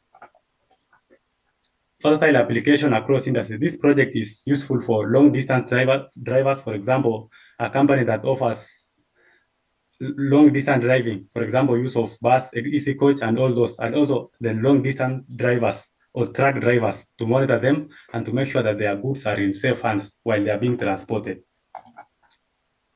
Key takeaways in the project is here. I believe the project is well understood. And with me, I have the prototype. The prototype is here and it's working. It's working completely. Maybe next time we can when we have a physical meeting, I can come along with it and have a full demonstration with it. Otherwise, I have no much to say. Thank you.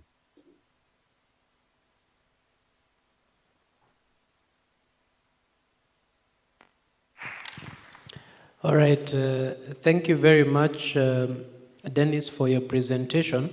I had several questions. The first one was what you are calling expected performance, 2 slides back. How did you get those figures? You know, now when you say 92%, less than 200 milliseconds, is this for one user, multiple users? How did you get these figures? This is what I'm essentially asking.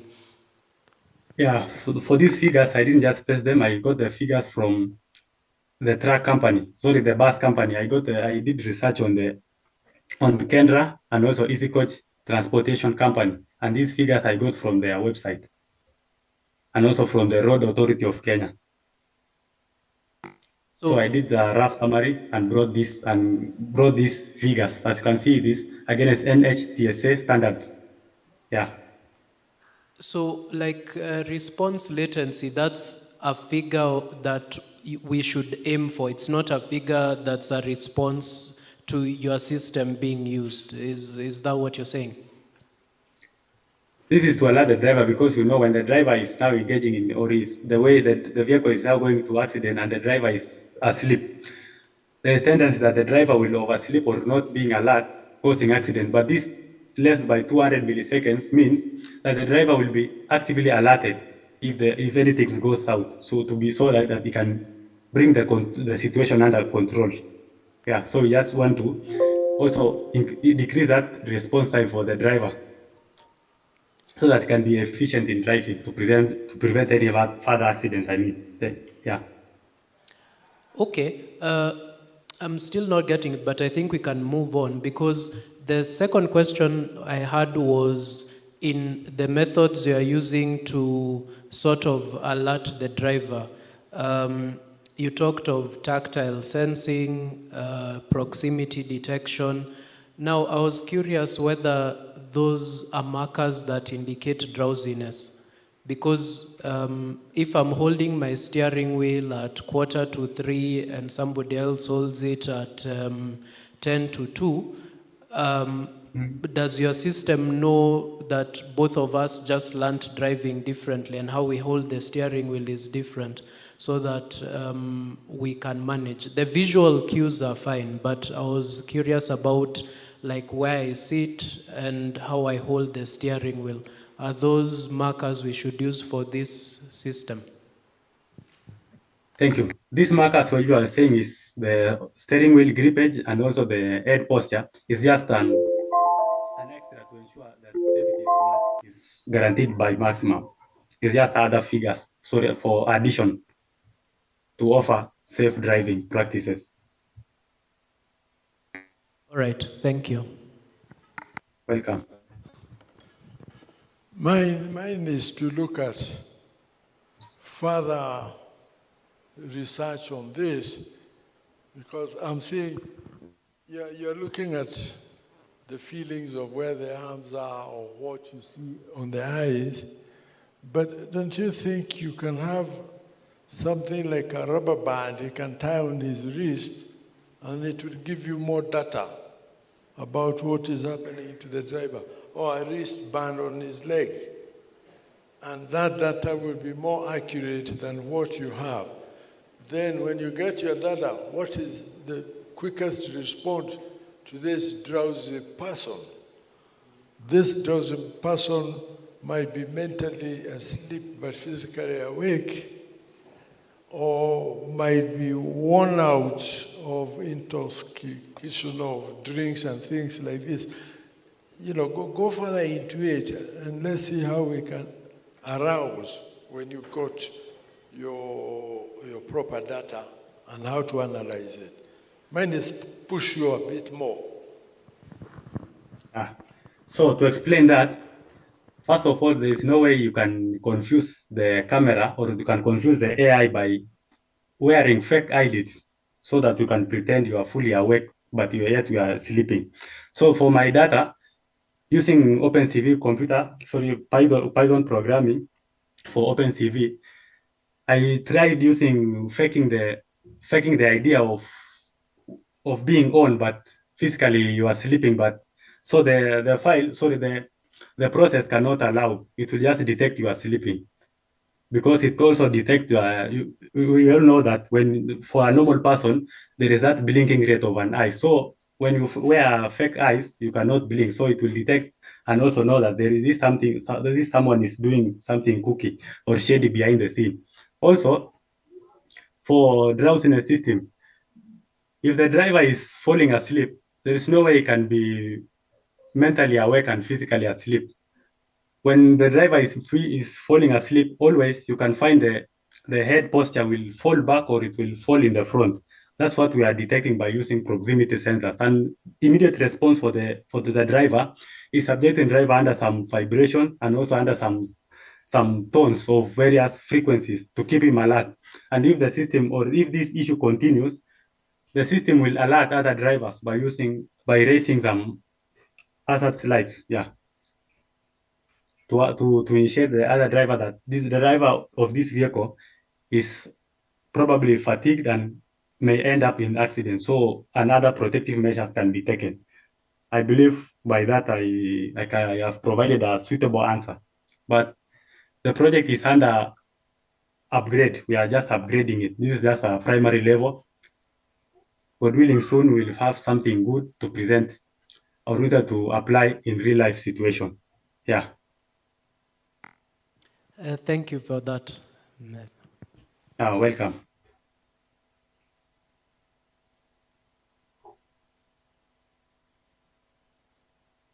So much, judges, and as well, thank you, Dennis. Allow me now to invite on stage Ms. Daisy Jelagat, who is going to present her project by the title Awali. A round of applause for her. She comes to stage.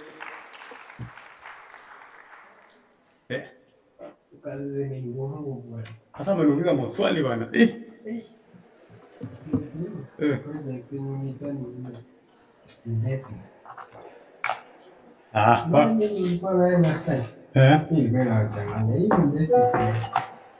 Sikutaka maswali mingi leo. Nilipresent video akaniambia present moja. Daisy, Dennis, please mute. Hello. Hello.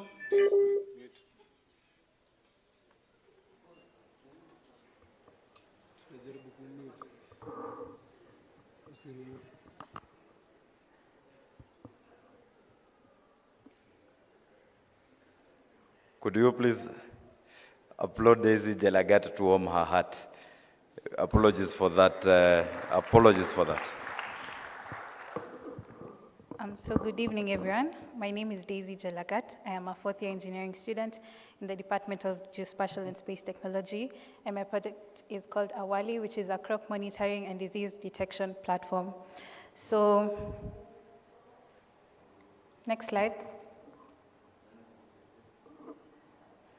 So crop monitoring is a continuous periodic observation and assessment of crops, and disease detection is the identification and diagnosis of disease in crops at an early stage. So agriculture faces significant challenges, such as unpredictable climate conditions, and climate and agriculture is deeply intertwined, with food production contributing to 11% of global greenhouse gas emissions, and climate change posing significant threats to global food security. For example, rising temperatures affect agricultural supply chains.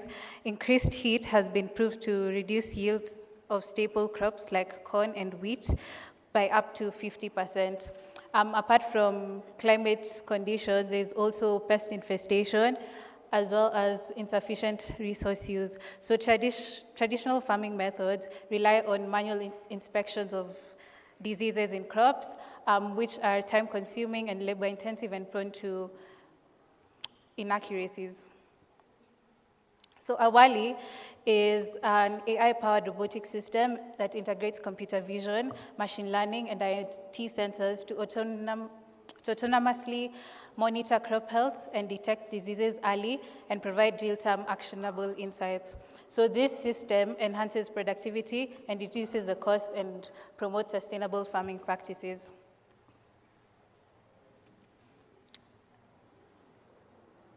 Yeah, so those are the three threats that the system aims to solve. So there is, I'm so sorry, I cannot see from here. But ideally, it is resources that are used in agricultural supply chains, as well as lack of data, and finally, late detection of diseases. Next slide. Yeah, so how it works is data collection. From the sensors as well as hyperspectral images, satellite images that is, then data processing, so using AI models that analyze this data and provide real-time analytics, as well as sensor data to provide insights on soil moisture, temperature, and which affect the crop diseases. Next slide. So from data collection to data analysis, next is actionable insights, which is now provided by the AI model, and finally, autonomous navigation. So the robot is able to move throughout the field and collect the data and transmit that data to the platform. Next slide. Yeah, so those are the the 5 technologies that are being used. Computer vision, which is revolutionizing crop disease detection, and I will show you in the demo in the next slide, and enables automation and rapid, the slide, yes. So there's computer vision, there's machine learning, IoT sensors for remotely sensing data, geospatial data, now the satellite images and their analysis, and cloud computing to store all this data. Next slide. Yeah, so that is a video. DeepLeaf is an AI model that has data sets on crop detection. So they have APIs which provide endpoints for you to plug that into your software, and you're able to use the AI models that they have already built. So instead of reinventing the wheel, we can use DeepLeaf to build on the data that we have. So play the demo.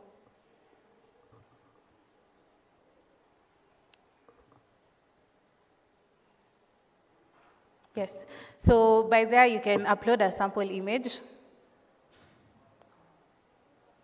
of your crop that you suspect has a disease.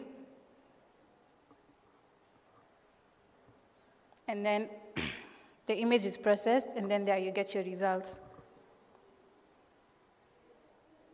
So I did 2 examples. Yeah, so those are the results and measures that you can take that are suggested by the system.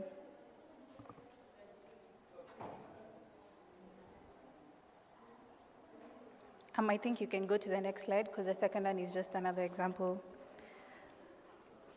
Yeah, so Awali is stands out because it uses autonomous operations, advanced AI analytics, which I've just shown, and integration with existing farming systems.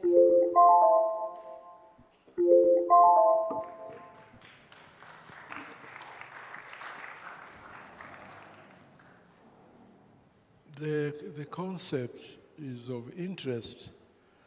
Now I'm looking at a farmer who doesn't know much, but he has different crops. And different crops have different diseases. Do you preset the defect of one and go through it? When you go to another plant, you preset defects of the other? Well, ideally, this platform will be used by the extension officers in the rural areas, for example. So if a farmer suspects there's a disease, they do not need to know what disease it is.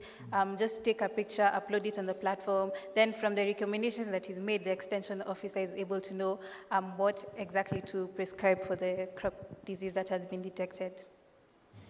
What if you want to introduce chemicals to chase away the crawling insects?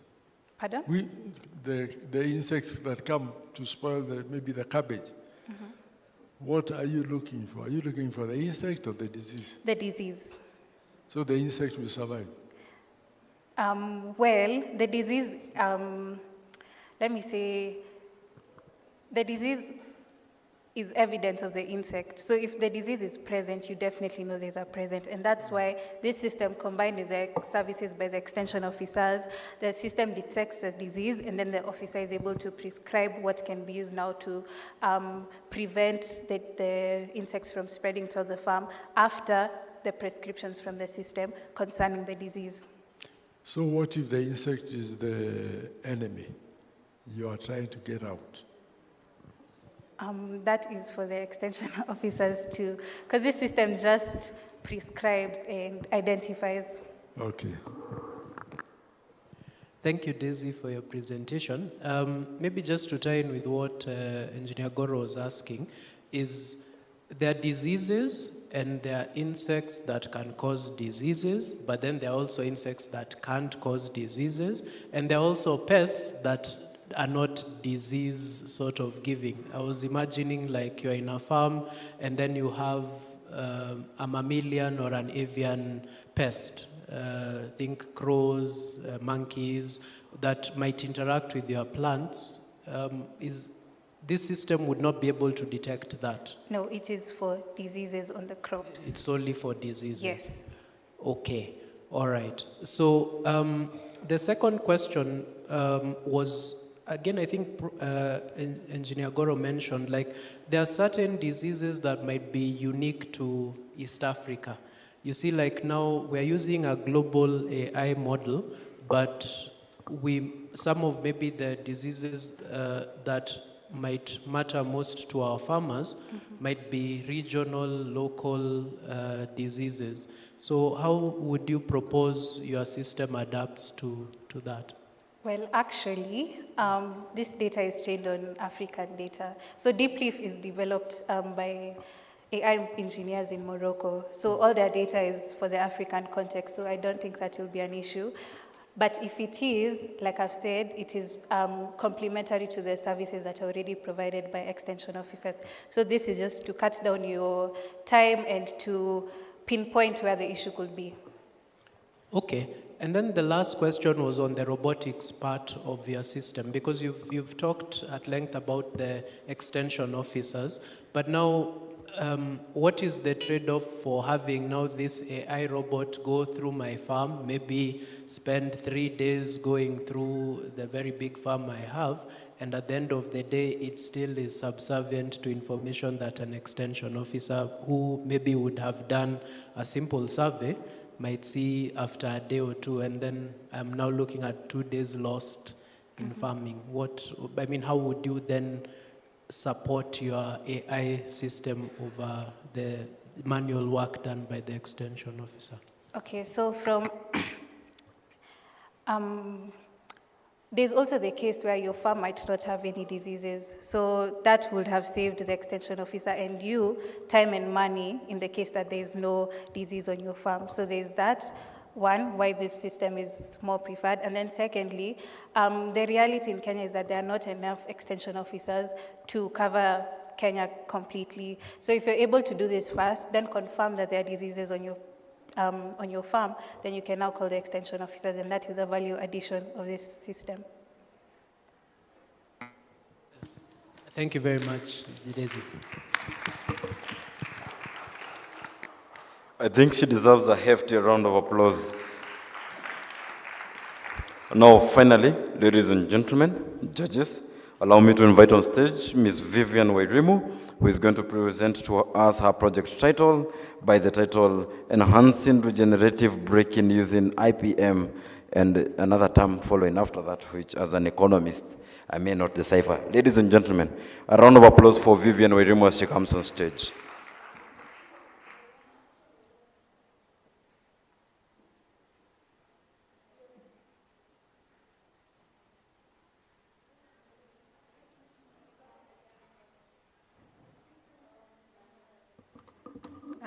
Good afternoon, everyone. My name is Vivian Wairimu Maina.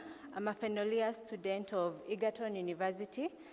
I pursue mechanical and manufacturing engineering, and I'll be presenting to you my project, which is enhancing regenerative braking using IPMs in a REM.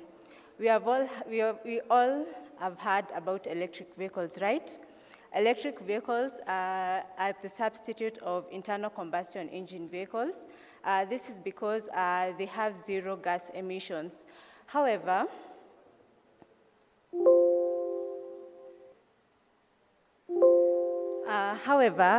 EVs have a big drawback, and that is range anxiety. I believe that we have all heard about that. Range anxiety has a limit. EV electric vehicles have a range limit. Technologies have been put in place to curb these range anxieties. And one particular technology that I'm going to talk about today is regenerative braking. Regenerative braking is a concept in which when the motor is in reverse, it acts as a generator to charge back the battery, hence recovering energy. The problem now with this regenerative braking is the type of motors we are using currently. The most conventionally used motor is the induction motor. Induction motor has losses which reduce regenerative braking efficiency. My study, that is improving regenerative using IPMs in a REM, leverages on synchronous reluctance and permanent magnet technology, hence reducing rotor losses. We shall move to the prototype now. So having that in mind, I came up with this project and to test the IPMs in a REM against the induction motor. And as you can see on the slider, we have the components that I used. We have an Arduino board. We have the main components. We have an Arduino board. We have a motor controller. We have the motors, which we are going to use themselves. Then we have the breadboard, of course, for connecting all the appliances. And since I'm a mechanical engineer, it was prudent of us to only come up with a toy car in order to help us in replicating a real-world EV.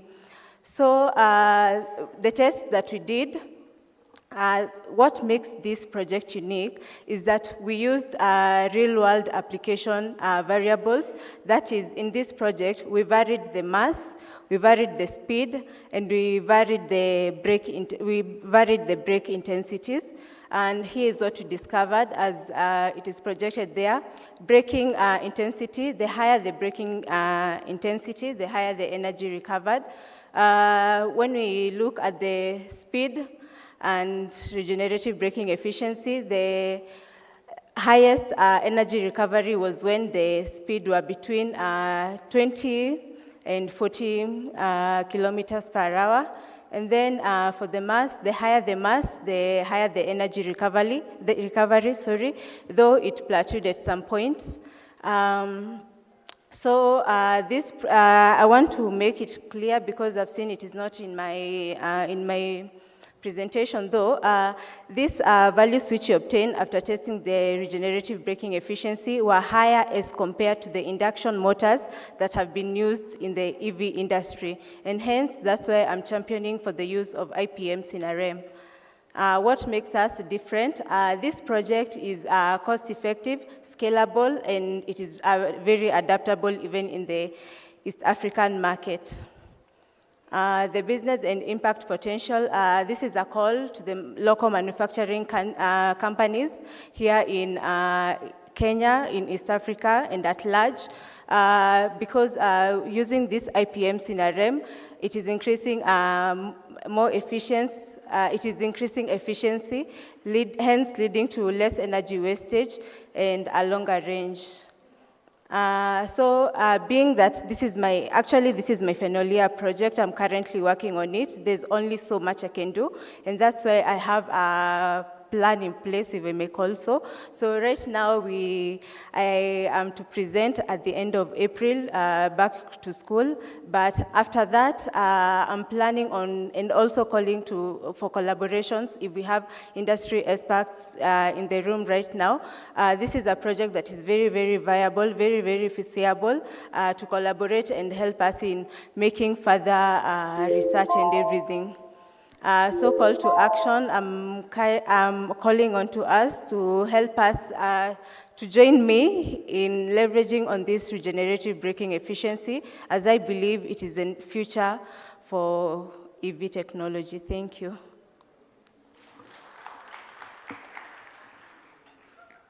Thank you very much, Vivian, for your presentation. I had a couple of questions. The first one was from your starting point about range anxiety. Mm-hmm. When you did your prototype and you did your testing, did you maybe look into how much was gained? By how much was the range extended? Even if it's at scale with that toy car? So we first did the simulation using MATLAB, and it was noted that IPMs in RM increased the regenerative braking efficiency by 18% as compared to the induction motor. When we did now the prototype, when the small toy car was moving, compared to the induction motor and compared to the CRM motor, when the toy car was run using the two motors, the IPMs in RM increased, arranged because we were only testing for 500 meters. So the toy car using induction motor only reached up to 300 before it ran out, and the IPMs in RM moved up to 450. Of course, there were some constraints that we didn't look at, or we had some limitation given the friction and everything. Yes. Yeah, because I assumed that the scale one would perform better. Like the way you've said, it's almost 50% compared to what you had researched prior. Pardon? You see, you talked about moving between 300 meters, then the improved one was about 450. So that's like a 50% increase compared to what would practically be there. Because it was to lead to my second question, because it's good to build something at scale, but just as a comment, you might need to also, even if it's not a vehicle build, you might actually need to have something that's more in line with what would be in the vehicle, so that you can actually simulate those effects, friction, inertia, mass, all these parameters that you had. So that's just a comment. Okay, thank you so much. Yes. Then the second question was now about actually your graphs, the ones that you produced. For each of those parameters, did you find like an optimal point? Because it would be of interest, for instance, to your, maybe when you're trying to market this, to show that, okay, for braking intensity, of course, the higher it is, the more energy you recover. True. But there are other parameters, like you talked of mass, that have diminishing returns after some time, speed that has diminishing returns after some time. So is there a place where maybe you might want to stop the regenerative braking because it's not gaining anything for you? True. So according to the tests that we did, of course, there's only so much I can do, me being a student, but according to the tests that I did, the optimal, where regenerative braking stopped, it was during the very, very high speeds, at very high speeds. Also, when we increased the mass up to because we started with a low, medium, and the highest now amount of mass that we used, the highest didn't regenerate as much compared to the medium and compared to the small mass. Yeah, so further research will be done, hoping to get the right resources and the right industry experts. I only have one concern. Yeah. In this, the physical aspect of braking, and this is a rotating item, what does the road texture effect have? I'm looking at a smooth bituminous or concrete road, and a road with a lot of stones, and a road with a lot of wet mud.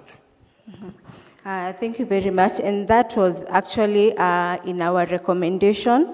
My limitation, as I said, there's so much I can do as a student. There were some different parameters that we did not incorporate, including the road texture and everything, but that is further research that will be done on, given the right resources. As of this project, it was only limited to testing the regenerative braking efficiency under different mass, varying speed, and varying braking intensity. Thank you very much, Vivian. Thank you so much. Finally, ladies and gentlemen, we have come to the end of that project presentations part. May I now invite the judges to exit the room for your deliberations? Or, yeah, you need some space to do that? Just give me a second. Oh, you'll just deliberate there. You're fine. Awesome. That's perfect. Allow me now to invite Mobisa to give us a quick run-through. After her, we'll have any other individual who is wearing a t-shirt like I'm wearing. Please come on stage. If you have a t-shirt that looks like mine, please come on stage. If you see anyone with a t-shirt like mine and they're still seated, tax here. A round of applause for these wonderful people as they come on stage. Hi guys. My name is Mobisa. Thank you so much for staying for the project. Thank you to our presenters. So we are here. We are going to introduce to you the team that is behind the great work, ESA, IESC. This is the IESC organizing committee and some ESA executives. So as you've heard, my name is Mobisa Lynn. A second year geospatial and space engineering student. I will allow my counterparts to introduce themselves. Wananiangalia vibaya. Wacha niwa introduce basi. Ama so waji introduce. Aya, sawa sawa. I'm Joy Komen, a fifth year civil engineering student. Oh, and IESC secretariat. Good afternoon. I'm Yvonne Adhiambo, civil engineering student year 4. I was the HR then head. Yeah, thank you. So, hi everyone.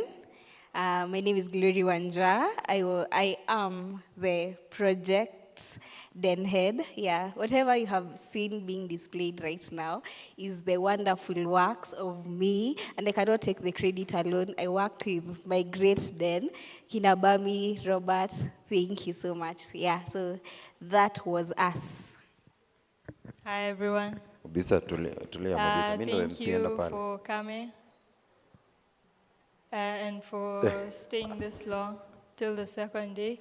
My name is Bridget Cherotich. I am the ESA electrical representative. Thank you once again. Hello everyone. My name is Jen Wanjiku Zana. I'm second year doing environmental and biosystems engineering, and I'm the current representative for environmental and biosystems engineering in ESA. And I'm happy that you all took your time to come to the event from yesterday till today. So thank you so much. Hello, everyone. My name is Kennedy. I'm a fourth year mechanical engineering student, and I'm the academic secretary for ESA. And this event is mostly focused with academics, so this event has been a success. Thank you guys for showing up, even though we have had some few challenges, but thank you so much for showing up, and we are looking forward to working with you guys for our last event that is coming up. We have financial literacy event on 11th April this month, so kindly show up for that event. It's the last event. Thank you so much for showing up. Hi, good evening, everyone. My name is Mkoba Matoke, currently serving as the publicity secretary ESA. And honestly, people, as much as you organize the event, its success and everything lies with you people, the students. It's been a great learning experience. As part of the executive, I've learned a lot from the side. I've talked to people that I never talked to before. I've made my own connections. I've learned a lot, be it politically, be it in the world of engineering, be it people's stories, Marijuana through campus. And believe you me, talking to a friend about how effective these conferences and events are will be a big thing, and it will be helping a brother indirectly. So welcome again, and once and for all, I want to thank you people so much for coming over. To more great events like this, and to better heights with ESA, with you people, and with us. Thank you. I forgot to mention. Maybe before you go, Mobisa, Regan, toka nyuma yangu. He's just confirming himself. Regan, nenda ile side. I forgot to say, I am the logistics den head. Yeah, mambo ya chakula, whoever, nani alikosa? Kama ulikosa, nani after this, I can sort you out. So I had a great team behind me, kina Anna, kina Michelle. Yeah, big up to you guys and kina Malcolm. So yeah, let me hand over to Chironga first, and then the heads of this.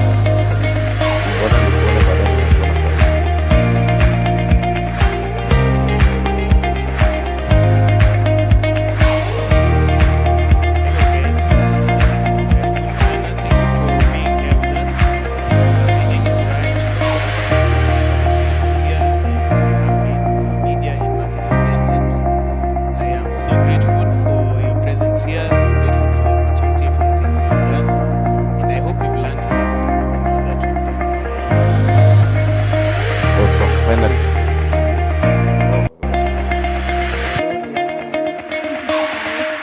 Hi, hello everyone. My name is Gloria Japkoech.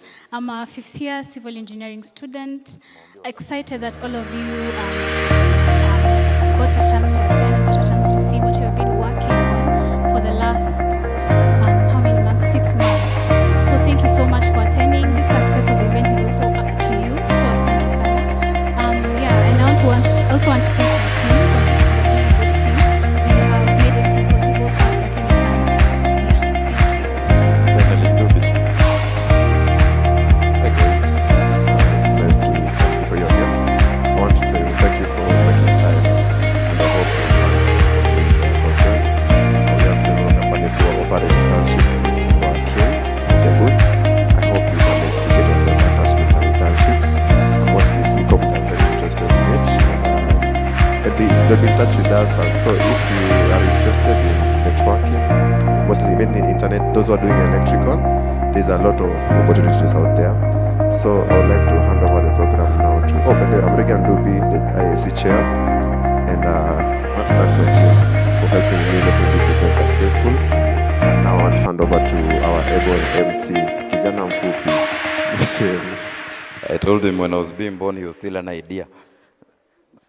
Rudy, Regan, Rudy. Give me the message. Hi. DJ, we want to see who can shake, who can jump. No, it's long said that engineers can only draw, create, solve problems. I want to solve the problem of entertainment. Are we ready? Anto, nataka nishukura.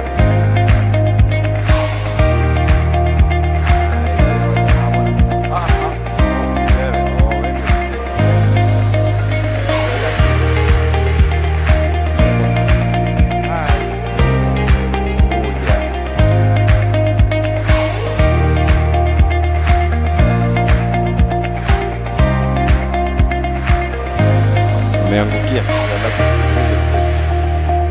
Lakini DJ, hiyo ni deni.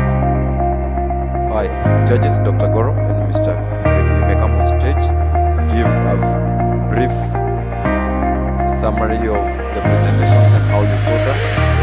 What insights would you share with students who might be planning to take part in the competition next year? And then thereafter, you will announce to us the winners. Winners, once you are announced, please come on stage.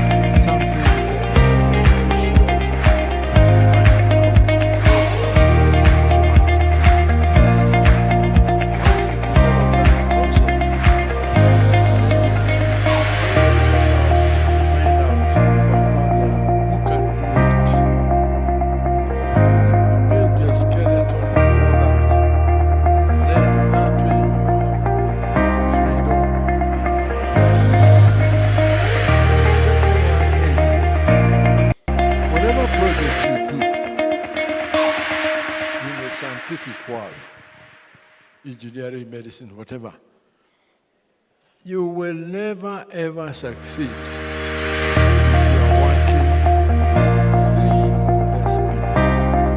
So 3 people or 4 people can have 4 different projects, but you sit down, all of you, each time, and discuss everybody's.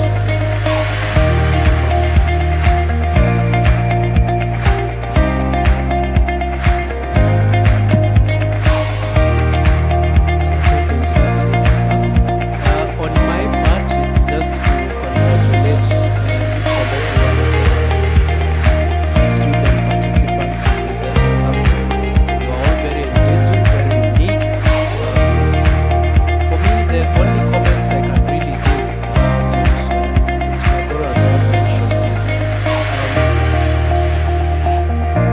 even when you're thinking of your ideas, the idea first has to have value to somebody else. You shouldn't think in a silo that I know what's best for people. Go out there, go ask questions, work as teams.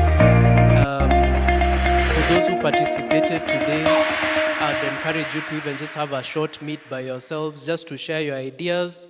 You might find that somebody has insight on something that you had not seen earlier. So it's very important to always be asking questions. Never also assume that you know best, that nobody else can tell you what to do regarding your project. So it's important for you to somehow learn to accept criticism. It's difficult, especially when it's something that you're very passionate about.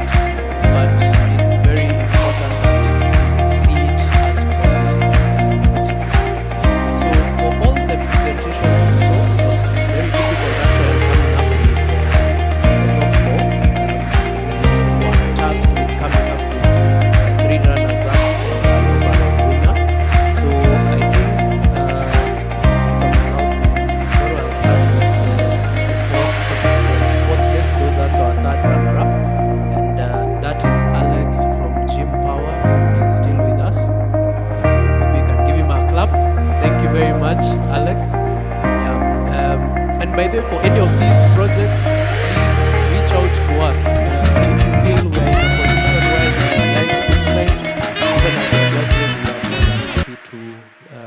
engage.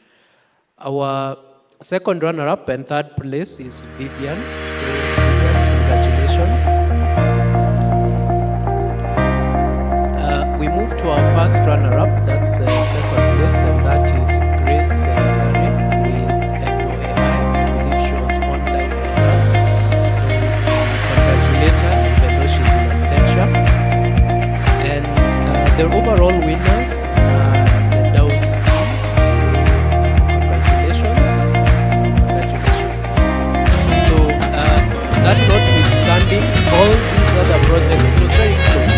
So for us, we really feel that each of them has value, and we hope that you use this opportunity just to keep pushing and keep innovating.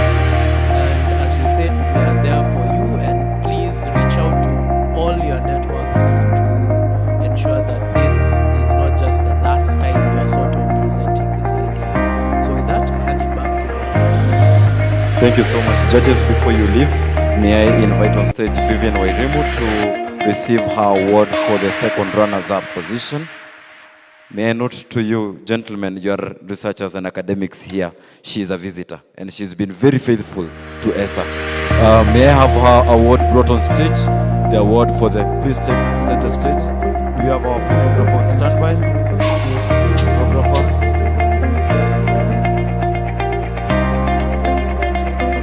Award for the second runner-up.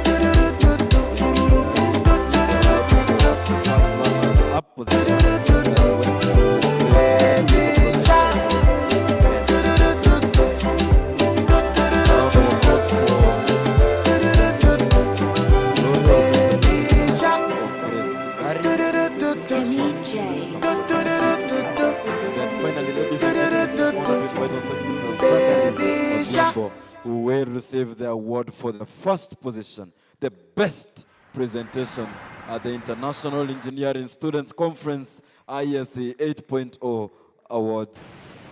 Congratulations, Zachary. May this be a commitment, encouragement. Keep doing the good work. So you speaks with a little change of time from me. I wanna live with you. I got the reason why I can't let go. Girl, you never know, so you come gossip. Man, them so far to find your love. Girl, you never know, so you come gossip. Man, them so far to find your love. Girl, you never know, so you come gossip. Man, them so far to find your love. Girl, you never know, so you come gossip.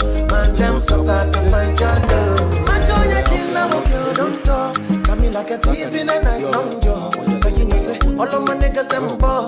Nothing you go ever need at all. I join your Gina, girl, taking it a break at me, I know the rush. Baby, if you want me, catch a rebel, my miss with me. Show me a jigger, let me see. And let me see the woman that is with. Put a couple $1,000 on your wrist. What's on your wrist? Mama, they can't touch you. I ain't never see this kind, babe. We do so kind things, make me feel some kind way. You know I'm not just tryna get laid, cause I know some kind chicks do it for the right pay. Baby, make a fire you with my machine gun. 16 rounds, I be King Kong. Girlie, make a sample you my brand new song. Baby, love. Oh girl, I wanna be with you, but you know they got enough time for me. I wanna live with you, yeah. I can't see reason why I can't let go. Girl, you never know, say you come pass up. Man, them so far to find your love. Girl, you never know, say you come pass up. Man, them so far to find your love. Girl, you never know, you come pass up. Man, them so far to find your love. Girl, you never know, say you come pass up. Man, them so far to find your love. Senorita, mamacita, body bad and the craze for your features. Nice to meet you, Jimmy Sika. Only one that is even my future. Oh, I wanna teach your body a thing or two. If you know the things we do, this love will be jump no April Fool. Yeah, count some more, you mean second. 5-star boomba. Kaba miaka mina. Oh my, animal boss, mama. All of my guys are dogs, but you know I'm rude though. I mean, if you wanna give it up, go trap much for your love. All of the guys, they want you, but they don't know that I got you. And they never been what we've been through. Show my obsession when I put you in the right spirit. Mrembo kwa daya, so wacha kuona hii sura yangu ngumu.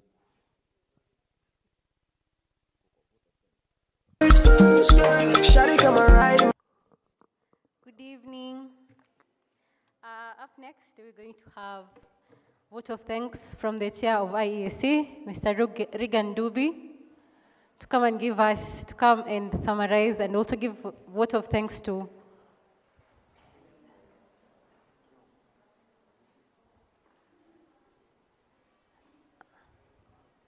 representing Regan Duby is Andre Kiongo to give us the vote of thanks.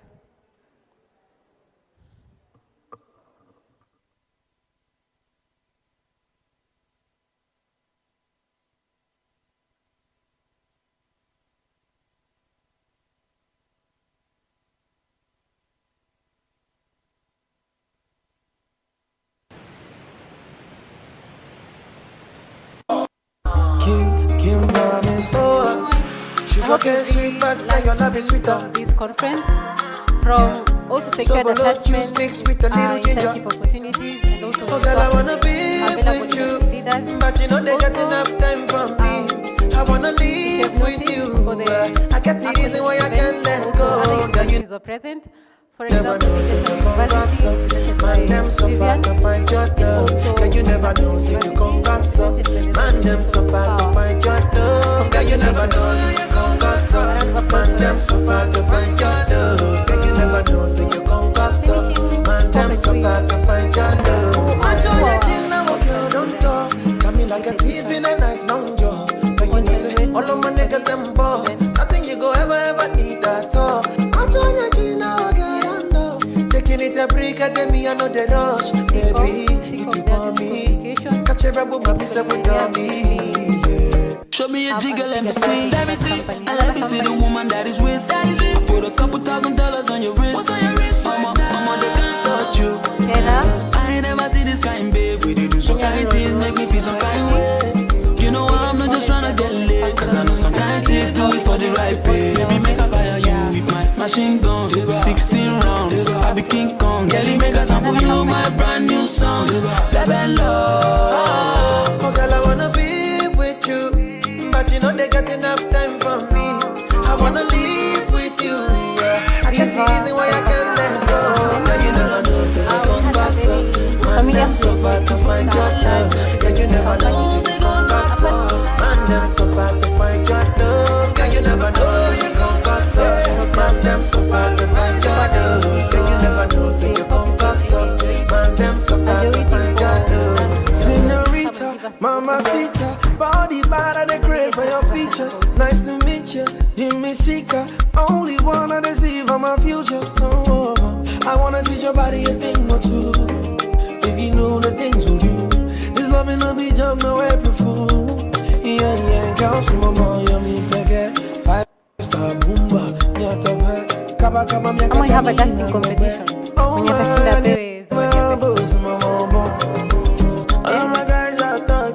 dancing competition. Who wants to be part of it? Me, if you wanna give it up, I go trap much for you. Dancing competition. All of the guys they want you, they don't know that I got you, and they never been what we've been through. Dancing competition. When I put you in a right skirt, shawty come and ride in my backseat. Would you tell me what you want, what you fancy? Waiting on my ride like a taxi. I wanna be with you, but you know they got enough time from me. I wanna live with you. I got the reason why I can't let go. Girl, you never know, so you gon' gossip. Man, them so far to find your love. Girl, you never know, so you gon' gossip. Man, them so far to find your love. Girl, you never know, gon' gossip. Man, them so far to find your love. Girl, you never know, so you gon' gossip. Man, them so far to find your love.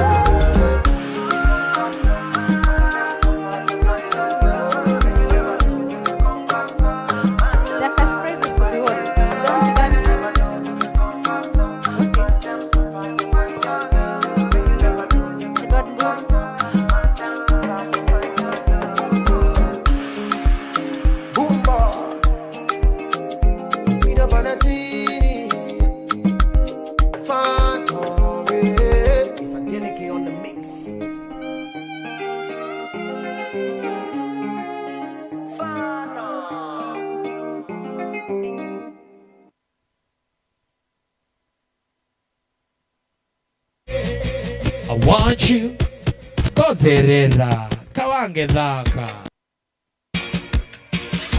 Mapangale, mapangale.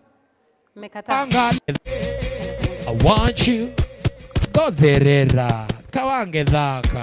Summarize our Mapangale, ceremony. Mapangale. We have Shirin Midori play for us. Mapangale, Shirin Midori. Mapangale. As I say, you give me, then you take it back. Hello. I'd request each and every one of us to stand for a word of prayer.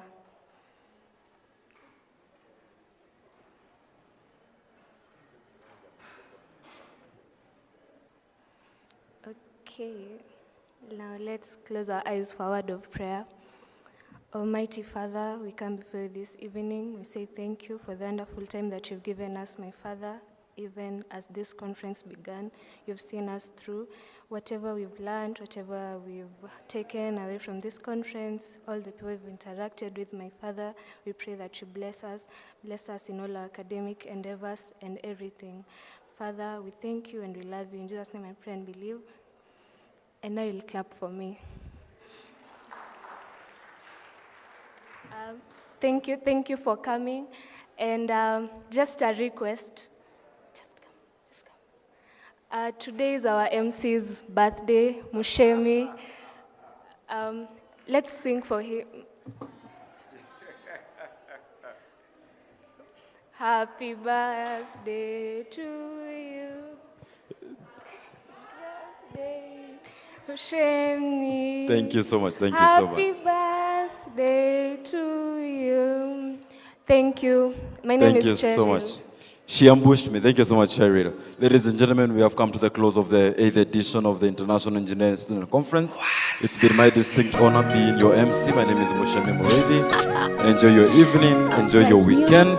I know it's a Friday. Go party hard if you can. Flag, I got the recipe. Ryan. Nitaimba na kucheza. Ryan. Washa mishumaa